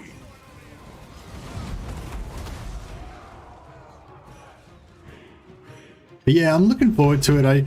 I think I was getting really stressed before because I was thinking like, you know, it's that sort of like sunk cost thing, you know. It's like I'm investing so much time, so much into this like release with like all my leave and everything, you know. And if I don't like make the most of it, you know, then I'll really have let myself down and all that kind of stuff, you know. But then I was just sort of thinking about it yesterday, and I was just thinking, no, fuck that. Like, I'm just having a holiday, and I'm going to be playing like my favorite game like ever that I've got early access to, and it's just going to be the best time of my life, basically. You know, like it's just going to be fucking awesome. You know, it's going to be like, it's like when other people like have that like dream vacation where they go to the Bahamas or some shit that they have been planning to do for like 20 years and they finally do it or some shit. That's going to be like this is going to be my version of that, you know, which will just be like playing Warhammer 3 and like making videos and shit. So yeah, so now I feel a lot better about it now, you know. I'm like not thinking about it as like, you know, a job that I need to do that's like super important. I'm thinking of it as a rad time that I'm about to have. Well, we're all about to have, actually. Those of you who have taken a week off to play Warhammer 3 when it comes out or whatever. I don't know if that's a thing that other people do, but that's definitely a thing I do. Like even before I started YouTube, I would basically use mostly I would use my leave to you know, I'd take like a week off whenever a new game came out or something like that. Because that's my vibe, that's my downtime, you know. Check out from work and bullshit, you know, just go into seclusion for a week and just fucking play games. I tell my wife it's like mercy time right now. It's mercy time. It's the week of mercy. I'm not going to be doing any chores. I'm not going to be doing any shopping. I'm not going to be fixing anything. I'm not going to be mowing any lawns. Nothing's going to be happening except for just gaming and a bit sleeping. Maybe watching some movies or something. I don't know if I'm going to be able to pull that off for 3 months though, because I normally only take a week off. I can usually swing the week of mercy. I don't think I'll be able to swing the 3 months of mercy though. I might be able to swing like a few days of mercy when like Warhammer actually releases or whatever. Yeah, no, thanks guys. I appreciate that. It's just, I think like you've got to be in like an abundance mentality, like, or you know, you want to aim to be in an abundance mentality. The age of mercy has begun. That's right, man. This is the time. But yeah, like if you're in like a scarcity mindset, like, you know, that you haven't got much stuff and that you're like missing out, or you could miss out, or you could lose everything, or, you know, like that's not the mentality that gives you like creativity and drive and, you know, energy and all that good stuff that you want, you know. That's when you've got that like abundance mentality and you're excited and you're happy and you're having fun with it. Like that's I think that's what you want, you know. For the old ways. Off we Right, we got a bit busted there, but that's okay. THOREK'S Ironbrow.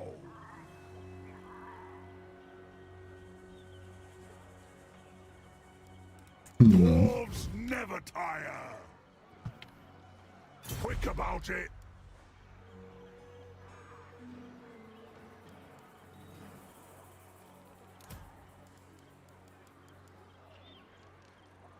I might just change out this busted. Actually, no, change that. Put him into there. One more grudge avenged. Oh, we didn't. No, can't do it anymore. Rune Lord. Oh, that's right. That's fine. I'm listening. And then, oh, crap. No, we can't. My quest is doom. Actually, this would be a good time. We can take the ROR next turn. Glory for Azul.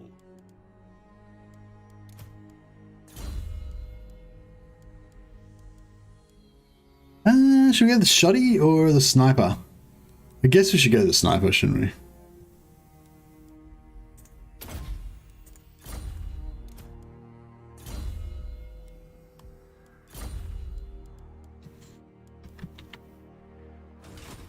We honor the ancestors.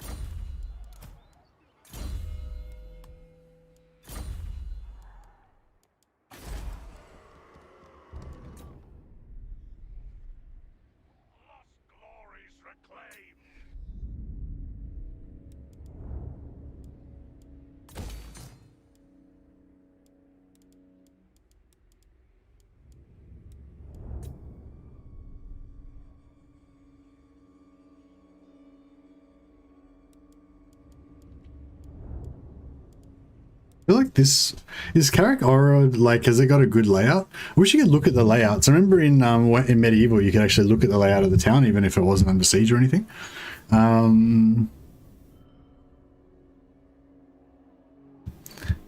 The age of mercy has ended. Now is the age of Dame. Yeah, that's probably pretty accurate, actually.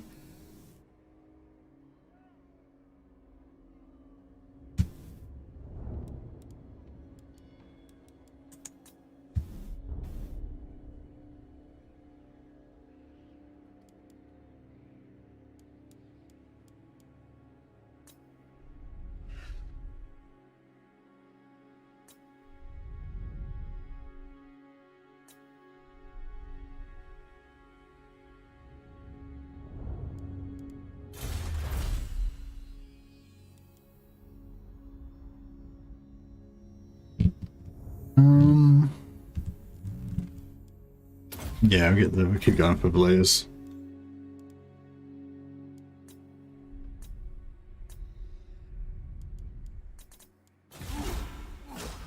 I was there on the day Legend fell. I don't think Legend fell. I think Legend's still the king. And he will be for some time.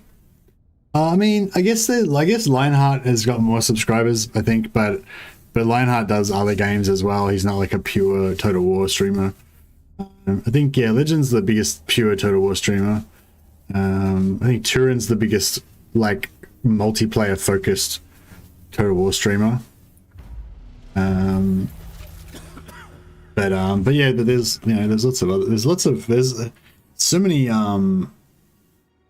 many people cover Total War. Hey, it's a pretty saturated market, as they say.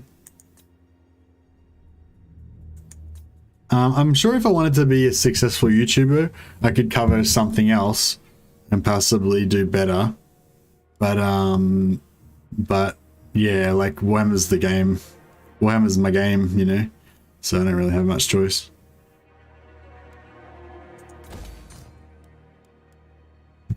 What happened then? Did we get an event like Earthquake or something?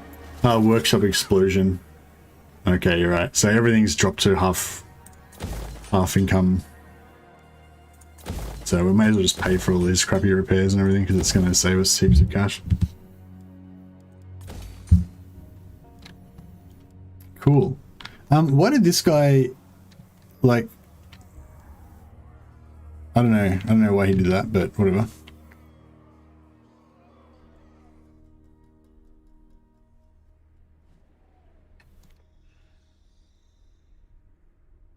Dwarf.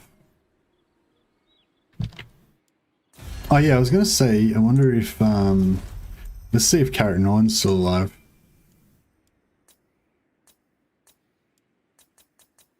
Yeah, Karak-9 is still alive. Cool.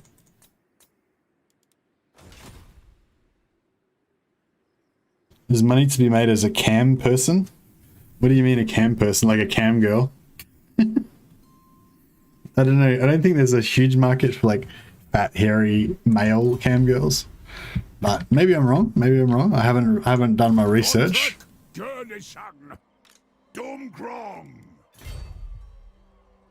Although, give me 3 months. By the end of my leave, I might not be as fat.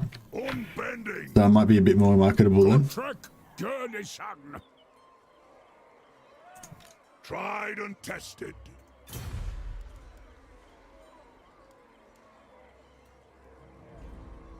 Did that cost me any movement? No. Cool.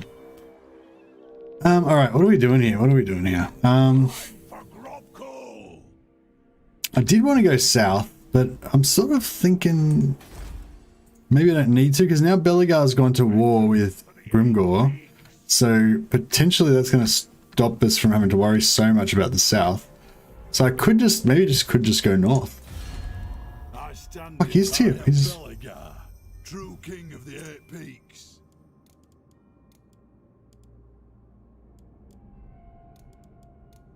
might take this defensive alliance. If you insist. I just like it for the roleplay idea of us being like bros, you know?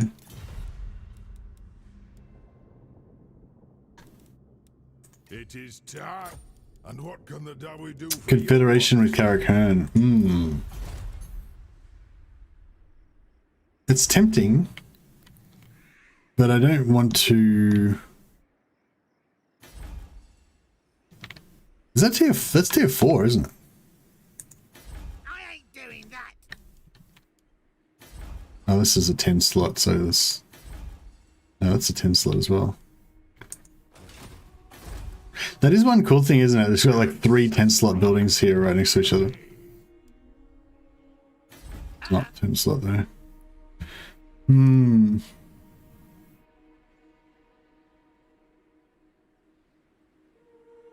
Cam Mercy. Hey Dave, how you going, man?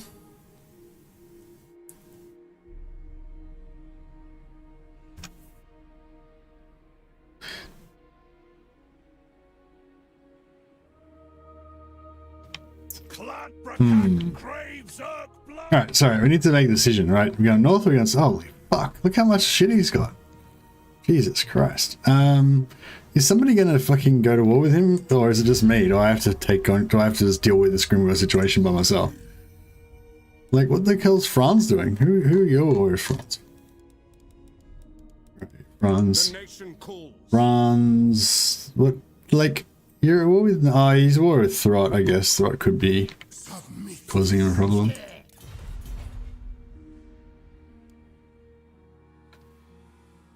Just starting your own Thorek campaign? Oh, nice one, Dave. Yeah, just roleplay. Just imagine you're like a grumpy old dwarf. You're on a mission to like find these artifacts because it's really important to like, you know, bring back the glory of the dwarven people. And, you know, and then, but then you realize that bloody young Thorgrim's just letting the whole kingdom go to shit. And you need to get up here and sort shit out. And so then just like abandon your start position and just wander up here and just rampage through, just sacking and destroying as many orc holds as you can until you get up here, rescue Karaz-a-Karak at the last moment, and, you know, win glory for your clan. That's my guide. It's not the efficiency guide. It's not the win the campaign guide. It's just the roleplay as Thorek guide. But it worked for me because before I wasn't interested in Thorek and now I am. Slayer. Ready? Alright, give me back 1 unit of these bad boys.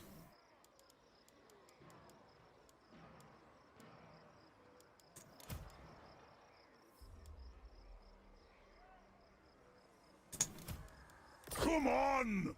And then I will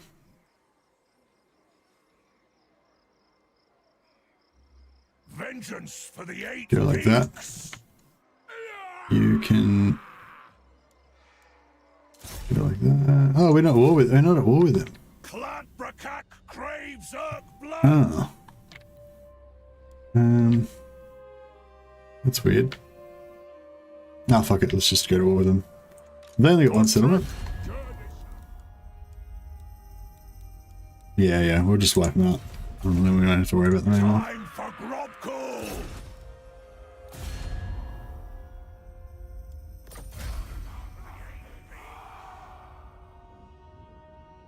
Tomorrow last day at work? Nah, I've got 2 more days next week. Yeah, I got 3 days left at work. A mighty death!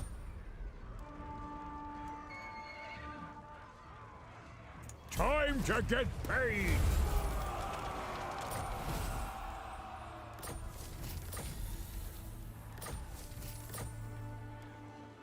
Rune Lord of Garrett. Good. Is that a camped army next to it? I believe it is. Alright, Victory for the old ways. Wow, I just made my lip really itchy. Alright. On we go. Oh, it's not a camped army, it's just a... Is that a battlefield marker or something? Or is it... Oh, this is the settlement. It's like a weird shape. Okay, cool. If you want something done right.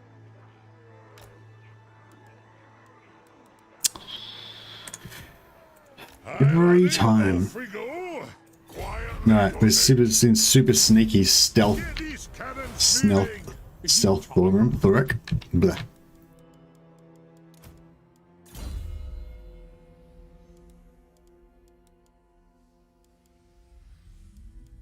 Oh yeah, so which I'll go Guardian. Yeah, we'll go dual Guardians. That way they can both guard each other and be extra tanky and stuff.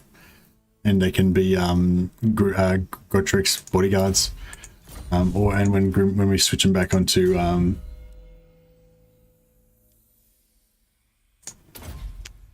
We switch them back onto from Brindle. They can be his bodyguards. We honor the ancestors.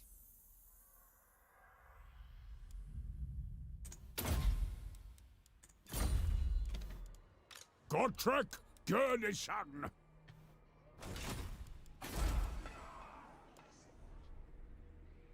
Glory for Karaz-a-Karak.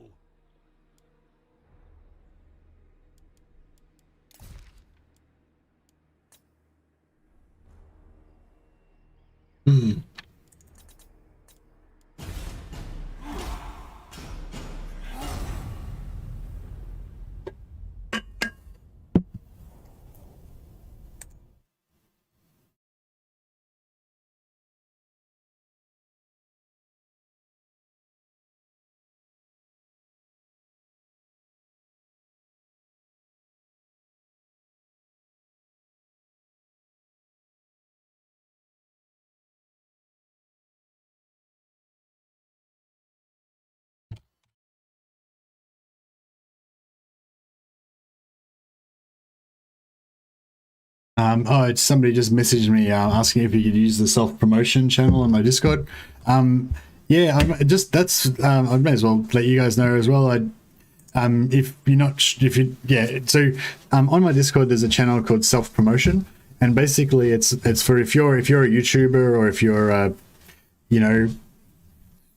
Snapchat, Instagram model, or fucking if you run a charity or fucking whatever. If you've got anything that you want to promote, then yeah, you can use the self-promotion channel on my Discord to pop whatever you want in there. Although I prefer it's only stuff that's related to Total War, or stuff that you think that my community that's primarily interested in Total War would like. So I also have channels for, Vermintide, other Total War games, Rome 1 and whatever, other strategy and tactical games. They're not very popular. Mainly everyone's just interested in Total War. But yeah, if you want to promote Total War content, self-promotion channel, anyone's welcome to use it. Just, you don't even have to ask me or anything. Just post in there. It's, yeah, that's what it's for. Rune Lord of Karak-Azul. But it was very nice of him to ask me, though. Very polite.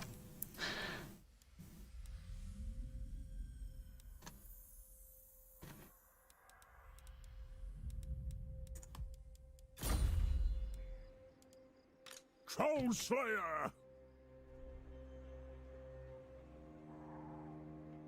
Chance Ah, would be a Felix fine is thing. Felix is back.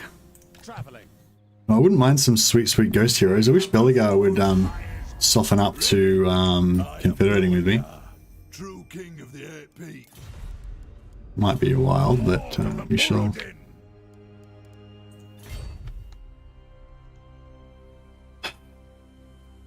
Ganache. Sigmar preserve us.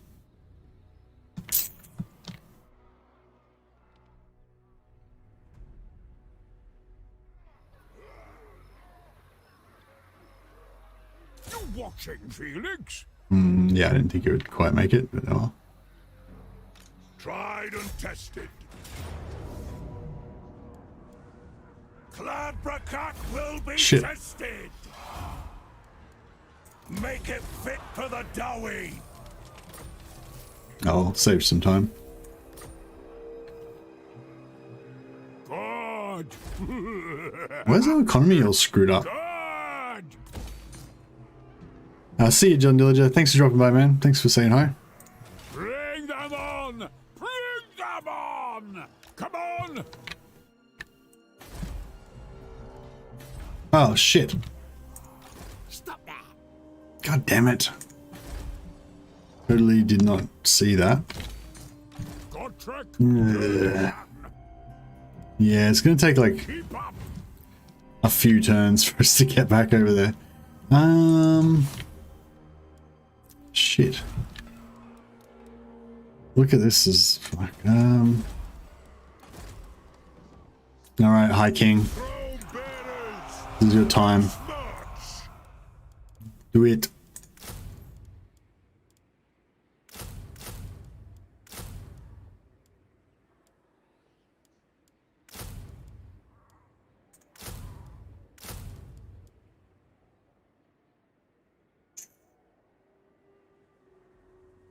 I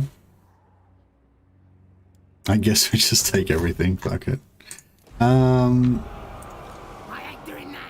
Doesn't look like it's super high tier. I don't know if I should take some more like slayers as well, or is that getting too excessive?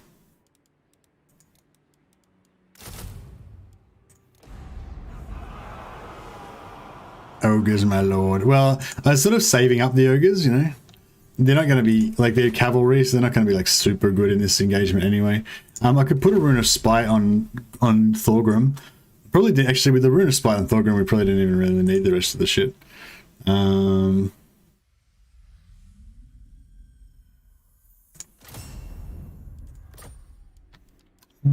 Actually, yeah, what else can we like melt down? Ogre blade, yeah.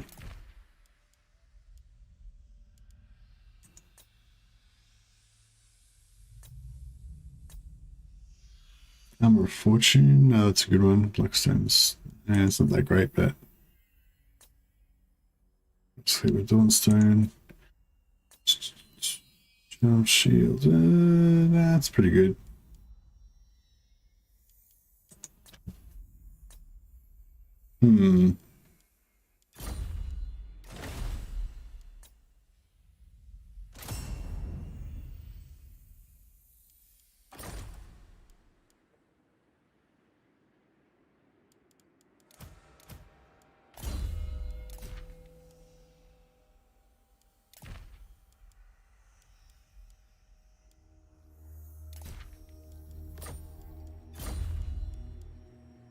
Oh no, they're probably going to attack.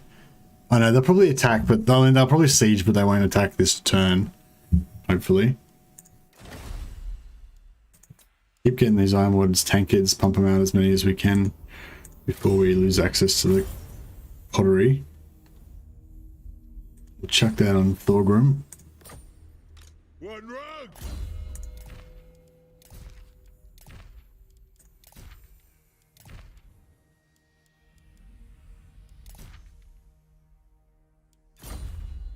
Yeah, I think we can hold out with that, hopefully. It'll be a battle for the ages if we can't.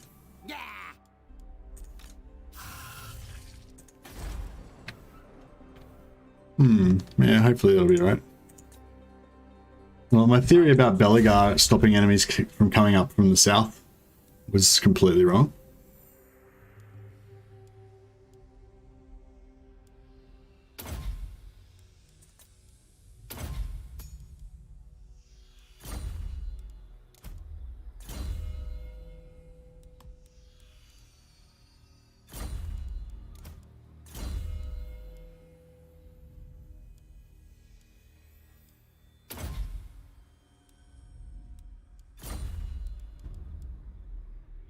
You dare give me no more than death!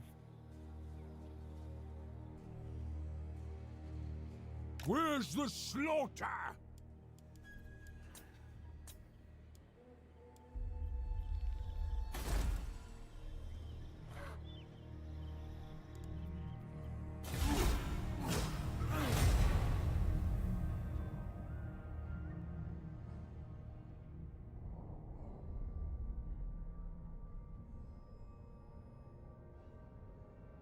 Hey Mercy, do you think there will be ogre mercenaries for dwarves who can hold organ guns?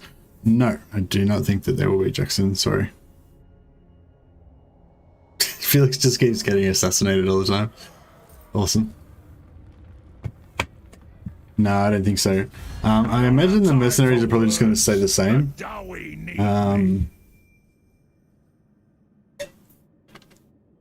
Although that's an interesting thing. I wonder if they will make it so that... Rip Felix, yeah. Actually, that's a good point. I wonder if they'll get rid of the ogre mercenary camps. Like, in Warhammer 2, we've got this, like, kind of bodgy, cheap-ass version of ogres, of the ogres spawning, where you have the ogre mercenary camps that just spawn randomly after you attack some stuff. But with game 3, sorry, the actual ogre factions will have actual camps on the map. So I assume that they'll change it so that you basically have to go to one of those ogre factions that you're not at war with, and just you can recruit it from the faction sort of thing. So it'll be sort of like sort of like 6,000 in peace treaty. Yes, please. I mean, they are undead, but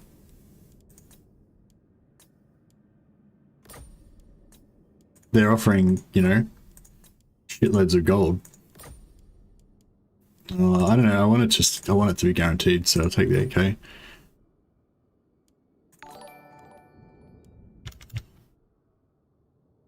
Oh, what was that? Somebody subscribed? Oh, thanks for subscribing. I'm sorry I missed that.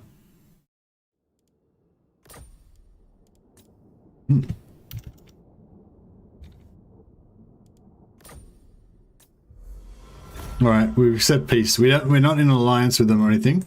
We've agreed to have a ceasefire, so it's fine. Snappy, I've got work to do. No, you want peace with me now. Everyone wants peace now because my faction strength. I'm up to strength 5. Everyone's all like, "All right, fuck it, we'll go to peace with you then." Dicks. These guys declared war on like turn 1, and then just never did anything about it after that.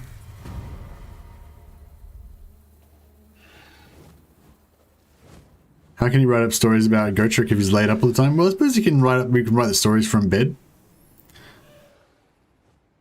Paying for Thorgrim's defense. Yeah, that's true. All these diplomacies paying for Thorgrim to defend the Oak Slayer. should we take Mallorca again?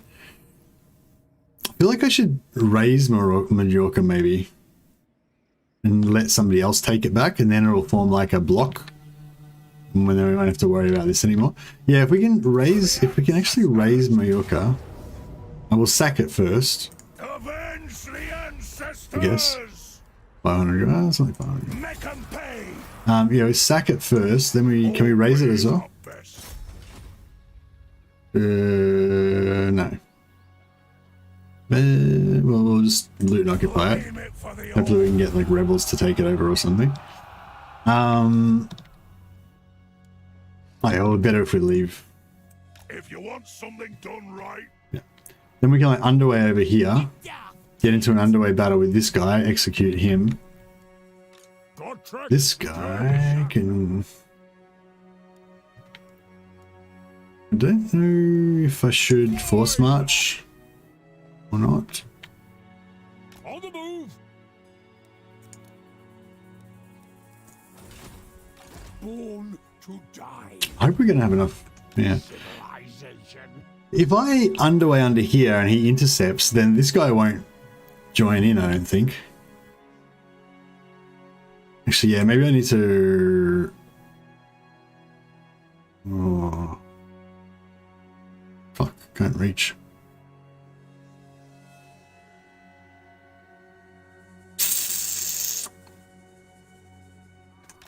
Fear no peril.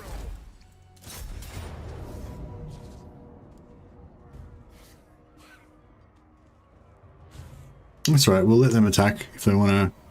If they want a piece of me, they can come and get it. Come and have a go if you think you're hard enough, as they say.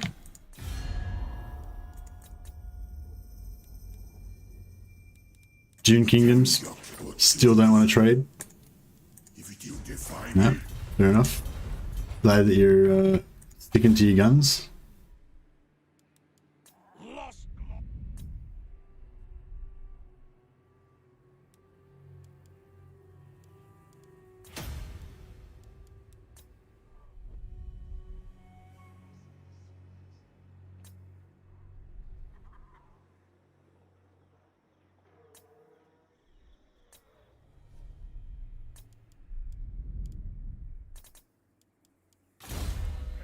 Wisdom.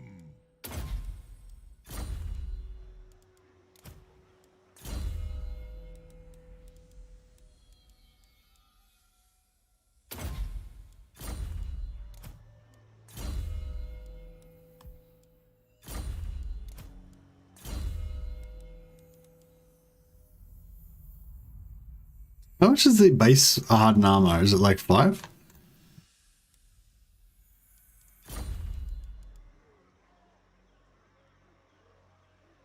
One more grudge avenged. Yeah. That's cool.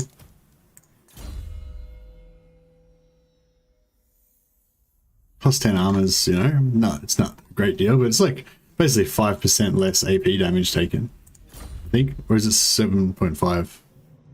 Yeah, I think it's 7.5% less. Victory Yeah, for might be the right. old ways. Excuse me. Rune Lord of Karaz-a-Karak. So, how many holds did we retake? We retook Barak-Var and Black Crag. So we've started retaking the holds. We've still got some holds left to retake though. Most notably Karak 8 Peaks and Karaz-a-Karak. They're like my two main holds I want to retake. But we do also need to take Karak Azul. We've got to retake all the holds.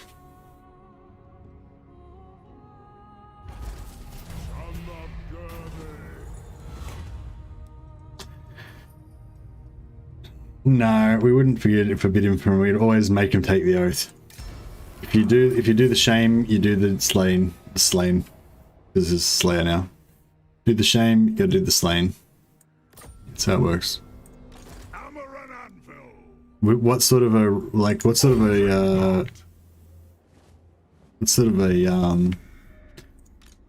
is this gonna? Are we gonna die if we go into this fucking war army? I feel like it'll be like we've got enough time for one more big battle, so I feel like we should. Seeking Oh, they didn't intercept. I thought they were going to intercept and we are going to have like an epic underground battle, but no, that was not to be. Brakak craves Urk blood. Is Clan Brakak? Beast. Is that? Oh, is Clan Brakak what owns? No, but it's Karak-Azul is the faction name. I'm pretty sure. I thought he came from Karak-Azul. Or maybe there's like different clans within. Gotrek Gurnisan. Oh, I thought we weren't going to be able to make it there. Alright, well, whatever. Onwards to death. Yes, we can make it there. Dead. Oh, medium. Okay, so we lose all of our RLR. That's fine, I don't care about them anyway. No, that's cool. Do we lose the...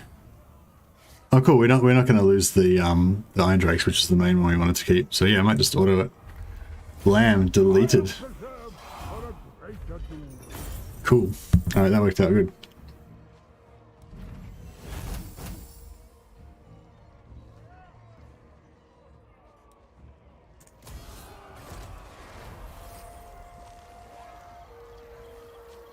Next one then. Good. Grimnir's axe thirsts.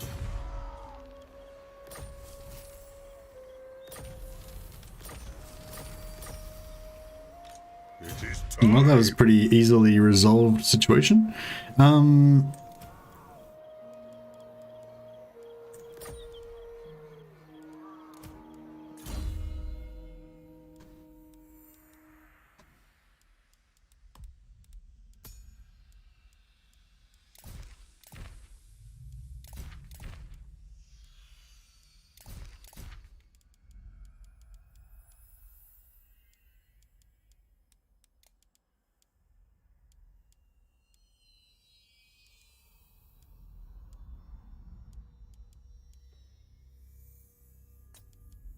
Let us begin. Gotrek Gurnisan. Thorek is from Karak-Azul, yeah. But he said Clan Brakak. Or something like that. So I'm guessing like there could be more than one clan that live in Karak-Azul. Oh yeah, oh no, so the clan is different from the name, right? Because, oh no, wait up, no. So Karak-Azul, yeah, I don't know, I'm confused. Yeah, so, yeah, no, the name of the place is different from the clan. That makes sense, obviously, I guess. So Clan Angrand come from Karak 8 Peaks. Clan... Is it Clan Izor that comes from Karak-Izor? I'm not sure. Yeah, I don't know, whatever. Anyway, I don't know enough about the Dwarf clan system to really be commenting on it. Where's the ale? He's gonna take that. Fuck. It's just a like. Ugh. Yeah, we need to go towards one end. We need to either go south or go north. We can't just hang around the middle here. I don't think that's gonna work.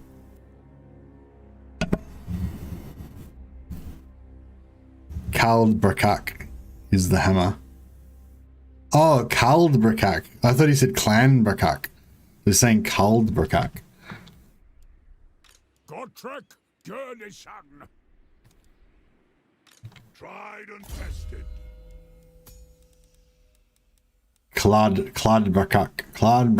Oh yeah, Clan-Brakak. I thought it said Clan-Brakak. All right, that makes sense. All right, cool. So Gotrek's cool.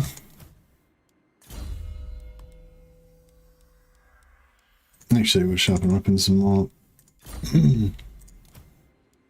Make him even more tanky. Anywhere tankiness? No. Just go melee defense, melee attack. And disrupt enemies more, which sort of increases his tankiness a little bit. Just to like check our build.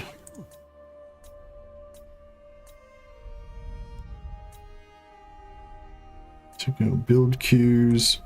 Yeah, it's all good. Got to take a minute and work out a strategy, maybe. Yeah. Yeah, well, I guess I feel like the strategy is pretty much basically we just got to go north, we've got to go south, we've got to do one or the other. Oh, that's interesting. THOREK'S extending an olive branch.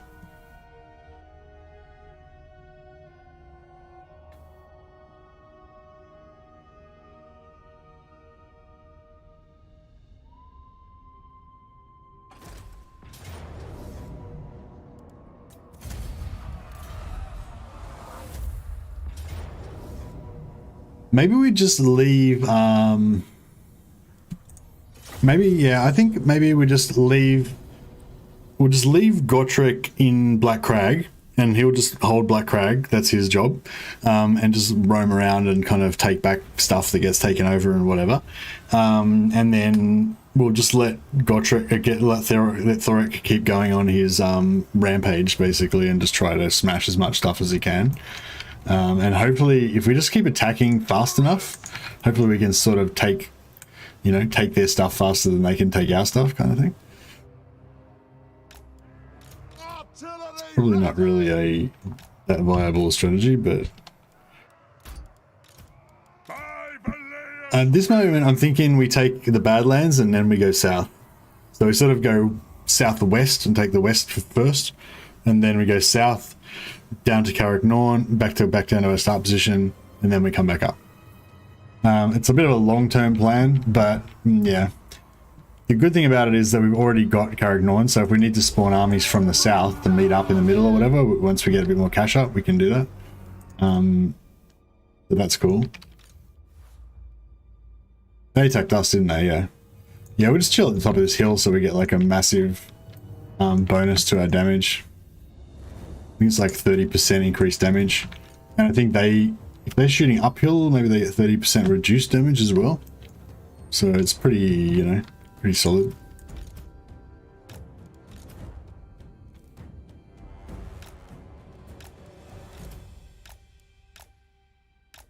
Actually, yeah, we'll stick them on the right, stick them on the left.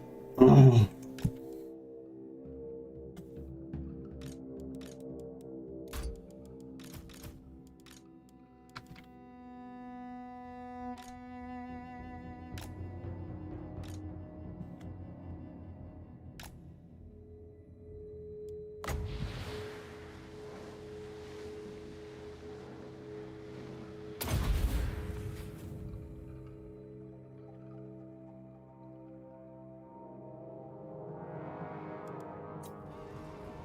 Quarrelers! Anad! Move now! Kazoo! For the ancestor gods! Pump those dwarven legs! Oh shit. Runes of spellbreaking! Obey me! Oath and steel! Quarrelers! Shit. Move to attack! That'll do!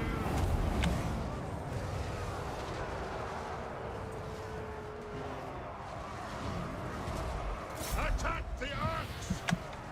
Blow through! Strike out! For the ancestor gods! The anvil's might! The clans unite! Valea's blessing on us! Yeah, this is Let the going a bit wrong. vengeance begin. Strike the runes! Valea's blessing on us! Quarterlets! Alright, we need to get a bit more thematic with these artillery pieces. Well, actually, that's a bit. Maybe we should just. Azul! Scoff! Actually, maybe we should go for this side. Understood, Lord!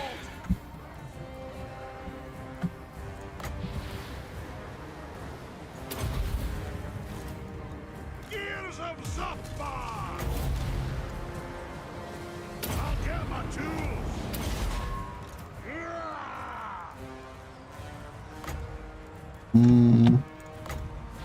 Man, fuck, this is getting pretty hectic, Aye! as they say. Show us the target, Lord! It is a reckoning! By Grumney! Wrath and ruin!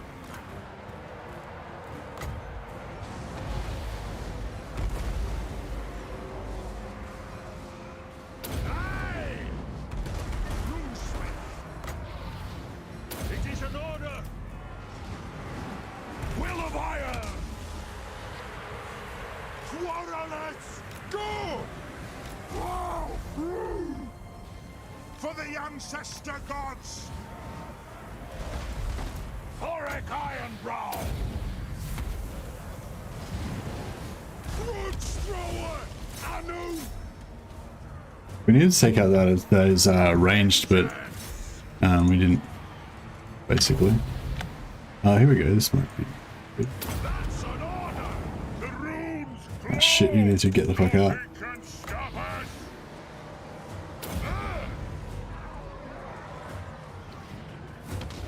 It is an order!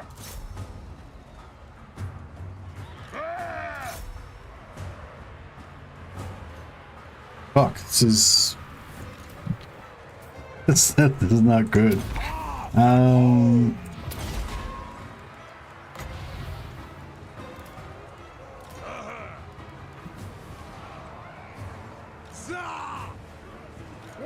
Is there a leader? Is he dead yet? No. Famine! Oath and steel! Withdraw! I'll do it! For the ancestors! Obey me! Oh, they get. No, they're still in the game. Grudge thrower! Dwarf, ready access! Yes! Yes! Targets, Lord! Move to attack! See it done! Charge! Hey! Yes, laddie!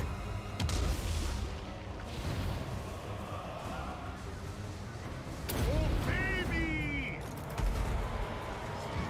Oaths fulfilled!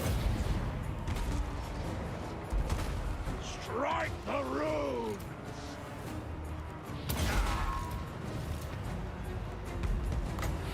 Aye! Grudge thrower! Have at some!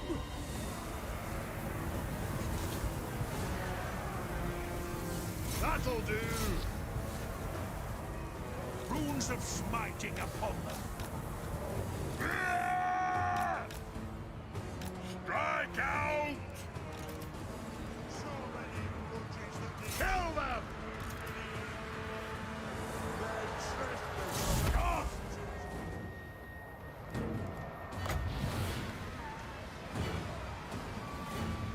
Wrath and ruin!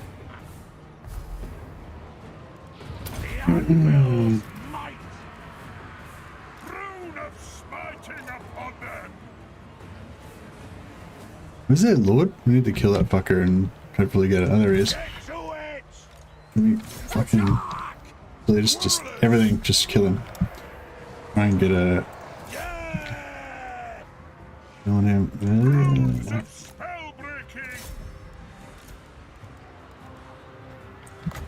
Okay, we got him. Have at them! Grudge thrower! Quarrelers! Nothing can stop us! That'll do! To the forge. That'll do. On the way. Hearth at home! I'll do it! Quarrelers! Grudge thrower! Right! No shoddy contraptions here. Vengeance! Oh shit, get them back in the fight. I didn't realize we had anything that was still on the map that was routed. The cleanse unite! Drang them. What? Get it done. Quarrelers! Attack the earth! Understood, Lord. Ready to strike! There's nothing I can't fix. Brongne's well. Thought this was gonna be just a sweet little jaunt over the river. We'll just pop over and kill some Groby. It'd just be like a fun little hunting expedition, basically, you know. But it turned out to be a just fucking nightmare apocalypse where everyone died. Everyone died. Everyone's dead. Gordo's bolters survived. Semstack's rangers survived. Grom Cheese's bolts survived. Okay. I think we might have had a few losses there. Crampy is still alive. It was a rough one. I'm not gonna lie. It was a rough one. Oath and steel. That's an order. Yeah, I don't think we're gonna catch anything with these guys. The runes are cast.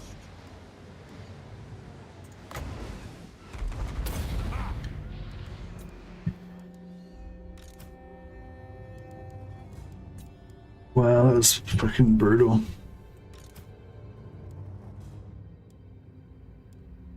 This guy doesn't have a any regen, so what went wrong? No, nothing really went wrong. It was just an extremely tough battle. It went pretty well, really. I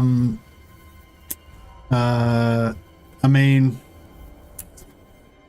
probably should have set up like a I probably should have set up a checkerboard.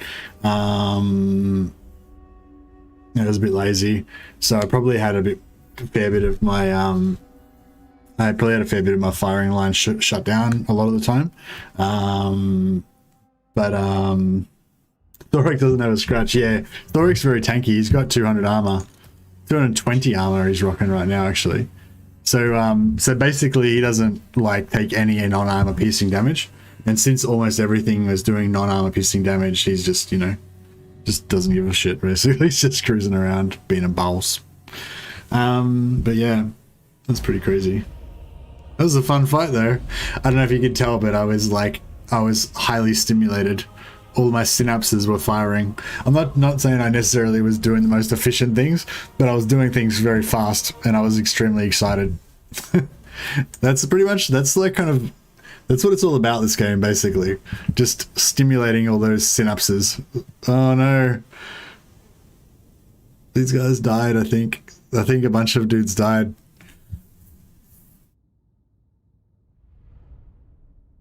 put in a couple more heroes just to hold the line. But yeah, I think whoever said I should have kept that Thane in to tank was right.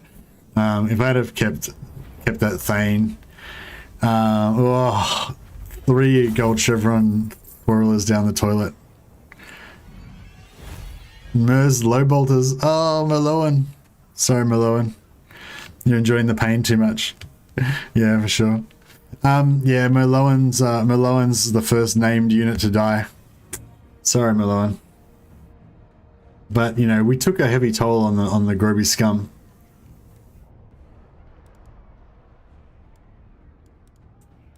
Oh, that was one of our tanky physical resistance units as well.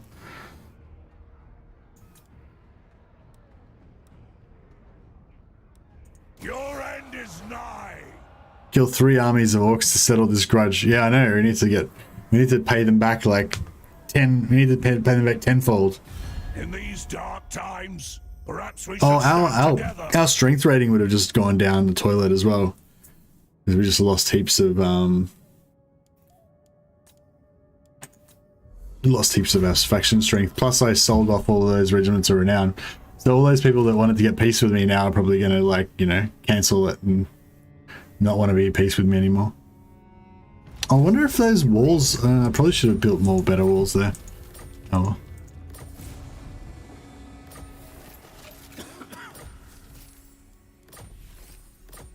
At least we're back in the positives again. Vengeance for the 8 peaks. Now this is the remnants of that army that just gave us a flogging. Thorek Ironbrow. Fuck, I don't even know if we're in a good position to really try and take them out now. No fool that's safe in the world. Arcane wisdom. Well, we've got to do it.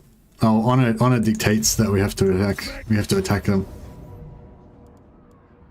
We'll only lose all of our army, so it's fine. Actually, no, we'll just get Thorek to solo them. We'll put Thorek like way forward, because they've already demonstrated they don't have any armor piercing, except for this unit of nasty skulkers, but their melee attacks for shit, and his melee defense is like 70. So yeah, so we'll just have Thorek tank the whole army and kill them all himself. That'll work out. I've only got 6 minutes before I got to go to work though, so it's going to take probably more than 6 minutes. Bloody Thorek! It'll probably take him more than 6 minutes to kill those 7,000 orcs. So we'll have to wait. Well, it's not 7; it's probably like 2,000, 1,500. I don't think we can auto resolve anything. Pretty sure this is going to have to be fought out manually. Yeah. I'm pretty sure we can win that though. As long as we don't have it doesn't have a really bad layout. Oh, that's not the capital. Oh, that's not the capital?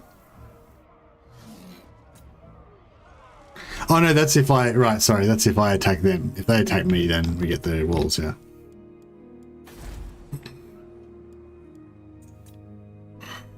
Yeah, I'm pretty sure we can defend that, depending on how the layout is of the city. Greg Grumney's beard.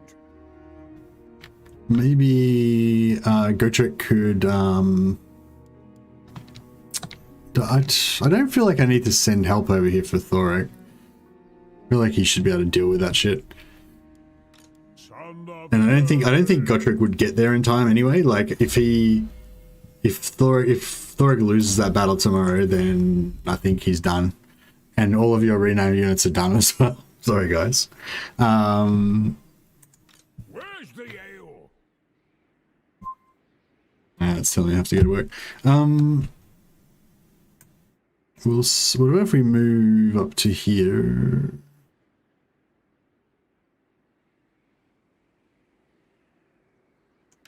And? Okay, so there's nothing in there. Point taken. No, we'll just leave him there, and then he can take that next turn, just as a sort of distraction, so that if anything comes from that direction, it'll have to take that first. And then, yeah, he'll just kind of like sit in Black Crag and just kind of take back things that they take around here. Thorek's army got fucked up. Yeah, we definitely need more tanking, don't we? I think I like the 2 growth showers. It's about right. I mean, more would be kind of good for sieges, but you don't really need it. But only 1 would be okay, but it's kind of good having the 2 just to give you that good artillery support. But yeah. Anyway, cool. Yeah, I think we're good. I'll just click this so we can save it, and then that'll do. See if anyone is playing Total War.